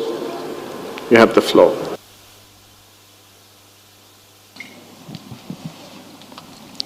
Thank you, Mr. Chairperson. As I am taking the floor for the first time, I would like to congratulate your chairmanship and excellent arrangement and hospitality extended to us by the Government of India. I would like to express our full commitment for the full implementation of 2022 Reactive Monitoring Mission and International Scientific Committee. This is one of the clarification I want to give. This is regarding the 19 February third-party notice. Actually, these the information sought from the third party are not within the property site and in the buffer zone for the greater Lumbini area, but there are two information sought by the third party and that has already been addressed by the competent authorities in Nepal. There are no more in operational now. These are the one cow shed and one is the sculpted stones statue of Buddha that has both have been halted by the instruction from the Department of Archaeology. Similarly, there is one information sought about the light shade lamp in the Lumbini area at the buffer zone that has primarily constructed on the assumption that it would stop that has been the pilgrims management but we are subject to HIA and my experts are already here. The HIA is ready. We'll submit it to the center and go by the advice of review of the advisory bodies, including ECOMOS. And there is one information sought is the master plan for Greater Lumbini area. There is no master plan so far, and we'll discuss the master plan with the advisory bodies in the center and will implement it. Similarly, the Lumbini Peace City is the conceptual plan and it has not in the operation so far. So whenever there is any kind of operation, we will share the HIA with the advisory bodies. Similarly, meditation plan, the HIA has already been submitted and it has been concluded by the authority that there is no negative effect if the site is far away from the property side. I thank you, Mr. Chairperson, and ready to clarify other issues if they arises later on. I thank you again. Thank you. I see that there is no request for further questions or taking the floor. I will now go to the draft decision. I now invite you to adopt the draft decision 46COM 7B.37 concerning this property, but before doing so, I would like to ask the rapporteur if he has received any amendments. Merci, Monsieur le Président.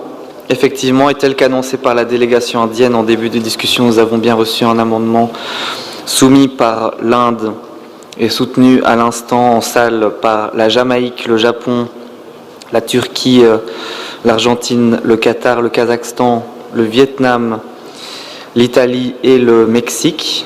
Si notre équipe pouvait également rajouter le Mexique. Amendement qui se présente de telle sorte. Troisième paragraphe.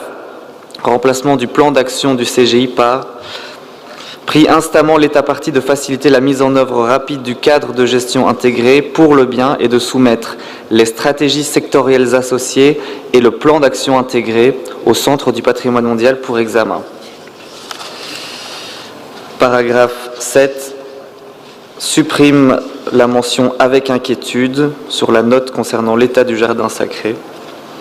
Paragraphe 11. Remplace, exprime son profond regret que de nombreuses recommandations de la réunion de 2023 par demande à l'État partie de soumettre un plan et un calendrier détaillé pour la mise en œuvre des recommandations de la réunion de 2023 du Comité scientifique international et de la mission de suivi réactif de 2022 qui n'ont pas encore été suivies d'effet. Nous avons également fait un petit changement d'ordre mineur dans la version, dans les deux versions concernant le terme mise en œuvre, implementation. Paragraphe suivant propose la suppression des paragraphes 12, 13 et 14 pour arriver au dernier paragraphe. Demande enfin à l'État partie de soumettre au Centre du patrimoine mondial, d'ici le 1er février 2025, un rapport actualisé sur l'état de conservation du bien et sur la mise en œuvre des points ci-dessus mentionnés, pour examen par le Comité du patrimoine mondial à sa 47e session, considérant que les besoins urgents de ce bien en matière de conservation nécessitent une large mobilisation pour préserver sa valeur universelle exceptionnelle, y compris une possible inscription sur la liste du patrimoine mondial en péril. Je vous remercie. Thank you. Can we go to the first para? And I have seen that 3 member states have raised the plate. First, India, Jamaica, Japan, Turkey, Argentina, Qatar, Kazakhstan, Vietnam, Italy, Mexico, Republic of Korea. So 11 member states are in support of this, and 2 member states, Belgium and Lebanon, want to keep the original decision, but I see 3 member states have raised their plate. I'll give the floor to Bulgaria, followed by Greece. Thank you, Mr. Chair. Bulgaria also supports the amendment submitted by India. So could you please add Bulgaria among the state parties supporting the amendment? Thank you. Thank you. Greece, followed by Rwanda.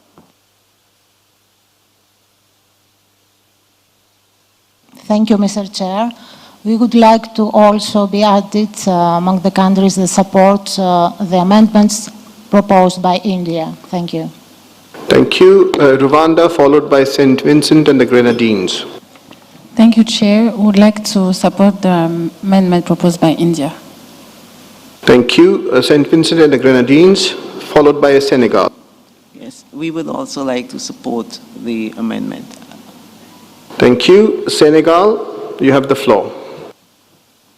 Merci, Monsieur le Président. Le Sénégal soutient l'amendement de l'Inde et souhaite que son nom soit ajouté.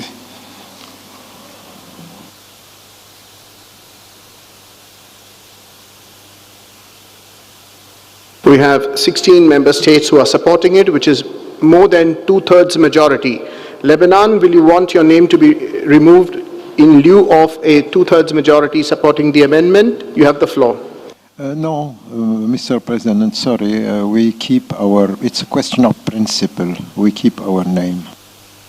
Okay, Belgium, will you want your name to be removed? Yes, Mr. Chair, you can remove our name. All right, you can please. Support from the room. Thank you. Okay. As the chair, Ukraine, you take the floor. Yeah, thank you. We would like our name would be inscribed. Thank you. Okay. Zambia? Yes, Mr. Chairman, would also to be added on the list.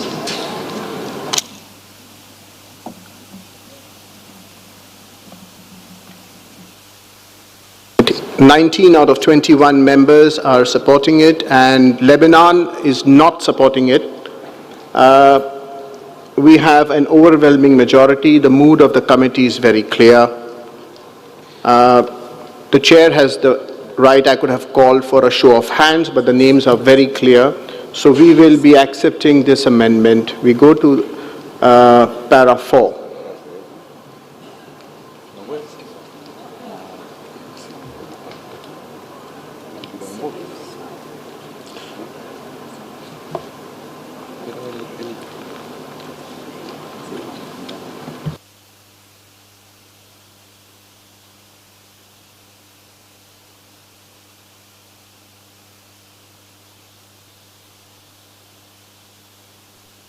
Are there any objections to para 4? I see none. We go to next para. Para 5 and 6, are there any objections to para 5 and 6? I see none. Para 7, please replace the names of the countries, copy paste them from the top.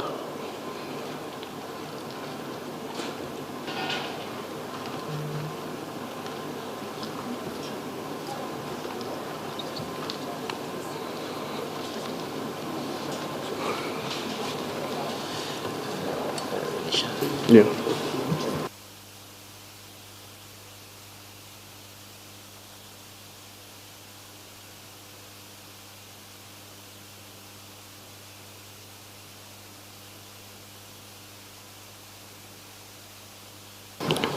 Any objections to para 7? I see none. Para 8, 9 and 10. I see no objections. Para 11, please copy paste the same.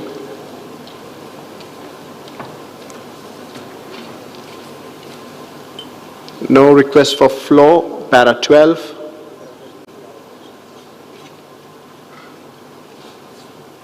No request for floor. Para 13. Para 14. There's no request. Yes, Lebanon. Thank you. Merci, Monsieur le Président. Le Liban considère que, puisque ce dossier, ça fait 20 ans que le comité est inquiet des problèmes qui se posent sur ce site, que pendant 20 ans, il y a eu toutes les tentatives possibles pour essayer d'aider l'État partie sans que ces tentatives n'aient réellement permis de permettre que le site sorte des problèmes et des dangers qui sont en train de le... Nous pensons que c'est important de garder l'inscription du site comme demandé dans la déclaration, dans le projet de décision d'origine, d'inscrire le site sur la liste du patrimoine en danger, puisque c'est le moyen, il semble que ça va être le seul moyen de permettre de pouvoir augmenter l'appui et l'aide de la communauté internationale à l'État partie pour pouvoir résoudre tous les problèmes qui se posent. Ça fait 20 ans que le comité essaye et ça ne donne rien. Voilà, merci. there is no point in repeating the same thing 2 times. You were given the floor for 3 minutes as every other member state was given, and you mentioned that point, and now you are repeating the same points. So I please request member states, if there is nothing further new to add, we continue. Is there any objection to para 13 that appears like this? I see none. We go to para 14.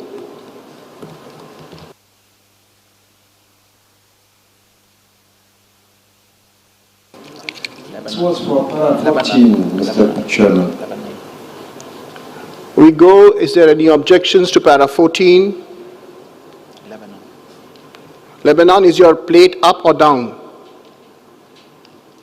Yes, Lebanon. Is there anything new to say? I'm sorry. In the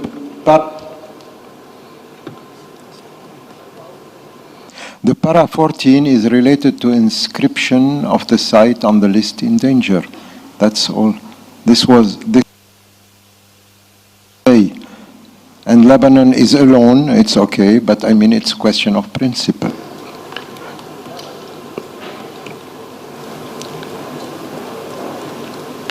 You stand for your principles, and each and every of the sovereign member state also stands for principle. We are all very principled member states here, and we continue. Mr. President, we understand this very well. I mean, it's not a problem. We respect totally the decision of all member states, but... You have not been granted the floor to speak.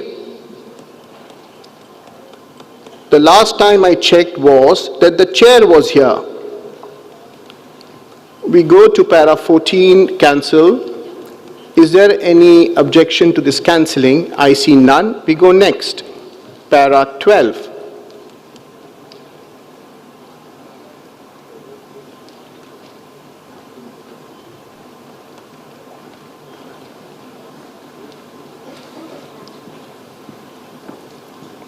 Is there any objections to para 12?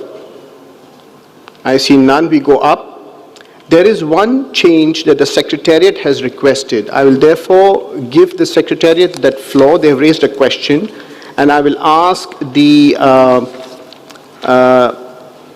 Director, World Heritage Center, to kindly take the floor. You have the floor, sir. Thank you, Chairperson. It was on paragraph 3 indeed, and it was just to make sure that we understand clearly the amendment so that it will be easy for the Secretariat to follow up its implementation with the state party. So here at the beginning, of course, the whole idea of the paragraph was, of course, to on the need to implement the integrated management framework. So if I understand, here the idea was more to be precise on, because you have the management plan and there is a plan of action. So what we want is, of course, to understand, you know, the timeline, the actions and everything. So is it exactly what the delegation of India wanted to make clear here, so that it will be easy for us not only to help to assist the delegation of the state party of Nepal to follow up. We do understand the integrated plan of actions. Of course, this is very clear. So what we are not clear is the sector strategy. So maybe this could be clarified so that we can follow up this clearly. Thank you, Mr. Chairperson. India, would you like to respond to the Director of the WHC? You have the floor. Thank you very much, Mr. Chair. I think what we are trying to say here is, you know, if we read it, if you allow us to read it, urges the state party to facilitate rapid implementation, which means that we would want that this plan, that integrated management framework plan, is implemented, you know, at the earliest for the property. And therefore, what we struck off was something which was repeating, repeating above. And then we, of course, when we say related sector strategies, what happens is that these integrated management plans or frameworks usually have the subsectoral plans.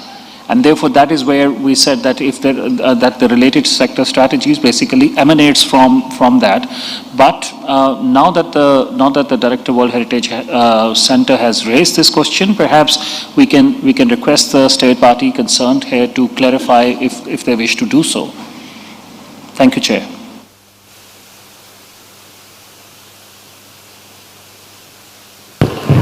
Okay, the State Party of Nepal, would you like to clarify? You have the floor. Thank you, Mr. Chairperson. The idea was there are State Party has submitted some sector strategy. So we are submitting full set of sector strategies that has been prepared, and this will lead to the integrated plan of action. So the schedule plan and implementation plan will come up with integrated framework, IMF, then sector strategies and integrated plan of action. I think I make it clear, Mr. Chairperson. Thank you. Thank you. The Secretariat is okay with that. Thank you for the clarification, and thank you. Now that we have gone through all the paragraphs, I would be adopting this decision as a whole. But before I do that, I will make one request to the Lebanese colleague. Excellency, you are, I had mentioned yesterday that we are all in love with Lebanese cuisine and we appreciate Lebanese wisdom. But today you made a sentence that I may be alone. So it touched my heart. Let me tell you, Lebanon is never alone. And, we love Lebanon, and we really look forward to your wisdom. And you are never alone till an Indian is here, Excellency. But may I request you that would you be considerate enough to look at this beautiful para again and see that why the beautiful tree of Lebanon is standing by itself here, Excellency. Could you have it removed? No problem. I agree with you totally, dear Chair.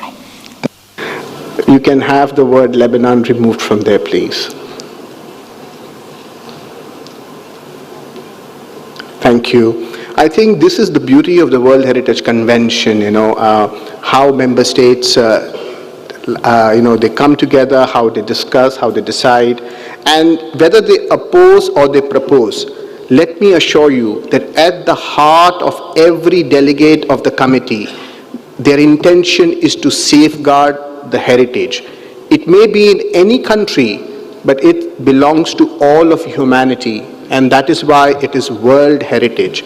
I think this is the importance of UNESCO. UNESCO is perhaps one of the only subsidiary bodies of the United Nations system that is successful in bringing the whole world together to work together as a team for the safeguarding of these heritage properties. And with this, we are willing to adopt the decision as a whole. I see there are no objections, so draft decision 46 Com 7B.37 is adopted with amendment. I would like now to ask whether any observer delegation would like to express themselves about this property. And I see my brothers from Nepal are very pleased, and they are raising their hands and raising their plate. I see even the monk from the monastery at Lumbini, he is also willing to take the floor. So you have the floor.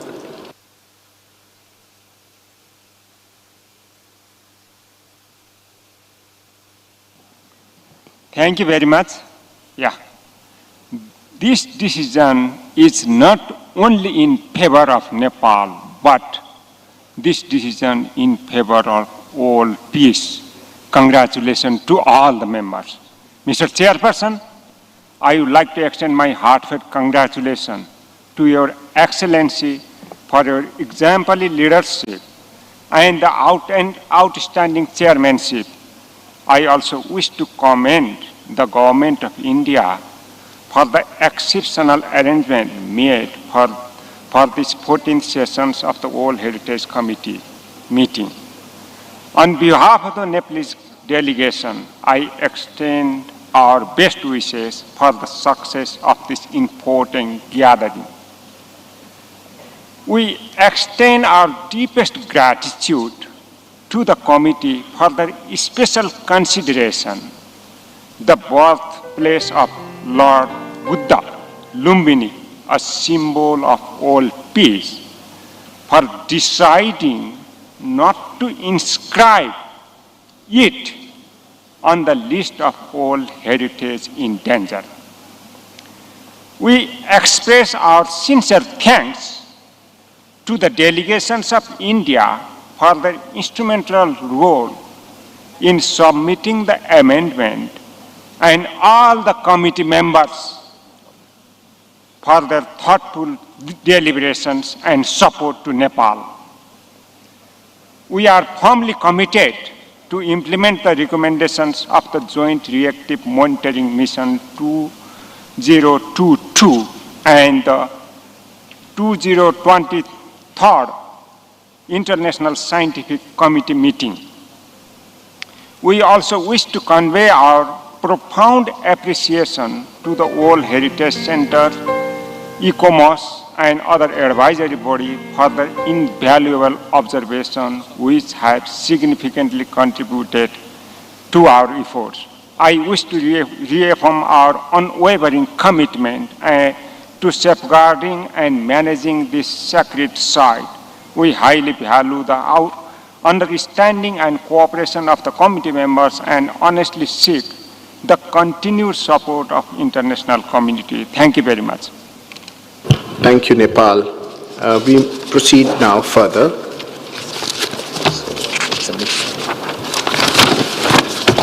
7B, Mixed Properties, Europe and North America.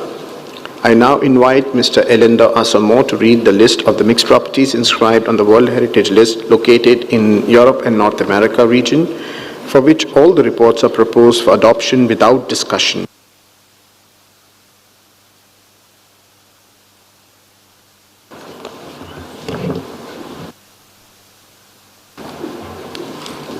Thank you, Mr. Chairperson. The following two properties for which the reports are proposed for adoption without discussions are natural and cultural heritage of the Ohrid region, Albania, North Macedonia, and Laponian area, Sweden. Thank you, Mr. Chairperson. Thank you.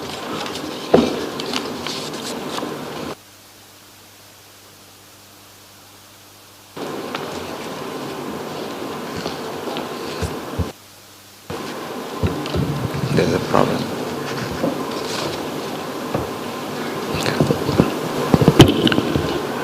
I request the technical team, please do not mute the chairperson.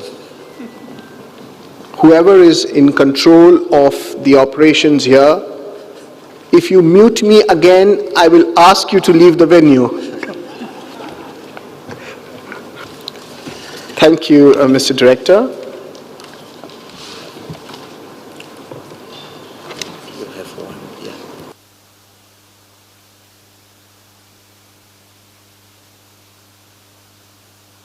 If there is no objection from the committee on this State of Conservation report, I declare the decisions read out as adopted.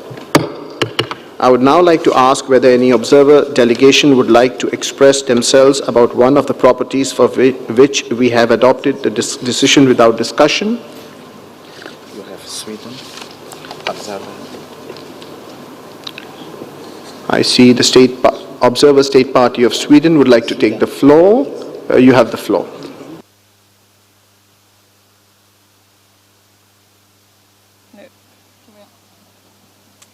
Thank you, Chair, for giving Sweden the floor. Let us first congratulate you on your appointment and express our gratitude to India for the generous hosting of this meeting.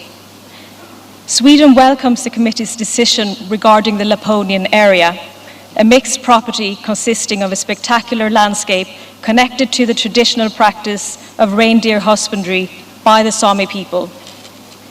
In 2022, the Swedish government granted an exploitation concession for the right to extraction and utilization of iron, some 30 kilometers to the south of the property. The concession gained legal force last month following a ruling by the Supreme Administrative Court. We would like to reassure the committee that while the concession determines who has the right to extract the minerals, it does not give a right to start operations. This requires a permit under the Swedish Environmental Code following rigorous impact assessments. We thank the World Heritage Centre and the advisory bodies, ICOMOS and IUCN, for a successful collaboration on the reinforced monitoring mission that took place in May of this year. We are grateful for their high level of professionalism and strong commitment, and fully respect their advice as a fundamental part of the World Heritage system. The cost of the mission had predominantly been covered by the Swedish National Heritage Board to avoid straining the World Heritage Fund. To conclude, Mr. Chair, we affirm our continued commitment to the World Heritage Convention and to the conservation of the Laponian area. Thank you. Thank you. Any other observer state party would like to take the floor? Yes. Which country is that? No, it's the indigenous. Observer state party. You're not a state party to the 1972 convention. Any of observer state party would like to take the floor? I see none. I now give the floor to the International Indigenous Peoples Forum on World Heritage. Thank you, Mr. Chair. I'm speaking on behalf of the International Indigenous Peoples Forum on World Heritage. The UNESCO World Heritage Laponia area may be impacted by the Kalak mining concession if it is approved in the future. The local indigenous peoples will most certainly be affected if this occurs.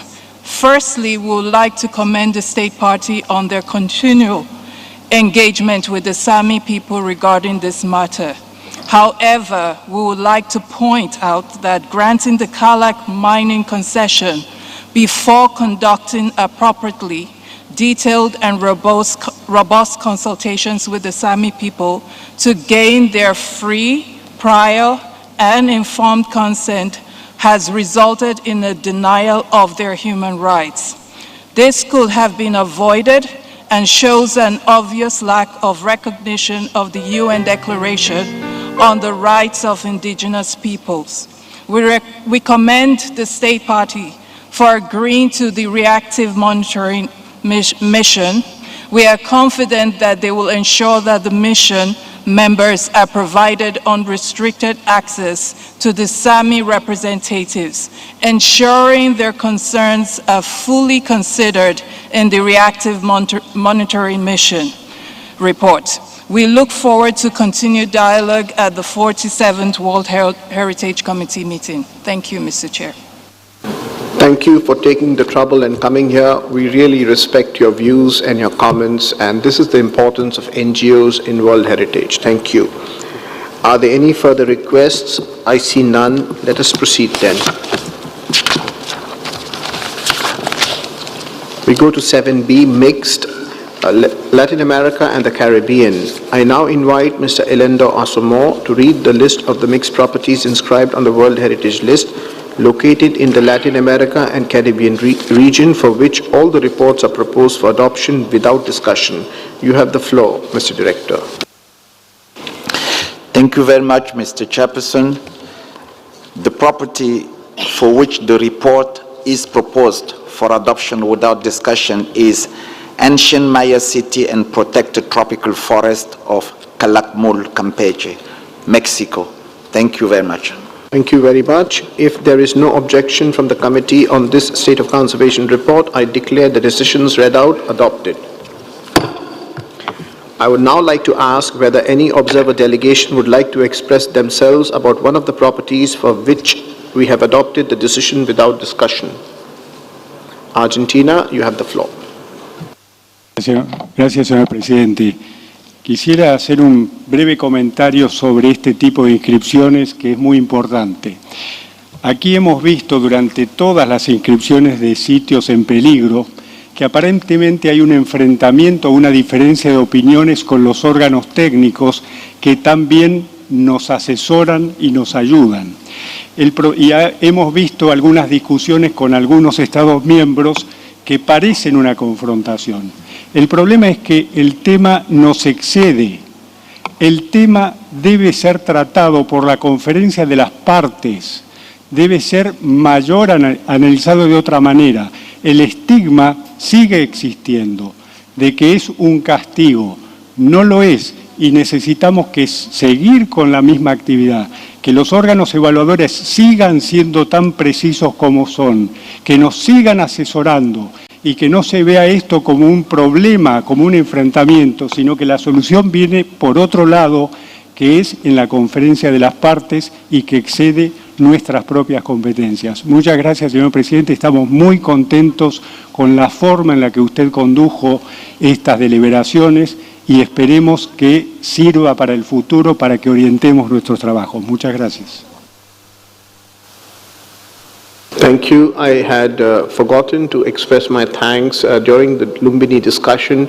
You had mentioned a wonderful connection that, the list of World Heritage, list of properties on the list of World Heritage in danger, a delegate had very correctly said it should not be seen as a stigma. And I supported that. That is a logical view, but then you had also mentioned an idealistic position and a real position, because in a real world, people may take it very differently. And I think the view that you expressed was very wise, and the delegate of Italy had also mentioned it very nicely. So I thank both of you for that analysis. Thank you. I now see that there are no further requests for the floor. So we will be proceeding then. I now invite Mr. Elendo Osomon to read the list of mixed properties inscribed on the World Heritage List located in the Africa region and for which all the reports are proposed for adoption without discussion. Mr. Director, you have the floor. Thank you very much, Mr. Chairperson. The following two properties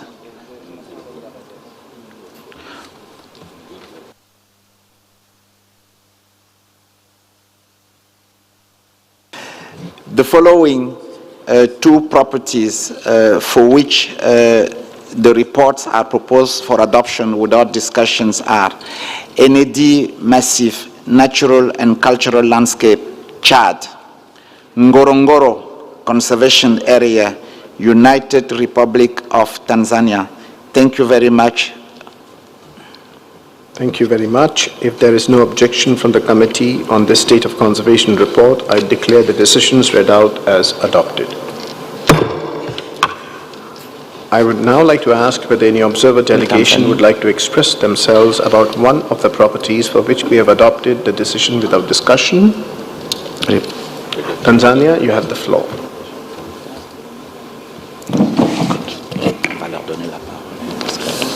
Dear Chairperson, committee members, the government of the United Republic of Tanzania thanks the State Party of India for the well-organized 46th session of World Heritage Committee meeting here in New Delhi, India. My delegation has received highest level of hospitality since landing in your beautiful city to this date. I would like also to take this opportunity to thank you and the committee for the good manner and high level of integrity and professionalism you have exemplified in conducting sessions of this committee meeting. The State Party of the United Republic of Tanzania has accepted all decisions made for the best interest of our World Heritage sites, and we commend the World Heritage Center and advisory bodies for their efforts to make this meeting a success on World Heritage protection and conservation. The government of the United Republic of Tanzania wishes to state on record that we refute the notion of claims of forced eviction of our citizens, and indeed, we are concerned by the level of the ongoing misinformation campaign and unfounded allegations aimed at undermining our national efforts to balance heritage conservation, human rights, socio-economic development, and livelihoods of our citizens in the Ngorongoro Conservation Area. To put things into context, after the failed multiple land use model, due to escalating human-wildlife conflicts, overpopulation of humans and livestock, widespreading zoonotic diseases, shrinking wildlife corridor and grazing land, lack of safe water sources, and poor sanitation, and the quest for socio-economic development of its citizens, consensus was reached through participatory and transparent process for a voluntary eviction program. The government of the United Republic of Tanzania reiterates its position that there are no specific indigenous people in the United Republic of Tanzania. The government recognizes there are communities with specific needs, such as the Hadzabe, and ensures that their civil, political, socio-economic, and cultural rights are promoted and respected.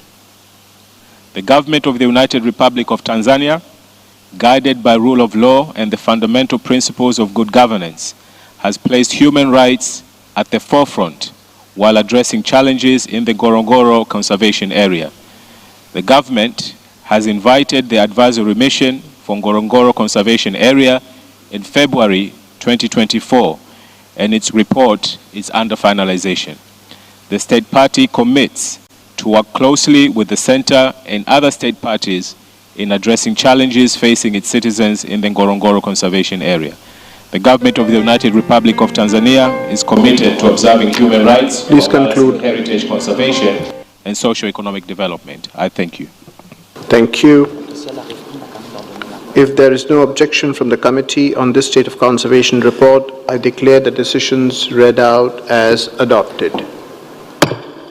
I would now like to ask whether any observer delegation would like to express themselves about one of the properties for which we have adopted the decision without discussion. I see none. Let's proceed.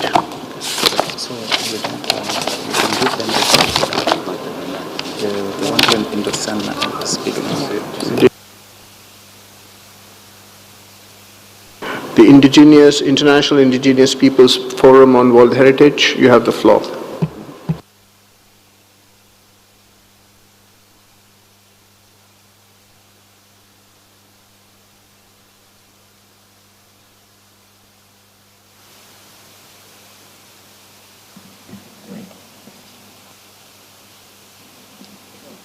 Okay. Thank you, Mr. Chair. This is a statement of the International Indigenous Peoples Forum on World Heritage regarding the Ngorongoro Conservation Area in Tanzania, contained in document 7B 48 at 4. We note that according to the decision 7B 48, a report with preliminary observations of the advisory mission is currently being completed. We have been informed that no information about the visit was given to the indigenous peoples, and that all stakeholder meetings were arranged in exclusion of Maasai traditional leaders, elected local government leaders, and Maasai civil society organizations. We welcome the proposal to conduct a new mission to ensure the voices of the affected communities can be heard. We wish to request that the objective of such a mission be expanded beyond conservation to account for all three founding foundations of the Ngorongoro conservation areas as outlined in the 1959 NCA Act: conservation, tourism, and the livelihoods of the Maasai residents of the NCA. We recommend that any future mission have the objective to examine not only the overall state of conservation of the property, but also the state of realization of the human rights of the peoples included, including those refusing relocation, as well as the carrying capacity of tourism as currently conducted and as anticipated. These three elements are at the heart of the multiple land use plan and should not be separated in any assessment of the situation of the property. Finally, we demand that any future mission should be conducted in line with international human rights standards and should ensure that consultations comply with the rights of indigenous peoples to free, prior, and informed consent and meaning and effective participation both before and during the mission. This means that indigenous peoples should be involved in the elaboration of the objectives of the mission, as well as the development of a clear methodology to effectively consult affected people. Thank you, Mr. Chair. Thank you. Let's proceed then. This one.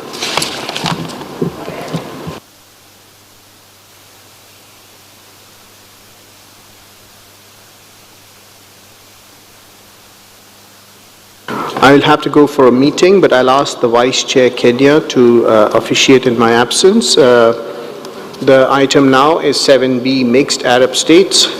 Thank you.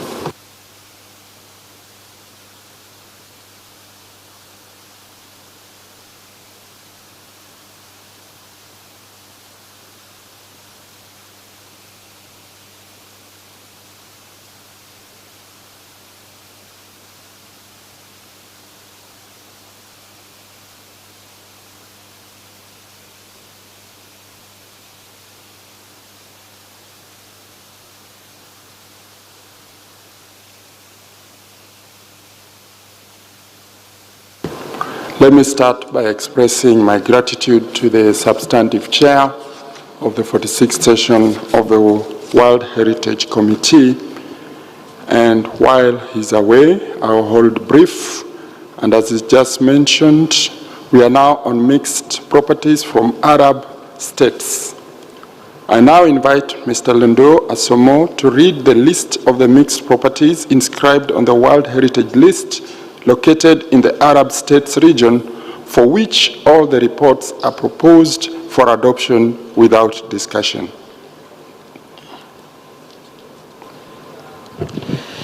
Thank you, Mr. Chairperson, and welcome. Thank you. The following property for which the report is proposed for adoption without discussion is the Hour of Southern Iraq, refuge of biodiversity and the relict landscape of the Mesopotamian cities, Iraq. Thank you very much. If there is no objection from the committee on this state of conservation report, I declare the decisions read out adopted. I would now like to ask whether any observer delegation would like to express themselves about one of the properties for which we have adopted the decision without discussion.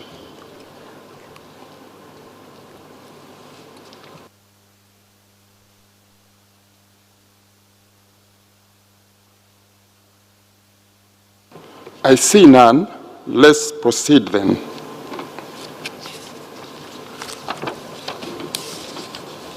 We now transition to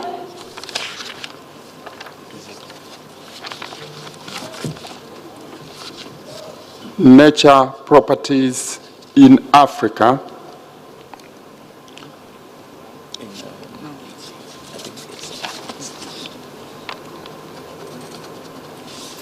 Sorry, there was a typographical error. We are on item number 52, Lake Baikal, the Russian Federation.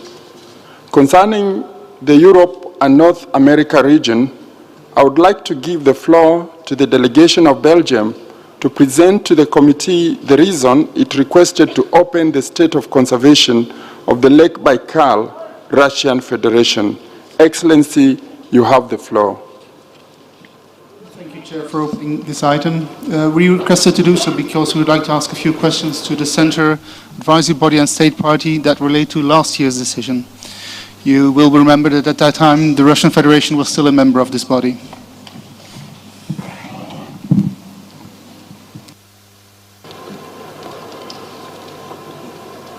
Thank you. I now invite Mr. Guy Debonnet, Chief of the Natural Heritage Unit of the World Heritage Center and IUCN, to provide their comments. You have the floor. Thank you, Mr. Chair. The 2003 reactive monitoring mission to this property concluded that its OUV is facing significant and ascertained threats and that the ecological condition is deteriorating, notably due to the long-term degradation of the water quality of the lake, the decline of endemic species, and the increasing anthropogenic pressures as a result of pollution, land use pressures, and the weakening of the regulatory framework. Mr. Chair, I haven't heard the question from Belgium, so if there are any questions, we would be happy to respond.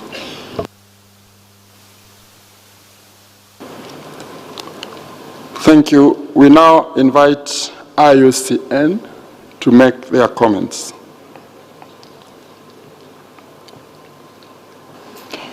Thank you, Mr. Chair.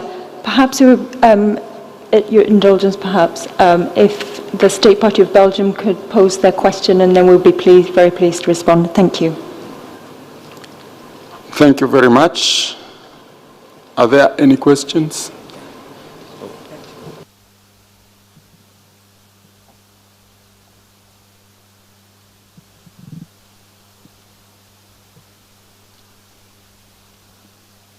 We give the floor to Belgium to ask any questions that they could be having.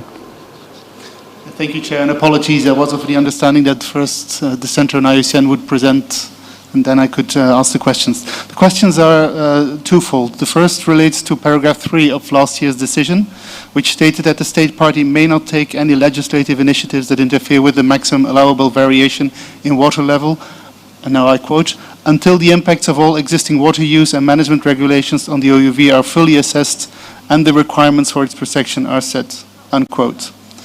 And the State Party was therefore in the decision asked to provide the impact study. And we would like to know, and this is maybe a question to the Centre and IUCN, whether they have already received the study and been able to examine it thoroughly, and also what the water level variation is that this study proposes for Lake Baikal in the case that they have received the study. The second question relates to paragraph 5 of last year's decision, which referred to a study that analyzes and reviews the impact of legislative initiatives on the World Heritage property.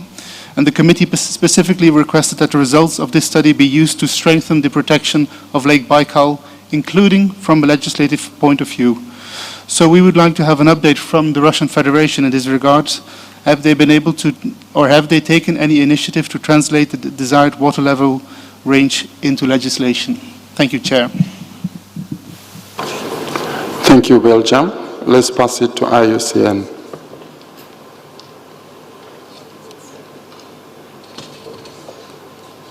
Thank you, Chair. I will respond to the first question from Belgium. So in response to the question on the impact study on the water level variations, the reactive monitoring mission that visited the property in December 2023 was informed that the State Party has conducted a 3-stage scientific study to assess the impacts of the change in the water level of the lake on the state of conservation of the aquatic and coastal ecosystems and the damage suffered by the coastal socio-economic infrastructures in connection with the management of the Irkutsk hydropower dam located downstream from the property. The summary results of this study were presented to the mission and indicate that the optimal range of Lake Baikal water level variation would be 1 meter, except for years with extreme water availability, confirming the validity of the legal regulations established by the State Party in 2001 that limit the water level variations to this 1 meter. However, from 2016 onwards, consecutive legal derogations have allowed much larger water level variation of up to 2.3 meters in Lake Baikal. The World Heritage Centre and IUCN welcome the development of the scientific study, as it is expected to lead a way out of the current practice of derogations. However, neither the full scientific study nor the proposals for the updated legal framework on the water level regulation of Lake Baikal have yet been submitted to the World Heritage Centre for review by IUCN, a request of which is reflected in the draft decision that we submitted to the committee. The World Heritage Centre and IUCN therefore confirmed the continued relevance of the committee's last decision from September 2023, by which the committee urged the State Party to refrain from renewing legislative amendments which will allow extending the water level variation beyond 1 meter until the impacts of all existing water use and the management regulations on the OUV are fully assessed and the results shared with the World Heritage Centre for review by IUCN and the requirements for the protection of the property's OUV are set. Thank you, Mr. Chair. I would like to know whether there are any comments.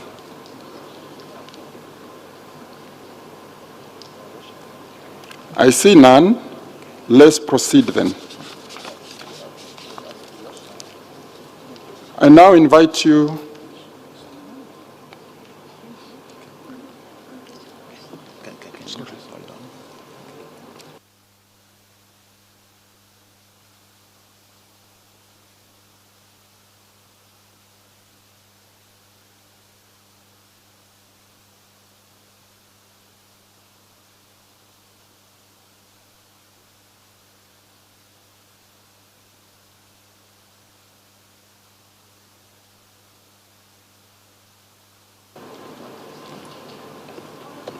I'm being reminded that there was a question posed to Russia.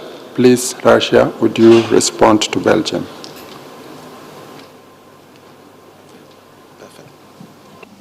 Уважаемый господин председатель, уважаемые коллеги, как правильно отметил гид Дебане, в ходе мониторинговой миссии экспертам ЦВН и МСОП были переданы предварительные данные исследований, практически финальные. В настоящее время финальные данные готовы. Они размещены на официальном сайте Байкала. Экологический мониторинг Байкала. Но, к сожалению, только на русском языке. В настоящее время осуществляется их перевод. Как только перевод будет закончен, он будет официальным каналом направлен ЦВН ЮНЕСКО. Спасибо. I now invite you to adopt the draft decision 46Com 7B.52 concerning this property, but before doing so, I would like to ask the rapporteur if he has received any amendments. Merci, Monsieur le Président. J'ai reçu il y a quelques instants les amendements proposés par la Belgique, dont la traduction française est en cours de finition. Je vais dès lors, therefore I will present them in English since they were submitted in English very recently. The amendments starts para 5. I will read the whole para, if you may. Welcomes the development of the study to assess the environmental and socio-economic impacts of the water level regime of Lake Baikal, requests the state party to submit the study to the World Heritage Center and to make it available on the Lake Baikal ecological portal, and also urges the state party to elaborate by the end of 2024 detailed proposals to develop water level regulations of Lake Baikal to be compatible with the protection of the properties OUV, and to submit these proposals to the World Heritage Center for review by IUCN. Adding this part, reminding the state party to refrain from using any legislative amendments which allow extending the water level variation beyond 1 meter due to potential negative impact on the property and its OUV, I think we can directly say OUV, until the before-mentioned study and the legislative proposals of all water use and management regulations on the OUV is reviewed by IUCN and the requirements for its protection are set. After that, we can go to the last para.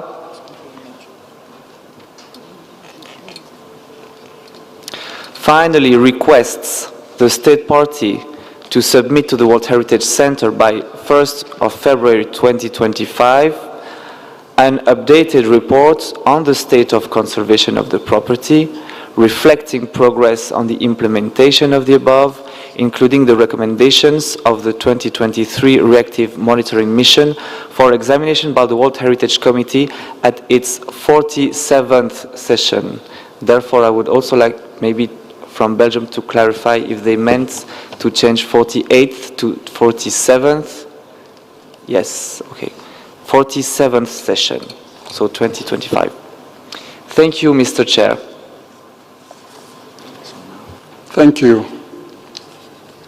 Ukraine has requested for the floor.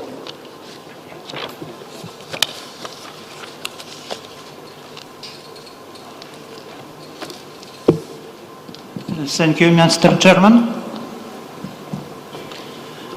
It is well known that Lake Baikal is a unique natural object of universal importance. Let me remind you that this is the deepest lake on our planet, where huge reservoirs of fresh water are concentrated, which is becoming even more valuable and important resource every year. In addition, this lake is known for its rich biodiversity, which includes a significant number of endemic species. But the active economic activity within the property has led to numerous problems that threaten the OUV. However, a significant number of critical problems still occur. This is particularly noted in the report of the Joint Directive Monitoring Mission of World Heritage Center and EUCN, which took place in December 2023. Let me quote briefly.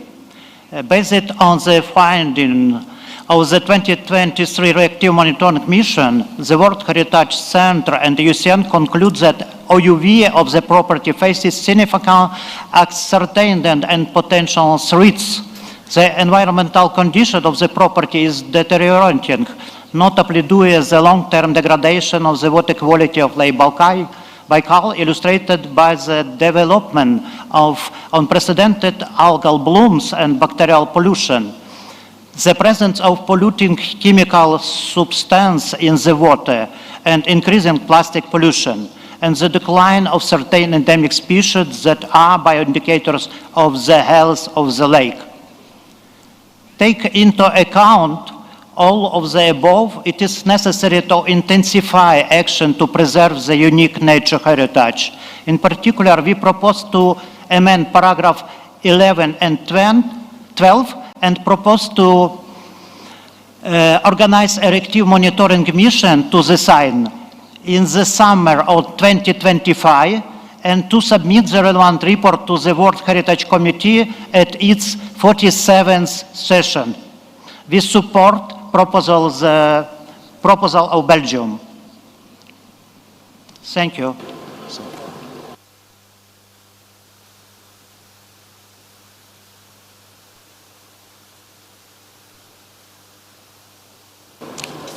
Thank you. Let's now examine the draft decision 46.7b.52, paragraph by paragraph. For paragraph 1, 2, 3, and 4, there are no amendments, so we adopt.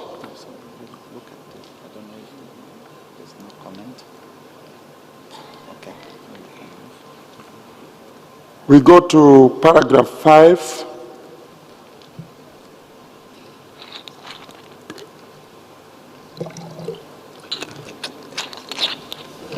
Let me just use it.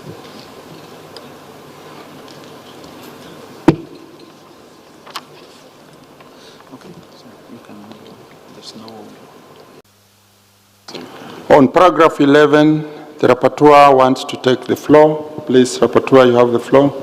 Merci, Monsieur le Président. Je souhaiterais que soit reflété à l'écran l'amendement ukrainien soumis à l'instant qui suggère que la mission de suivi sur le bien en 2026 pendant la saison estivale soit remplacée par sur le bien en 2025 pendant la saison estivale. Je vous remercie. There is a correction there.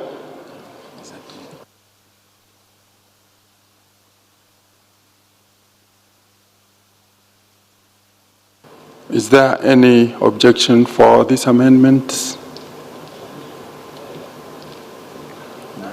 There is none. We move to paragraph 12.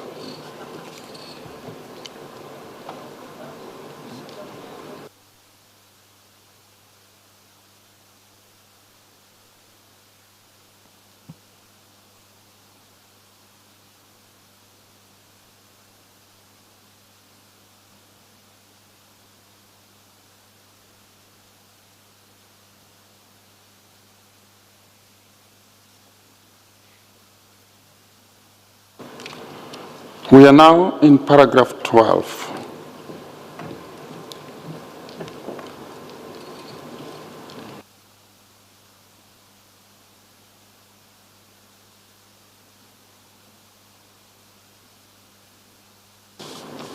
We have Vietnam followed by Ukraine. Je vous remercie, Monsieur le Président. J'aimerais avoir l'avis du secrétariat ou bien des organes consultatifs sur la nécessité et la faisabilité de déployer une mission en 2025 au lieu de 2026.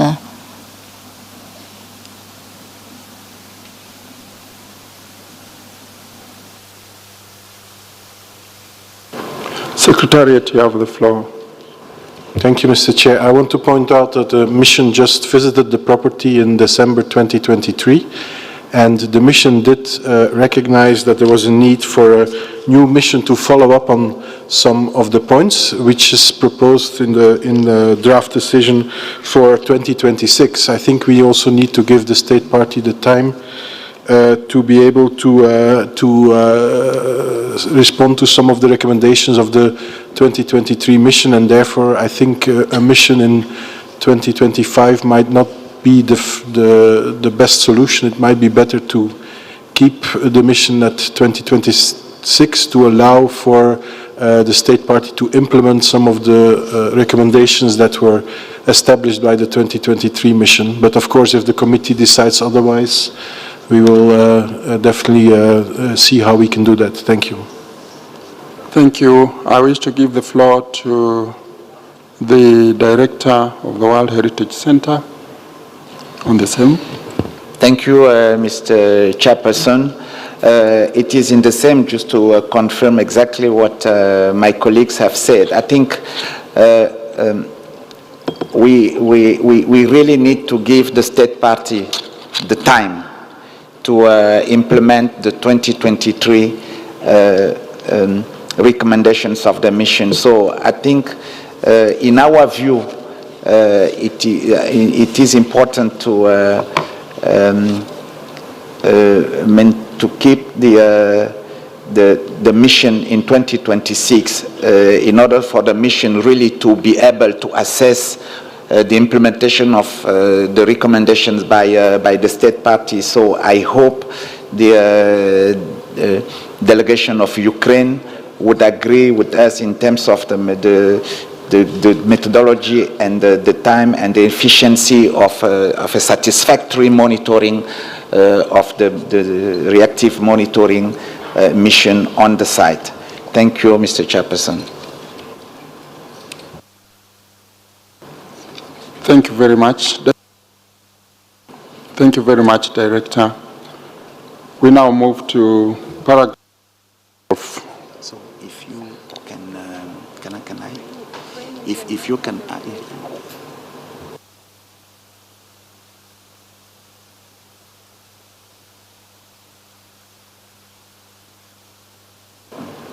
Ukraine, are you agreeable to retaining 2026 on paragraph 11? No.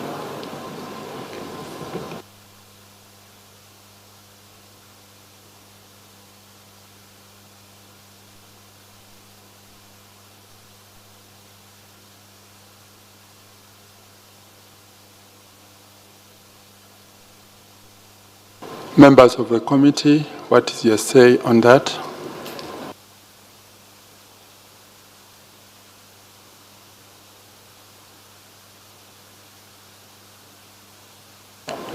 Vietnam, please, you have the floor. Mr. Chair, I think that Ukraine has raised the flag before me.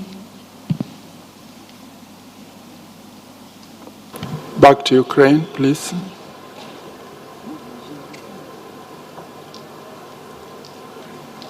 I will discuss on point 11. Yes, we are still on point 11. Ukraine has dropped. Let's go back to Vietnam.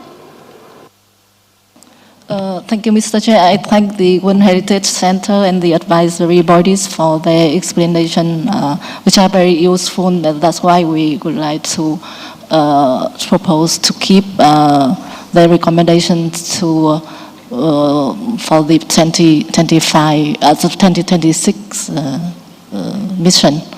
And thus, in the same vein, we would like on paragraph 12 to have the committee examine this issue at the 48th session as recommended by the advisory bodies. Belgium, you have the floor. Thank you, Chair. Having heard the Secretariat, we also think that we should stick with 2026. And I'm still considering whether we should go for the 47th or the 48th session. Yeah, if we ask a report by 1st February of next year, there's no sense in leaving it on the shelf for a year and a half. So it's probably better to already have maybe an intermediate look at it next year, and then in 2 years' time look at the results of the mission.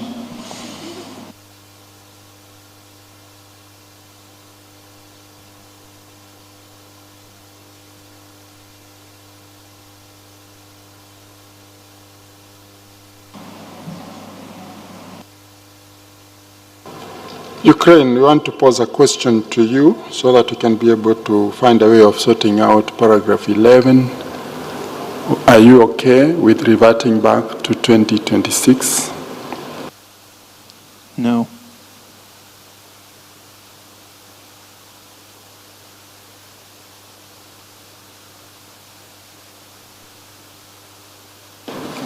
St. Vincent, you have the floor.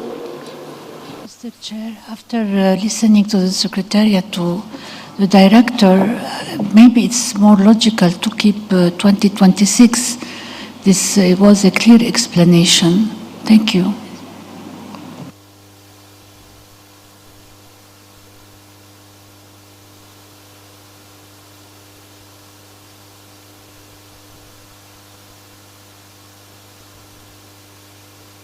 I give the floor to Lebanon.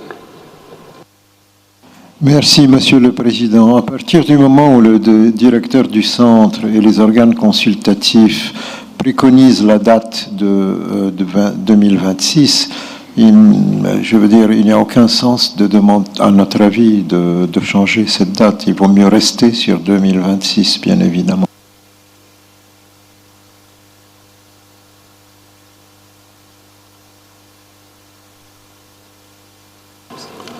We are back to Ukraine. We wouldn't want to get stuck, but in the spirit of consensus and having heard the different opinions from the Secretariat and our esteemed committee members, would you then accept to work with 2026?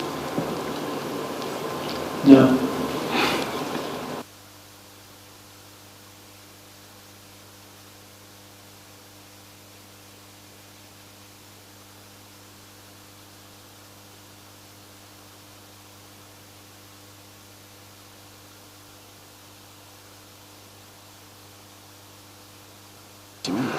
We are compelled to open the floor for other committee members to contribute to the current debate.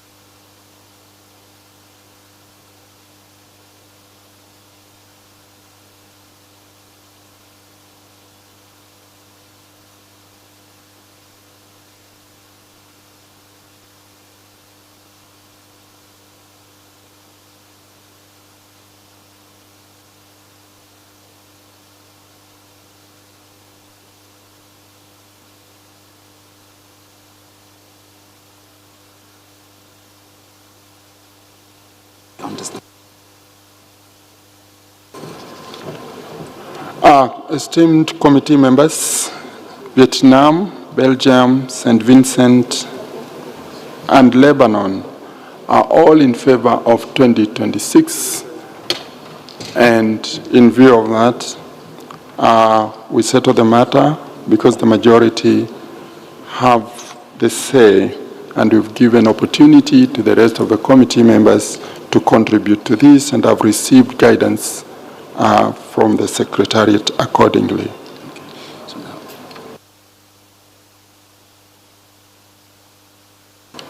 Thank you, Mr. Chairperson.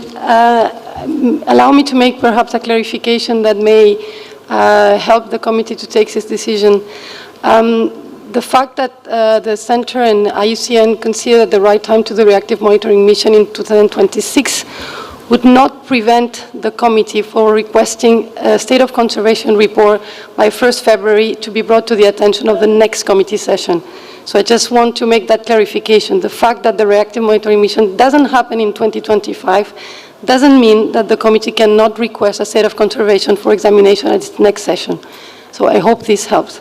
Thank you. Thank you for the clarification.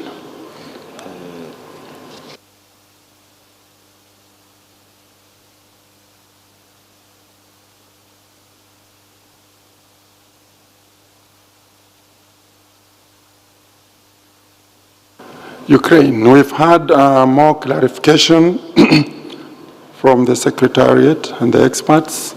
Okay. Thank you very much. For the sake of consensus, yes. Thank you. Thank you very much. We now move to paragraph 12.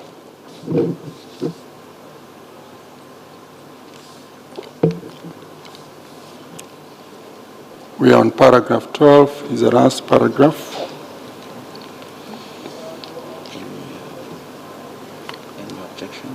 Any objection from any member? There's no objection, and we now, I believe, are ready to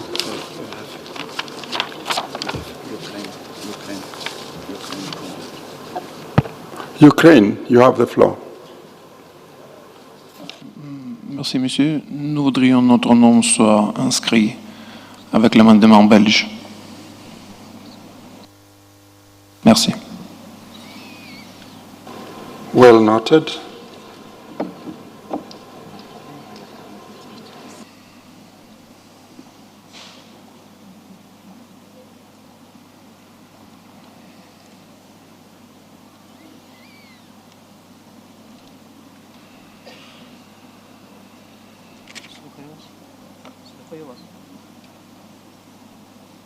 I want to give the floor to the Secretariat for some clarification. Sorry, we are not moving as fast. I should have put an L if you come from my country, or an A if you come from France. Thank you, Mr. Chairperson. No, I think the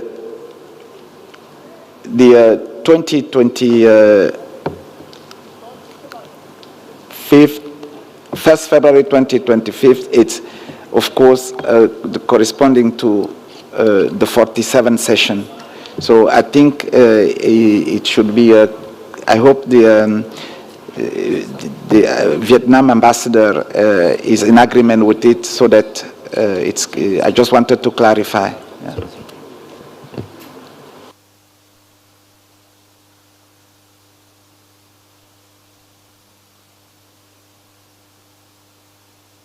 We are now ready to adopt the whole decision.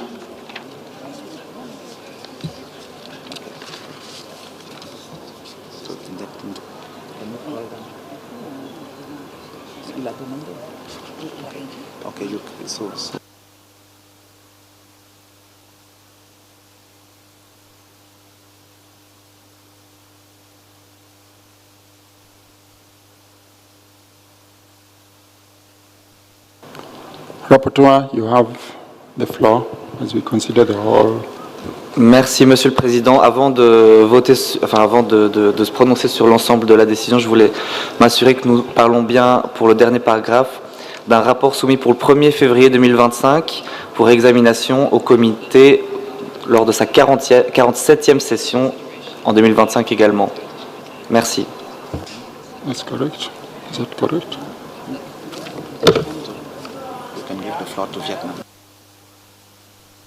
I give the floor to Vietnam as we seek to clarify.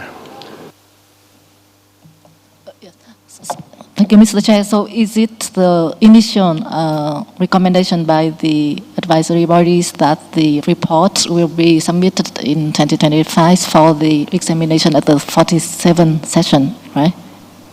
Okay, so we can go along with that. Thank you, Vietnam.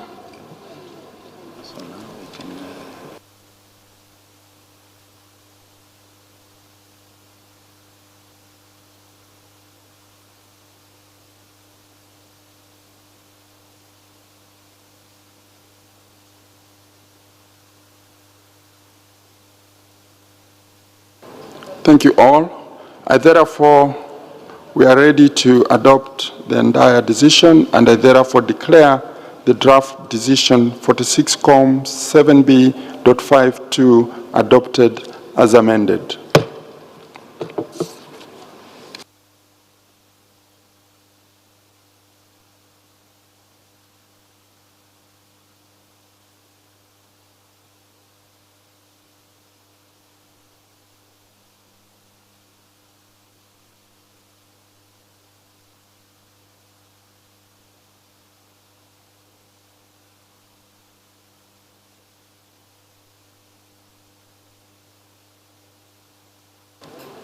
Thank you very much. I would now like to ask whether any observer delegation would like to express themselves about this property.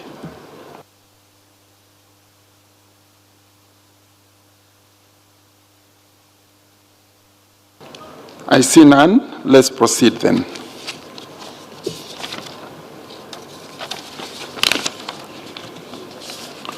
Moving on to Natural World Heritage Properties, I now invite Mr. Elondo Asomo to read the list of the natural properties inscribed on the World Heritage List located in the Europe and North America region, for which all the reports are proposed for adoption without discussion. You have the floor.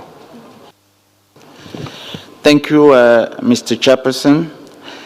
The following 4 properties for which the reports are proposed for adoption without discussion are Białowieża Forest, Belarus, Poland; Wadden Denmark, Germany, and the Netherlands; volcanoes of Kamchatka, Russian Federation; Western Caucasus, Russian Federation.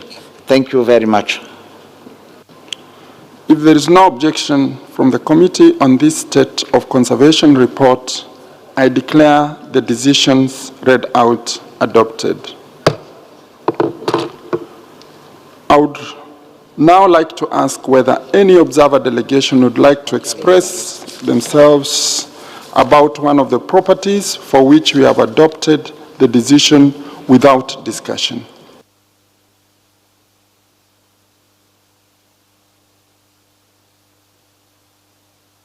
State Party of Belarus, you have the floor. Уважаемый господин председатель, уважаемые члены комитета, уважаемые делегации, от имени белорусской делегации хотел бы выразить признательность за предоставленное слово. Беловежская пуща – это последний в Европе и самый большой естественный равнинный лес, который уникален тем, что дает нам возможность наблюдать за живой природой в ее первозданном виде. Для сохранения Беловежской пущи Беларусь принимает значительные усилия. Серьезную обеспокоенность вызывает негативные последствия строительства Польшей искусственного заграждения на территории объекта. Речь идет о нарушении гидрологического режима прилегающих экосистем, проникновения и распространения чужеродных и инвазивных видов растений. Созданное искусственное препятствие на территории объекта нарушает принцип свободного передвижения биологических видов в пределах их естественной среды обитания и представляет серьезную угрозу устойчивому существованию и сохранению популяции диких животных. Хотелось бы выразить признательность Центру всемирного наследия ЮНЕСКО за содействие и организацию в марте этого года реактивной мониторинговой миссии в Беловежской пуще, а также поблагодарить экспертов миссии. Выводы миссии нашли отражение в проекте решения комитета. В частности, обращено внимание на необходимость принятия конкретных мер по смягчению последствий в масштабах всего объекта, координации действий Белоруссии и Польши по трансграничному управлению для решения различных проблем сохранения объекта. Озабоченность белорусской стороны вызывает отсутствие с января 2022 года реакции польской стороны на наши инициативы и обращения. Реактивная мониторинговая миссия подчеркнула важность восстановления трансграничного сотрудничества, по крайней мере, на уровне обмена технической информацией.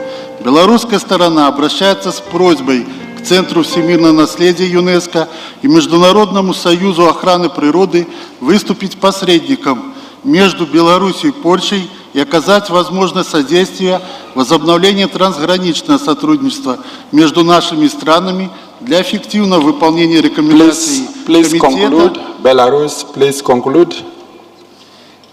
И недопущения эффективного выполнения Комитета и неусугубления территории на трансграничном объекте Беловежская пуща. Просим секретариат отразить просьбу Беларуси в протоколе заседания. Спасибо за внимание.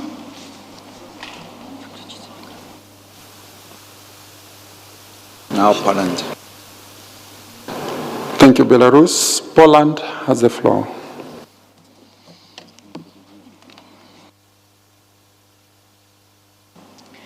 Thank you, Mr. Chair.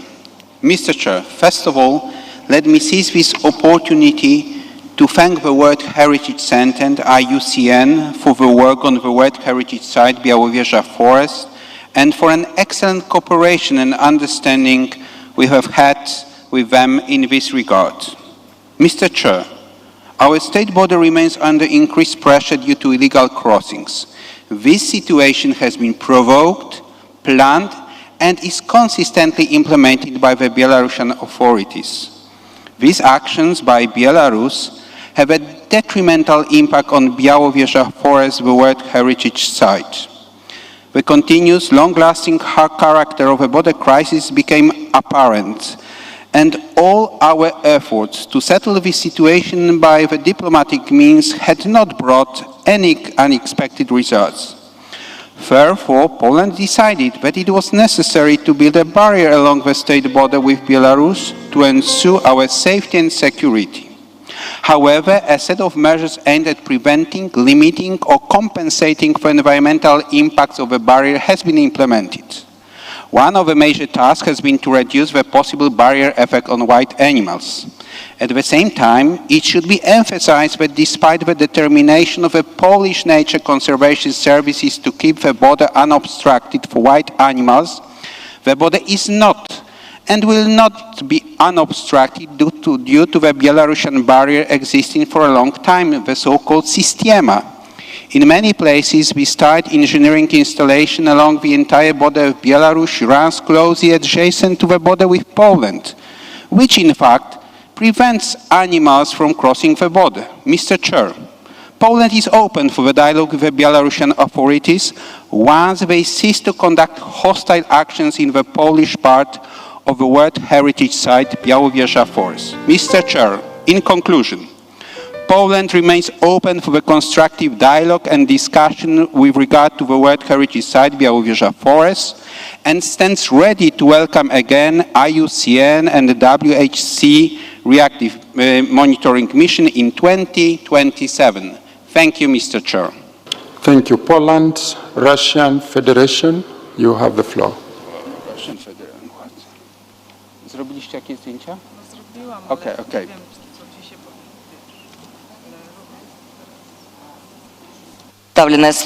Господин председатель, спасибо большое за предоставленное слово. Российская Федерация хочет поддержать Республику Беларусь в своих намерениях по защите уникальнейшего объекта Беловежской пущи.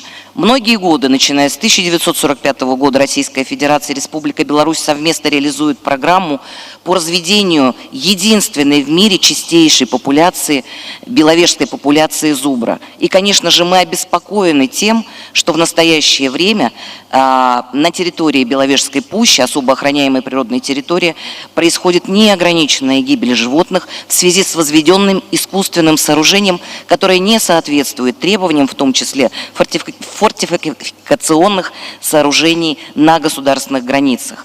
Поэтому мы поддерживаем просьбу Республики Беларусь и благодарим, что вы нас слышите, по налаживанию конструктивного диалога между Республикой Беларусь и Польшей по восстановлению возможных экодуков, коридоров для прохода животных в границах единой особо охраняемой природной территории Беловежская пуща.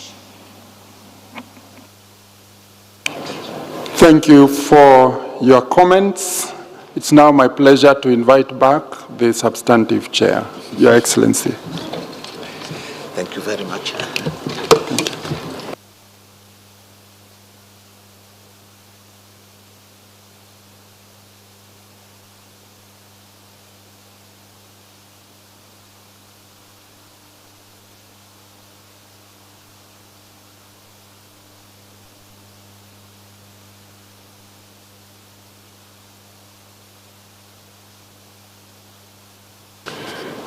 Seven B, Nature, Latin America and the Caribbean. I now invite Mr. Elendo Asomo to read the list of the natural properties for which all the reports are proposed for adoption without discussion.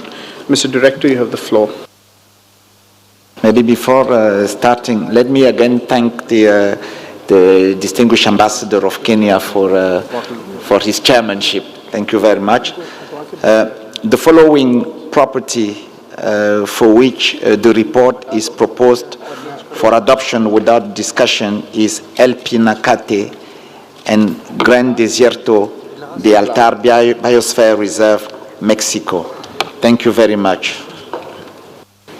Thank you very much. If there is no objection from the committee on this state of conservation report, I declare that decisions read out as adopted.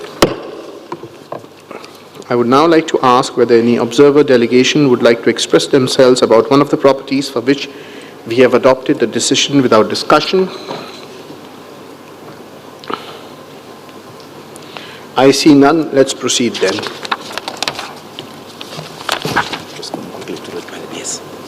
7B, Natural Properties Africa, Ivindo National Park, Gabon.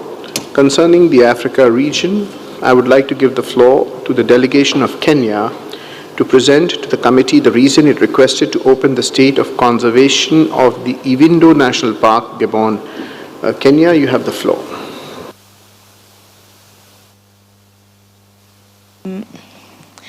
Hello, thank you, Chair. Actually, it's Senegal and Rwanda that are on the form. Thank you, Chair. We submitted it as Vice Chair of the group on behalf of the whole group, but Senegal and Rwanda have the submission. Thank you, Chair. That's what you are saying, but my scenario is saying differently, so I'll ask the Secretariat to clarify.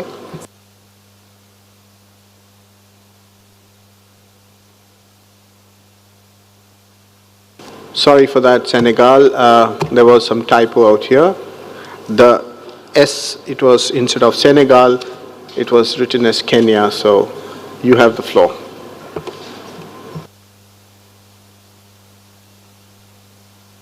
Yes, thank you, Mr. Chair. This is draft decision that actually completes and clarifies the decision taken at the 44th session, and which requested the state party to submit a report before the 1st of December 2025. This includes the property management plan delayed due to COVID-19. Donc, Monsieur le Président, il y a simplement des changements techniques au projet de décision. Pour l'essentiel, nous sommes d'accord avec l'État partie. Il y a un petit changement qui est intervenu le changement, au lieu de dire crise politico-militaire ici, nous allons porter quelques changements sur le point 3 notamment. Et donc il s'agit de changements mineurs qui ne devraient poser aucun problème et je voudrais proposer qu'on passe à son adoption. Merci.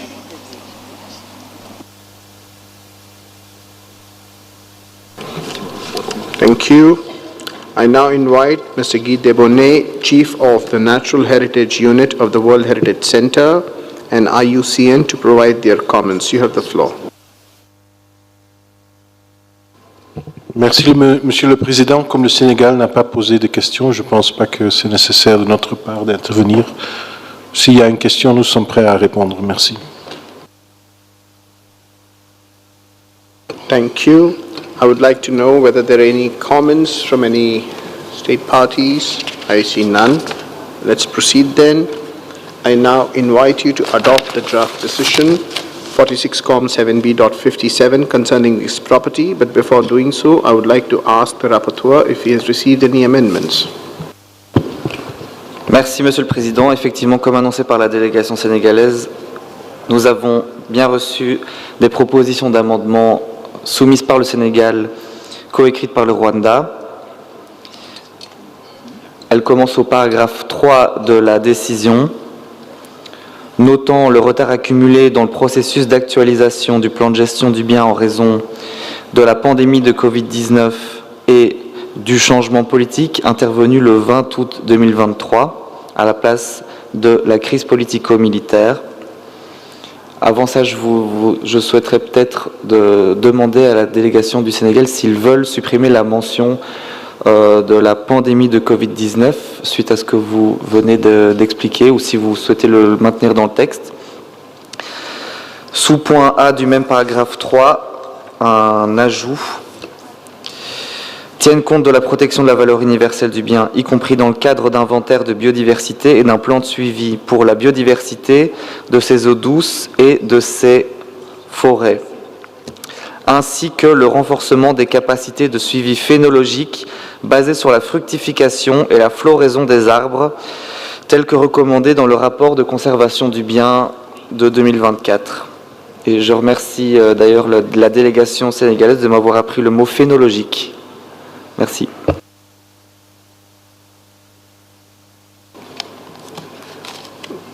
Senegal, it's all your day. Yesterday, today, it's all your day. And but there's a request by the rapporteur that could you delete the reference to the COVID-19 pandemic, if I heard that right. Senegal, you have the floor. Is it okay if the rapporteur removes it?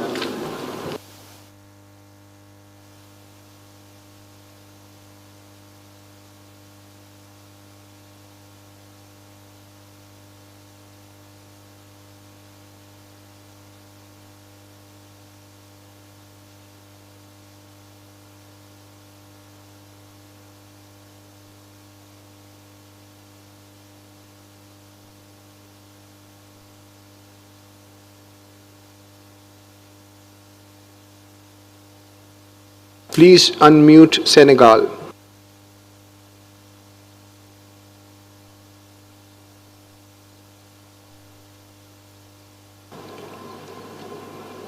Technical team, can someone please come and have a look at the mic of the Senegalese delegation, please?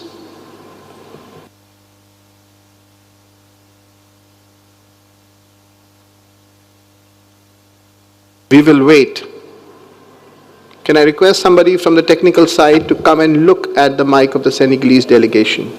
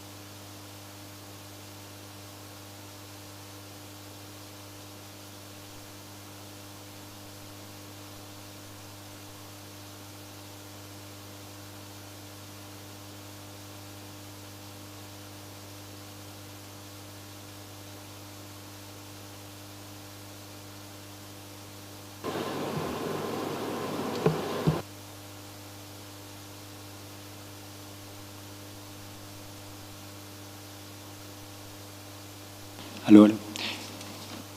Mr. President. Hello. Gal, I think your mic is now working. You can return back to your country.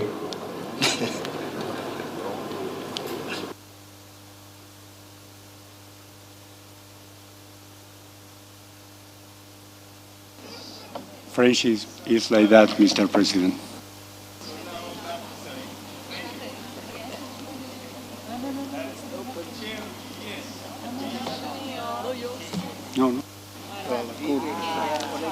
Thank you. Now I'm back to my country. So, So to move, yes, we keep de la pandémie de Covid-19 et du changement politique intervenu le 20 août 2023. Thank you, Chair. We keep en raison de la pandémie de Covid-19. Thank you, Mr. Rapporteur. All right. We go para by para. Go to para 1. Are there any objections to para 1 and 2? I see none. We go to para 3. Are there any objections to the suggestion by Senegal and Rwanda? I see none. We go to para 3.A. I see no plates. We go to para 3.B. C. I see no objections. We go to para 4. Para 5. We go to para 6. Para 7. Para 8. I see no objections. Are there any objections to adopting this decision as a whole? I see none. This decision is adopted without amendments. 46 Com 7B.57. Thank you very much. I would now like to ask whether any observer delegation would like to express themselves about this property. I see no plates. Let's proceed then. We go to Mosi Uatuna, Victoria Falls, Zambia, Zimbabwe. I now would like to give the floor to the delegation of Kenya to present to the committee the reason it requested to open the state of conservation of Mosi Uatunya, Victoria Falls, Zambia, Zimbabwe. Kenya, you have the floor. Thank you, Chair. We wish to open the DR draft decision for amendment as it includes certain elements that were dealt with in the 45th session in Riyadh, and yet they appear again in the current DR, and we wish to therefore amend the DR. Also, we were informed of a recent meeting, actually was held yesterday, between the two state parties concerned, Zambia and Zimbabwe, and the IUCN, and an agreement was reached on, and therefore certain amendments have also been proposed to integrate some of the elements from the meeting. Thank you, Chair. Thank you. No questions have been asked from the Secretariat, so I assume you would be saying the same thing, or would you like to take the floor? We would like to briefly take the floor, if possible. Yes. Thank you. The World Heritage Center and IUCN remain very concerned about the tourism infrastructure development in this property, which is an increasing pressure on the outstanding universal value. Already certain tourism infrastructures, such as the Mosi Uatunya Livingstone Resort Hotel, were constructed despite the committee's request to halt further activities. Other infrastructure projects seem to be planned in the areas recognized as highly sensitive zones, according to the previous Joint Integrated Management Plan. It is therefore important that the ongoing update of the Joint Integrated Management Plan incorporates necessary safeguards and thresholds to mitigate against the development pressures, as well as a clear zonation of the property with well-prescribed limits of use and permissible activities in line with the objectives of protecting the OUV and in line with past committee decisions. We note the information provided by the state party that the finalization of the joint management plan has been delayed for the purposes of alignment with other respective national documents. However, we stress the urgency of putting in place the mentioned safeguards and consider that no further developments should be permitted unless these are in place. Mr. Chair, IUCN also has a compliment to make. Thank you. Thank you, Mr. Chair. The World Heritage Center and IUCN would like to thank the states parties of Zambia and Zimbabwe for the constructive discussions that were made possible in the meeting between the two states parties, the World Heritage Center and IUCN yesterday, which was just raised, which allowed for an open and constructive exchange regarding the draft decision wording and the proposed amendments that were tabled today. As has been outlined by the World Heritage Centre, overall we continue to remain concerned about tourism development projects and their pressure on the OUV of the property, and it remains critical that a strategic approach to tourism planning and management is undertaken, including through the finalisation of the Joint Integrated Management Plan for the property, as well as environmental impact assessments, so as to ensure that tourism development is appropriately planned, assessed and managed in relation to the property and its OUV. Thank you, Mr. Chair. Thank you for your presentation. I would like to know whether there are any comments. I see none. I now invite you to adopt the draft decision 47Com7B.60 concerning this property, but before doing so, I would like to ask the rapporteur if he has received any amendments. Merci, Monsieur le Président. Nous avons effectivement reçu un amendement du Kenya pour cette décision sur Mosi Watunya, chute Victoria, Zambie, Zimbabwe. Amendement qui débute au paragraphe 4 avec un remplacement de toutes les recommandations par des recommandations de la mission de suivi réactif de 2022 et la suppression de la fin du paragraphe. Nouveau paragraphe 5. Rappelant également sa préoccupation concernant la pression croissante des infrastructures touristiques à l'intérieur et autour du bien, exacerbée par une mise en œuvre insuffisante de la planification stratégique, reconnaît que la révision du plan de gestion intégré commun, PGIC, JIMP en anglais, pour le bien a été retardée afin de l'aligner avec d'autres documents nationaux pertinents et demande aux États parties de finaliser le PGIC dès que possible et de s'assurer qu'ils comprennent les garanties et seuils nécessaires pour atténuer les pressions du développement afin de protéger la VE du bien, ainsi qu'un zonage du bien comprenant des limites clairement déterminées concernant l'utilisation et les activités autorisées, y compris les infrastructures, conformément aux objectifs de protection de la VUE et aux précédentes décisions du comité.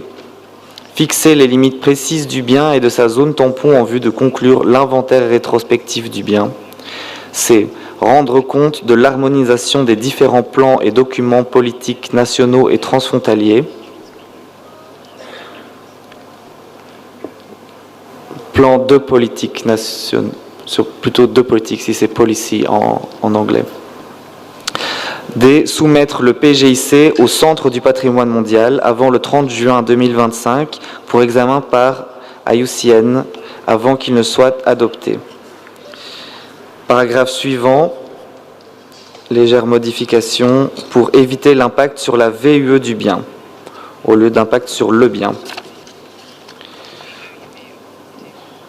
Proposition de suppression de l'ancien paragraphe 8. Et c'est tout pour cet amendement, Monsieur le Président. Je vous remercie. Thank you.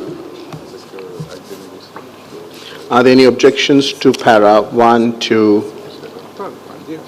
3, 4, 1, 2, 3? I see none. We go to para 4. The amendments. Are there any observations to para 4? Republic of Korea, you have the floor. Thank you, Mr. Chair. The Republic of Korea, first of all, greatly appreciate the continued cooperation between the state parties of Zambia and Zimbabwe and their partners to improve the state of conservation of the Mosi Oatuna Victoria Falls. And we take the note of the improvement efforts made by state parties, such as the ongoing research, monitoring, and management activities. And regarding the amendment submitted by the Kenya, regarding the paras 4, we agree that if this deleted phrase means that it can be integrated into the scheduled revised joint integrated management plan, then we agree that this phrase can be deleted. Thank you. Thank you. I see Rwanda. You have the floor. Merci, Monsieur le Président. Le Rwanda se joint au Kenya pour l'amendement proposé au point 4 suivant. Merci, Monsieur le Président. Thank you. We go to paragraph 5. Republic of Korea. Thank you, Mr. Chair. The paragraph 5 is because the JIMP Joint Intervention Plan revision has been delayed. So the proposed new paragraph 5 includes the... Okay. We could hear you loud and clear. Yeah, proposed new paragraph 5 includes a reason for the delay and contains all requests presented in the paragraph 8 of the draft decision, indicating the new deadline for JIMP submission to the World Heritage Center by end of June 2025. Therefore, we agreed to the new paragraph 5 and the deletion of the paragraph 8. Thank you.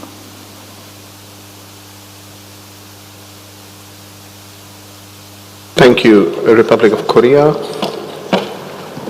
You have agreed to this paragraph 5. And the second part was deletion of paragraph 8. Okay, because you agreed to that. Thank you. So we go back to para 5 quickly.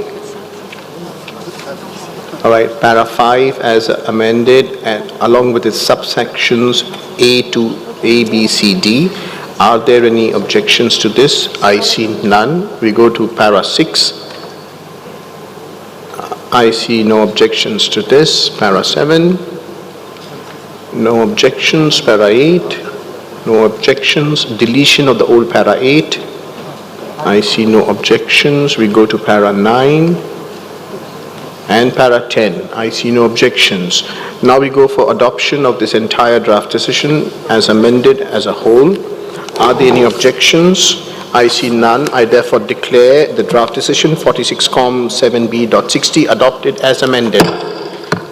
I would now like to ask whether any observer delegation would like to express themselves about this property.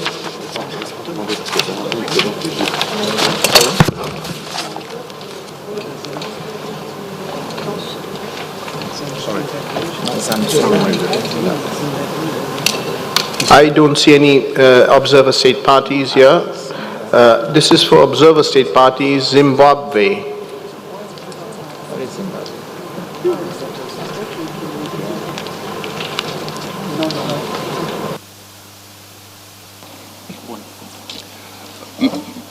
Mr. Chair, since Zimbabwe is taking the floor for the first time, we would like to thank you for the excellent steering of the deliberation so far. We would also like to express our gratitude to the government of India for graciously hosting us, as well as extending our appreciation to UNESCO World Heritage Center for excellent organization of the session. We also appreciate the work and expert advice offered by AWHF and IUCN in reviewing the draft resolution. Mr. Chair, we would like to reinforce what has already been presented by Kenya and supported by the Republic of Korea and Rwanda, with particular reference to paragraph 5.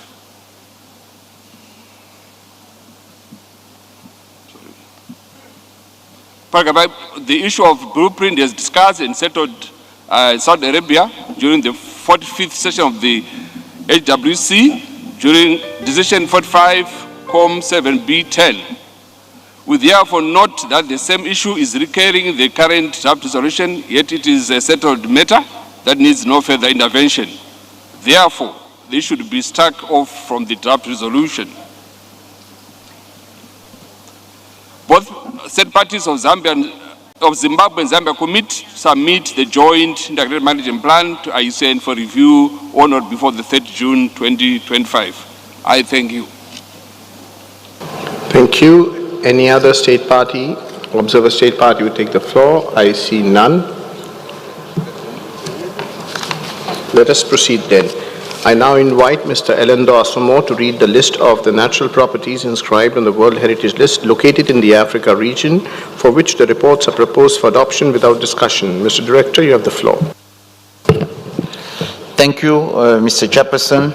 The following three properties for which the reports are proposed for adoption without discussion are W. Arli Penjari Complex, Benin, Burkina Faso, and Niger; George National Bird Sanctuary, Senegal; and Serengeti National Park, United Republic of Tanzania. Thank you very much. Thank you very much. If there is no objection from the committee on this state of conservation report, I declare the decisions read out adopted. I would now like to ask whether any observer delegation would like to express themselves about one of the properties for which we have adopted the decision without discussion. I see none. Let us proceed then. This is now related to Socotra Archipelago, Yemen. I now would like to give the floor to the delegation of Belgium to present to the committee the reason it requested to open the state of conservation of the Socotra Archipelago, Yemen. Belgium, you have the floor. Thank you, Chair. Socotra Archipelago, inscribed on the World Heritage List on 2008 based on Criterion 10, is globally important for the biodiversity conservation because of its exceptionally rich and distinct flora and fauna. 37% of Socotra's plant species, 90% of its reptile species, and 95% of its land snail species do not occur anywhere else in the world. Socotra is particularly important to the Horn of Africa's biodiversity hotspot as one of the most biodiverse, rich and distinct islands in the world. And that is why, Chair, this island has been termed the Galapagos of the Indian Ocean. Belgium has studied the dossier in detail and has proposed to open a discussion on this magnificent site in order to highlight the important concerns regarding the conservation status of the Socotra Archipelago. Based on our information and the analysis of the World Heritage Center and IUCN, identified and potential threats include climate change, overfishing, impacting coral reefs, infrastructure development, water management challenges, urbanization leading to cultural shifts away from traditional land use practices, and overgrazing. Although there have been some very valuable initiatives on the ground, and I would like to emphasize that, regarding habitat restoration, we also feel that insufficient progress has been made in addressing some critical conservation issues. In addition, the state party has not been able to submit a state of conservation report for 2024. Given the complex geopolitical dynamics in the region, these challenges demand urgent attention and concerted international cooperation. And therefore, Belgium proposes an amendment to the draft decision to underscore the urgency of several conservation measures and to enhance international collaboration for safeguarding of the unique biodiversity of Socotra Archipelago. We also like to refer to the very constructive dialogue we had with the Honorable Delegation of Yemen over the past few days, which has highlighted their willingness to address these issues and their openness to receive the reactive monitoring mission as soon as possible. And in this regard, I would like to ask the State Party of Yemen to share their perspective regarding the SOC and the reactive monitoring mission. Thank you, Chair. Thank you. Mr. Guy Debonnet, would you like to take the floor? Thank you, Mr. Chair. The World Heritage Center and IUCN remain concerned that the property remains threatened by pressures such as infrastructure development, invasive species, as well as limited funding and the management capacity resulting from the conflict in Yemen. While the State Party has invited the reactive monitoring mission to the property, its organization has been difficult because of different logistical issues. However, it's a priority for the World Heritage Center and IUCN to organize this mission as soon as possible. The mission will assess the state of conservation of the property and look into the different threats to the OUV mentioned by Belgium. regarding the collection of marine resources, which is also one of the amendments proposed by Belgium, we note that the state party in 2019 mentioned that fishing remains seasonal and traditional and that fishing activities have decreased due to the public sector employment, resulting in reduced pressure on the marine environment. They also reported that the reopened fish factory has not led to an increase in fishing and that local authorities have stopped illegal sea cucumber harvesting by non-Socotri investors. IUCN also have a small comment to make on this site. Thank you. Thank you, Mr. Chair. As outlined by the World Heritage Centre, in the absence of a state party report this year, it is difficult to confirm the current state of conservation of the property, and hence the World Heritage Centre and IUCN have recommended that the committee reiterate the majority of its requests from its last 45th session. And we continue to remain in active planning with the state party for the aforementioned reactive monitoring mission, which is hoped to be undertaken in the coming months. This mission will be an important opportunity to ascertain the situation on the ground and the state of conservation of the property, and to propose effective technical recommendations for the property moving forward. Thank you, Mr. Chair. Thank you for your presentation. I would like to know whether there are any comments. I see. Yes, Qatar, you have the floor. Thank you, Mr. Chairperson. We support the Belgian proposal for amendment as it addresses several missing points regarding the recommendation for the conservation of Socotra archipelago. Additionally, it highlights and supports the efforts made by the state party Yemen. Thank you, Mr. Chair. Thank you. I give the floor to Vietnam.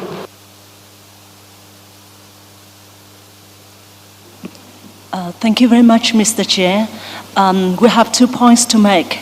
First, given the complex current situation in the state party and the region, it would be very helpful for the international community to continue to support the government to implement the programs of safeguarding and protection of the site. And second, we welcome the willingness of the state party to receive the reactive monitoring mission, and we also welcome the announcement that the Secretariat has mentioned that the mission will be taken very soon, and this will be very useful so that we can have better understanding about the state of conservation of property. And in this regard, we wish to support the amendment proposed by Belgium. Thank you. Thank you. I see no more further requests. I will now invite you to adopt the draft decision 46-7B.61 concerning this property, but before doing so, I would like to ask the rapporteur if he has received any amendments. Vous l'aurez compris, Monsieur le Président, nous avons reçu un amendement de la part de la Belgique, soutenu à l'instant par le Qatar et le Vietnam. Un amendement qui débute avec le paragraphe 5 de la décision, demande que le PZC, le plan de zonage de conservation, soit finalisé en priorité et soumis au Centre du patrimoine mondial, et rappelle à l'État partie que tout projet de développement planifié au sein du bien, de sa zone tampon ou de son cadre élargi devrait être sujet à une évaluation spécifique de ses impacts potentiels sur la VUE du bien, conformément au guide et boîte à outils pour les évaluations d'impact dans un contexte de patrimoine mondial, avant que des décisions difficilement réversibles ne soient prises. Ajout d'un paragraphe 7, rappelant également que selon de précédents rapports, la pêche et la récolte de ressources aquatiques dans le cœur de la zone marine et des zones tampons représentent des menaces importantes, demande à l'État partie d'évaluer les menaces potentielles pesant sur la faune marine en raison de la surpêche et de la récolte des ressources aquatiques. Ajout d'un paragraphe 10. Note avec satisfaction les efforts de l'État partie pour assurer la coordination avec des organisations et projets internationaux afin de protéger la valeur universelle exceptionnelle du site, y compris les actions visant à conserver les zones humides Ramsar, la restauration de l'habitat par la reforestation et la diffusion d'activités telles que le projet SSC-FCC de l'UICN, la deuxième phase du projet Franklinia sur les arbres en péril, les Amis de Socotra, et encourage l'État partie à poursuivre et élargir ses initiatives en y incluant des projets de sensibilisation sociale et de renforcement des capacités. Plus loin au paragraphe 14, réitère sa demande par « note les efforts de l'État partie pour inviter une mission conjointe de suivi réactif ».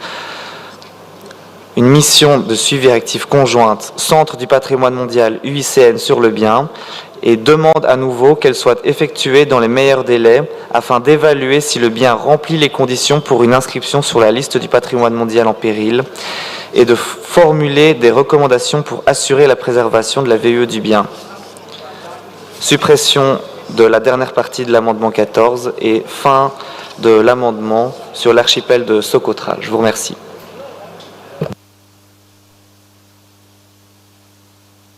Thank you. Let's go paragraph by paragraph quickly. We go to para 1. 1, 2, 3, 4, 5. Yes, para 1 to 4. Are there any objections for adopting para 1 to 4? I see none. We go to para 5. I see Japan. You have the floor. Thank you, Chairperson. We don't have any objection to the contents of the proposal. However, it seems to us this addition is similar to paragraph 8A.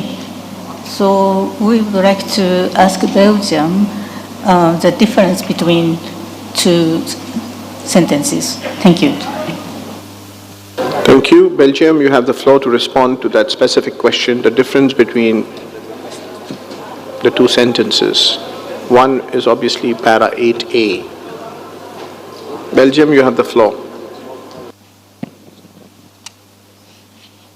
Thank you, Chair.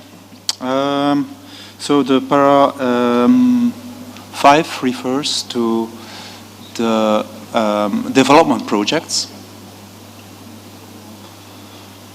Well, was old para 8?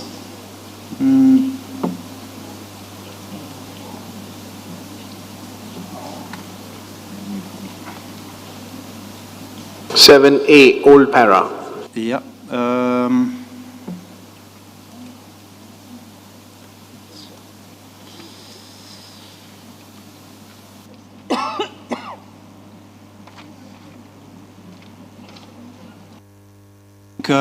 Yeah, sorry. Yeah, I think it's effectively right that there is an overlap in this. It refers also to the development projects. Would you like to delete something from para 5?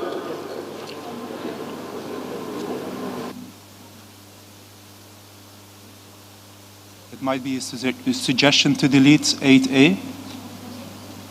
Can we go to 8A? Strike out 8A. All right, we go back to para 5. Republic of Korea, you have the floor. Thank you, Mr. Chair.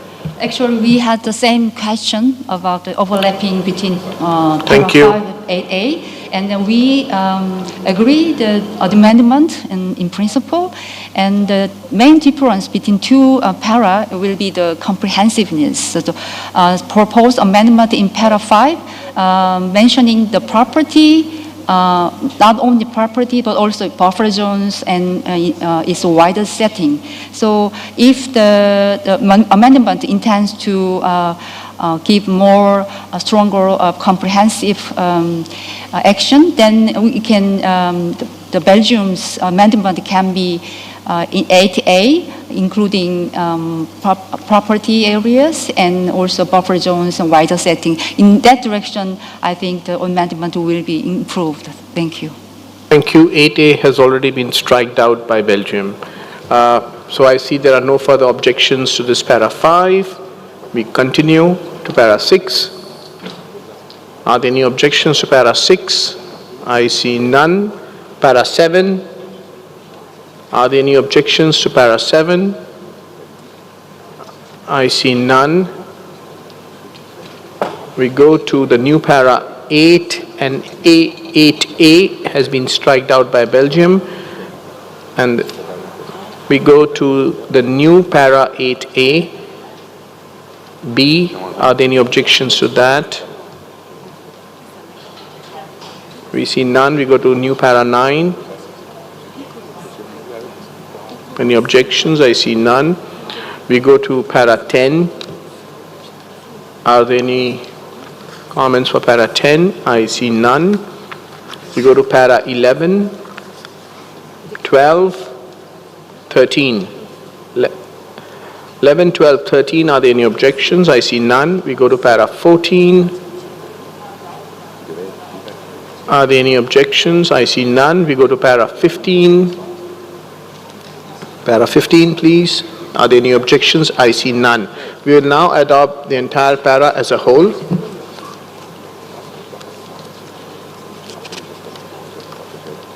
Are there any objections for adoption of this para as a whole? I see none. I therefore declare draft decision 46-7B.61 adopted as amended.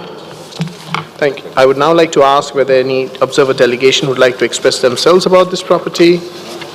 I see none. Let's proceed then. Yemen, you have the floor.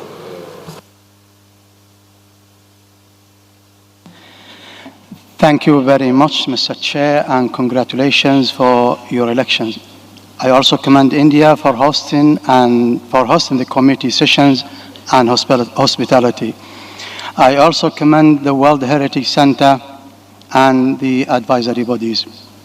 Yemen is strongly committed to the World Heritage Convention and in protecting and safeguarding all its cultural and natural sites. Despite the difficult situation in the country, the protection of our heritage remains our priority. I want to reiterate the following regarding the exceptional Socotra Archipelago World Heritage Site. Yemen is coordinating with various international partners and projects to help mitigate specific threats, and we are fully committed to continue this work. Yemen is also committed to limit urban development zone and regulate such activities in the site. The revision of the management of the protected areas in the site is a priority. The government has collaborated with UNESCO and IUCN in 2023 to effectively clean specific coastal sites in Socotra. We do not think that the site at this stage needs to be included at the endangered list, and we wish to emphasize that we have requested a reactive monitoring mission a few years ago and we repeat this request to be met as soon as possible. Yemen is also committed to submit to the World Heritage Center next year an updated report on the state of conservation of the property without delay. Yemen call on UNESCO and the international community to support the government during these challenging, difficult times and to help ensure the effective protection and management of this exceptional property. Thank you very much. Thank you very much. We now proceed, go to Phoenix Island Protected Areas, Kiribati. I have been made to understand that a delegation of Belgium would like to go directly to the draft decision.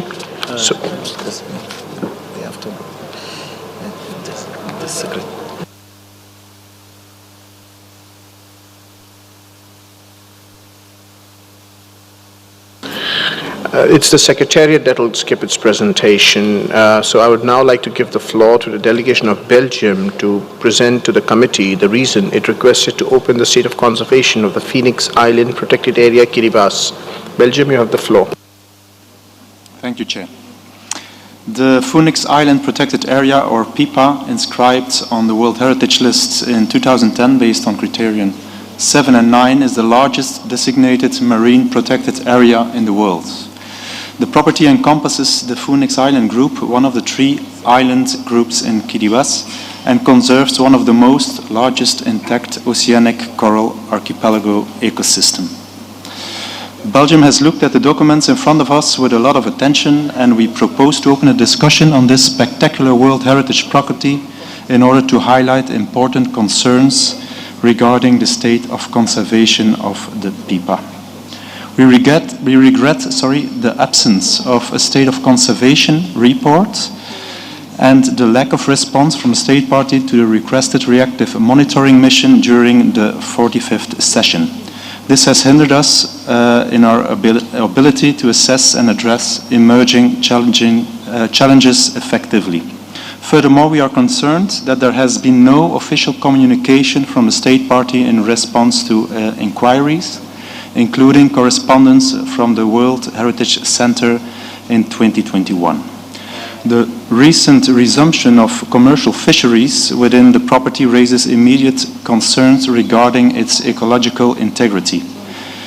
In 2021, the state party introduced a marine spatial planning program aimed at balancing natural resource use to benefit of Kiriba's livelihood while safeguarding the property's OUV.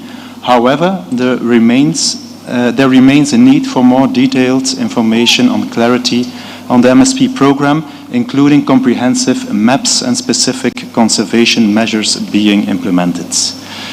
Even though the danger listing is not part of the amendment proposed, Belgium believes that a discussion on the potential danger listing of Pipa would be appropriate. As has been stated before during the committee, this is not to be perceived to reprimand the state party, but to highlight the grave concerns regarding the site and make available international assistance. The amendments we propose emphasizes the urgency of obtaining updated and comprehensive information from the state party regarding the raised issues and encourage the state party to address the potential threats. We invite the committee members to have a constructive debate on this matter in order to support the state party in safeguarding the outstanding universal value of the magnificent Phoenix Island protected area. Thank you, Chair. Thank you. I think the Secretariat will skip its presentation. Are there any further comments from Member States, St. Vincent and the Grenadines? Thank you, Mr. Chair. St. Vincent and the Grenadines thanks Belgium for opening the discussion on the report of the state of conservation of Kiribati, Phoenix Islands protected area. We note in the document that the last amounts granted to the property date from 2008 from UNESCO as part of the stakeholder workshop for the Phoenix Islands candidacy organized by the UNESCO office in Epia with funding from France, UNESCO Cooperation, and the UNESCO Italy Funds in Trust to support the finalization of the application nomination file at that time. As the state party is not present to explain how and why certain measures were or were not taken, we understand that some issues are beyond the control of the state party, such as the threats of climate change and the economic and environmental vulnerability of the island. And we recall that unsustainable fishing is not from Kiribati's one fishing fleet, but the bottom trawling or of commercial boats. At the 45th session, the committee reiterated its call upon the international community to refrain from any unsustainable fishing practices that could negatively impact on the OUV of the property and to assist the state party with the necessary financial and technical support to assess the implications of removing the no-take protection status. We would like to know from the Center what is the status of the implementation of this paragraph in the decision taken at the 45th session? What financial and technical assistance has been allocated to the state party since the decision has adopted? Having said that, this is one of the capacity building activities to be offered to seeds in terms of conservation and protection. And we recall that World Heritage Site does not only belong to the state party, but to all humanity.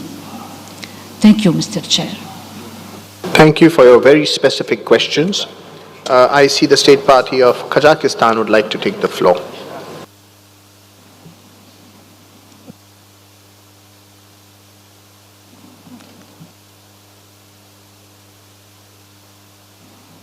Thank you, Mr. Chair. Thank you, Your Excellency. Distinguished delegates, the Republic of Kazakhstan welcomes the amendment proposed by the States Party of Belgium. In doing so, we would also like to draw attention of the committee members that it is difficult to take decisions in the absence of the information and communication from the States Party concerned. Moreover, since there was no state of conservation report submitted and no follow-up communication, the implementation of the recommendations taken at this session is also of certain worry. In this respect, we consider it crucial to foster the collaboration between the World Heritage Center, the advisory body, and the States Party for the conservation of the outstanding universal value of Phoenix Island protected area. And for this, we would kindly ask the UNESCO regional office to actively engage in the communication with the States Party of Kiribati. Thank you, Mr. Chairperson. I give the floor back to you. That's very kind of you. I'm very happy to receive the floor back. I see that there are no further requests to take the floor, so let's proceed. I now invite you to adopt the draft decision 46.7b.66 concerning this property.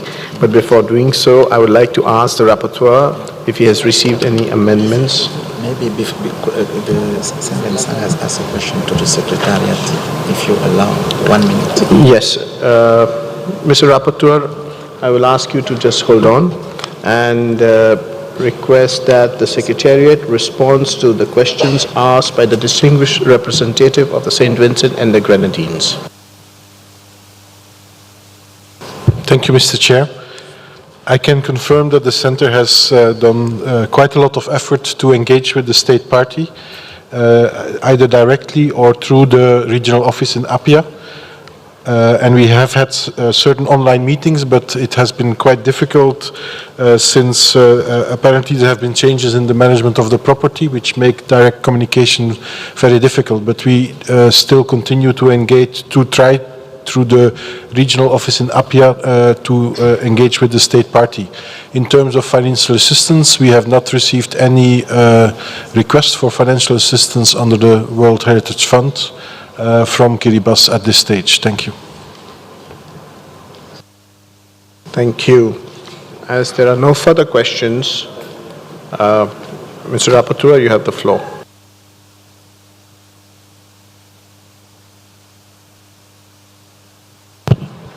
Sorry, Mr. Chair, we are currently receiving amendments at the very last minute, so we needed some extra preparation. I've seen the State Party of St. Vincent and the Grenadines has raised her plate again. You have the floor. Thank you, Mr. Chair. I think, I am sorry to say it, but maybe some observers would like to take the floor on this issue. Thank you.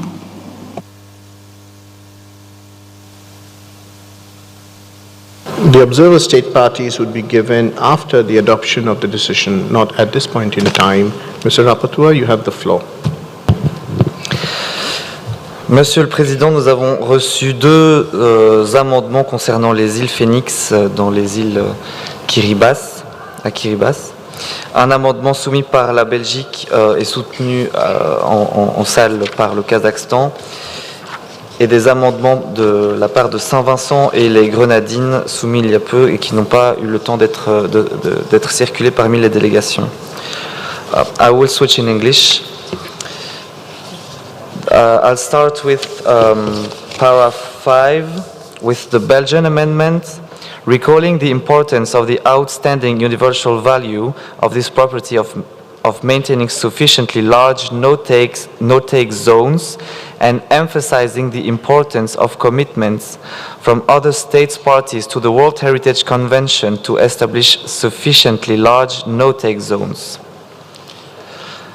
Then there's an additional para 6 from Saint-Vincent et les Grenadines, reiterates its call upon the international community to refrain from any unsustainable fishing practices that could negatively impact on the OUV of the property and to assist, souligner assist, and to assist the state party with the necessary financial and technical support to assess the implications of removing the no-take protection status. Si vous le voulez bien, Monsieur le Président, je vais poursuivre uniquement avec les amendements que j'ai reçus de la Belgique, car pour être honnête, je n'ai pas eu le temps de prendre connaissance du reste des amendements de Saint-Vincent. Il sera peut-être intéressant que la déléguée de Saint-Vincent puisse les présenter elle-même oralement. Paragraphe 7, toujours sur l'amendement reçu par la Belgique, also reiterates serious concern, à la place de reiterates. Ajoute un paragraphe 9, requests the World Heritage Center and IUCN to closely follow up the state of conservation of this property and continue their efforts to engage with the state party, including through their offices in the region. Fin du premier amendement, Monsieur le Président.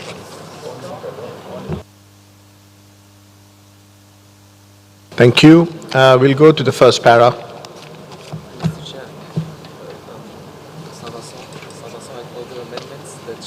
So when the para comes, you can introduce. When the para comes, I'll request a distinguished delegate of St. Vincent to present the amendment orally, but we go para by para. Para 1, 2, 3, 4. I don't see any amendments there. Would anyone like to take the floor for 1, 2, 3, 4?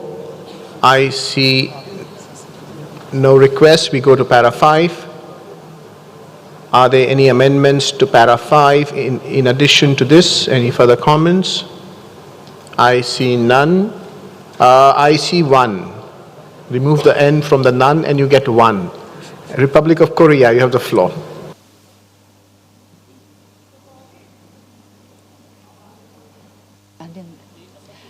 Thank you, Mr. Chair. Okay, it's working. Yeah. Republic of Korea echo the concerns expressed by the World Heritage Center, IUCN, and several member states regarding the conservation status of this property, and especially also the no response from the member country and difficulties that the country has, the state party has at the moment. So we agree to all the amendments proposed by the Belgium and Saint Vincent and Grenadines, and there is I propose to make so I want to express our sincere thanks to raise these amendments to the Belgium and Saint Vincent and Grenadines. Thank you. Thank you. Para 5, I don't see any further amendments to para 5. We go to para 6, as suggested by Saint Vincent and the Grenadines. Are there any suggestions, objections to para 6? I see none. We go to para 7. Any amendments to para 7? I see none. We go to para 8.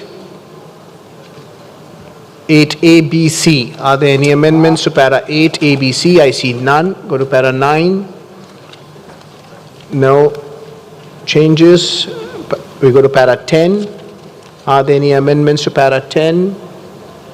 I see none. Go to para 11 and 12. Sorry, go to para 10 again. St. Vincent and the Grenadines, you have the floor. Mr. Chair, we see here a new paragraph. I mean, it was changed because it was request the World Heritage Center and UNESCO to provide more thorough follow-up of the property.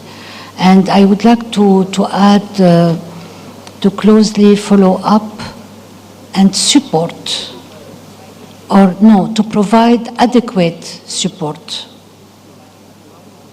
To provide adequate support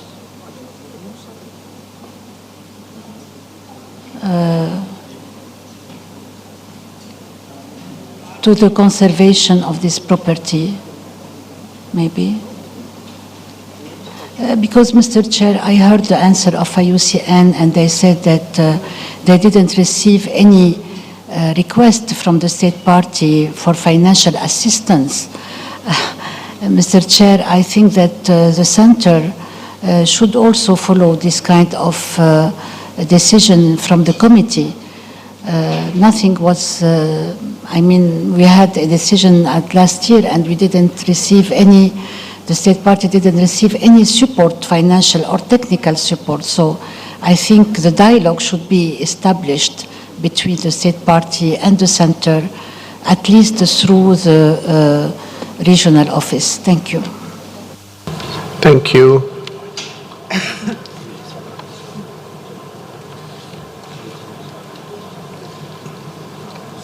The editors, can you just, the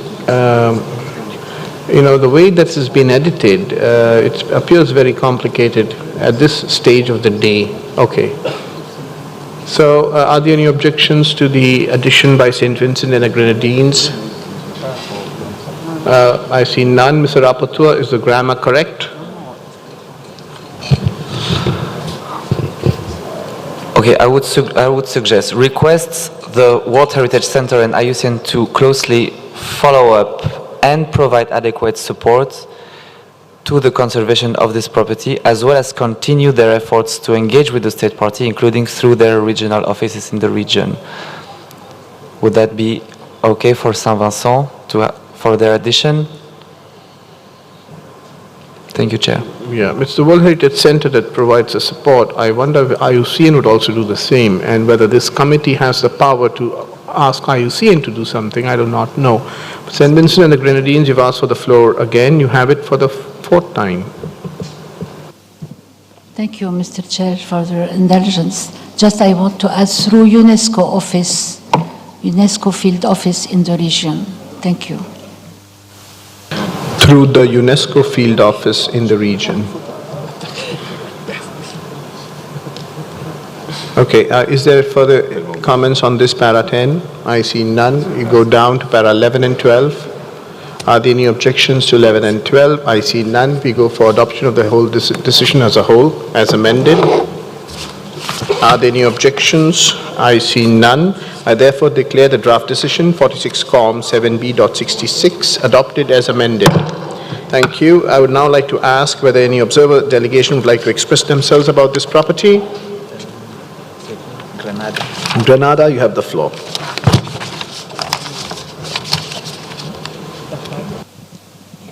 Thank you, Mr. Chairman, for giving me the floor.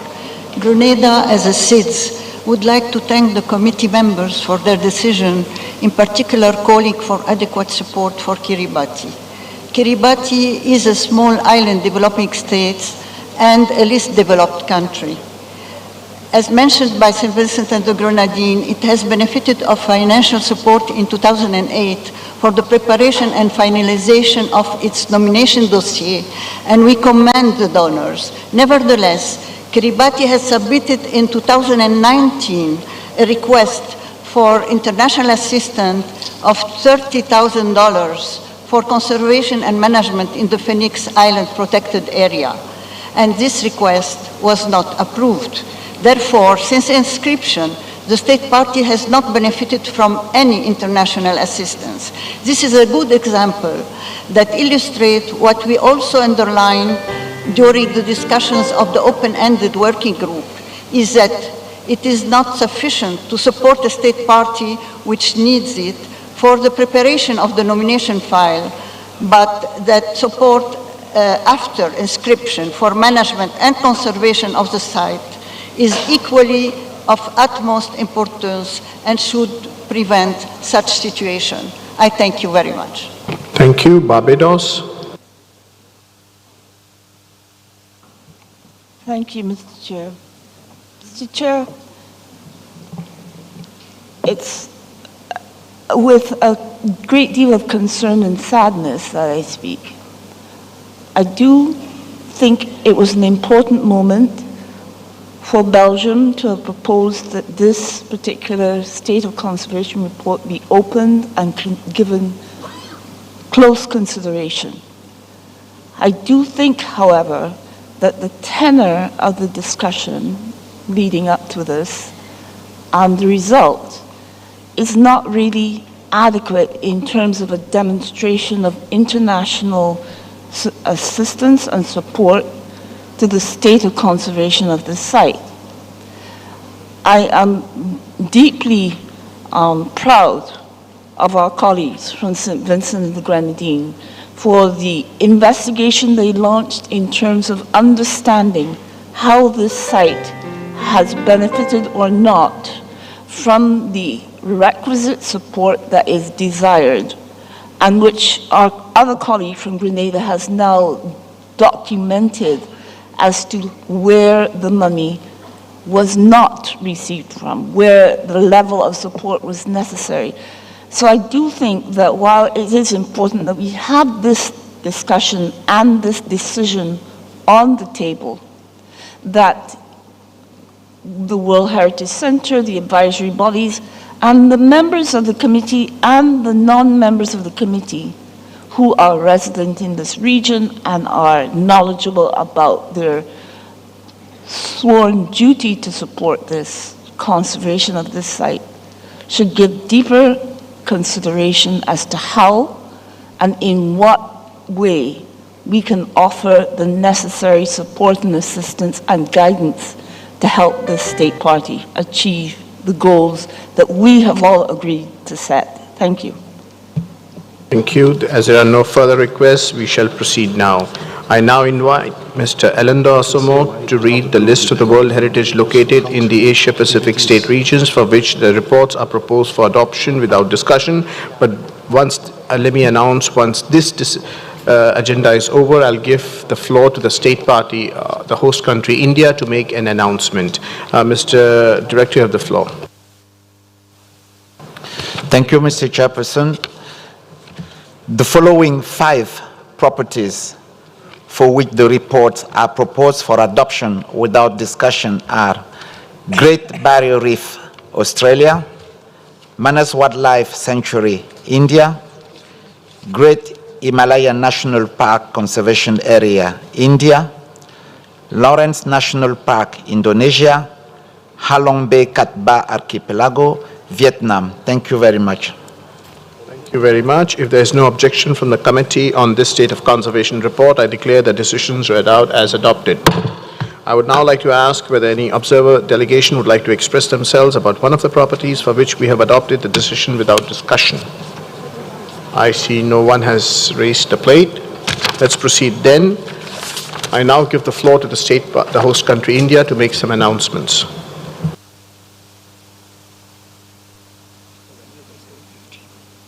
Thank you, Chair, for giving India the floor. We would like to inform the invitees to the dinner hosted by Lieutenant Governor of Delhi at Purana Killa tonight at 7 p.m. The transportations for the invitees has been arranged at both Bharat Mandapam from the parking area and also the hotels where the invitees are staying. And we would request all the invitees to reach the venue by 7:15 p.m. Thank you, Mr. Chair. Thank you. I now give the floor to the Director of the World Heritage Center. Thank you, Mr. Chairperson. This is just to inform you about the 2 side events that will take place. The first side event is organized by Bulgaria and is entitled One Land and Underwater Bulgarian Contribution in the Study and Preservation of Cultural Heritage. An exhibition following the side event will be installed from tomorrow on this topic, and this is taking place in room MR15 now. The second event, called Heritage in Hands, Conserving the Creativity of Craft Making Sites, is organized by ICOMOS and the Chinese National Administration and Cultural Heritage, and it's taking place in room MR19. Mr. Chairperson, thank you very much. Thank you very much. Thank the interpreters. I would like to thank the interpreters for having been with us even after 6 p.m. And let me tell you that the committee adopted 56 decisions today on state of conservation. So everybody requires congratulations. You did a great job today. And with this, I would like to adjourn the meeting till tomorrow morning, 10 a.m.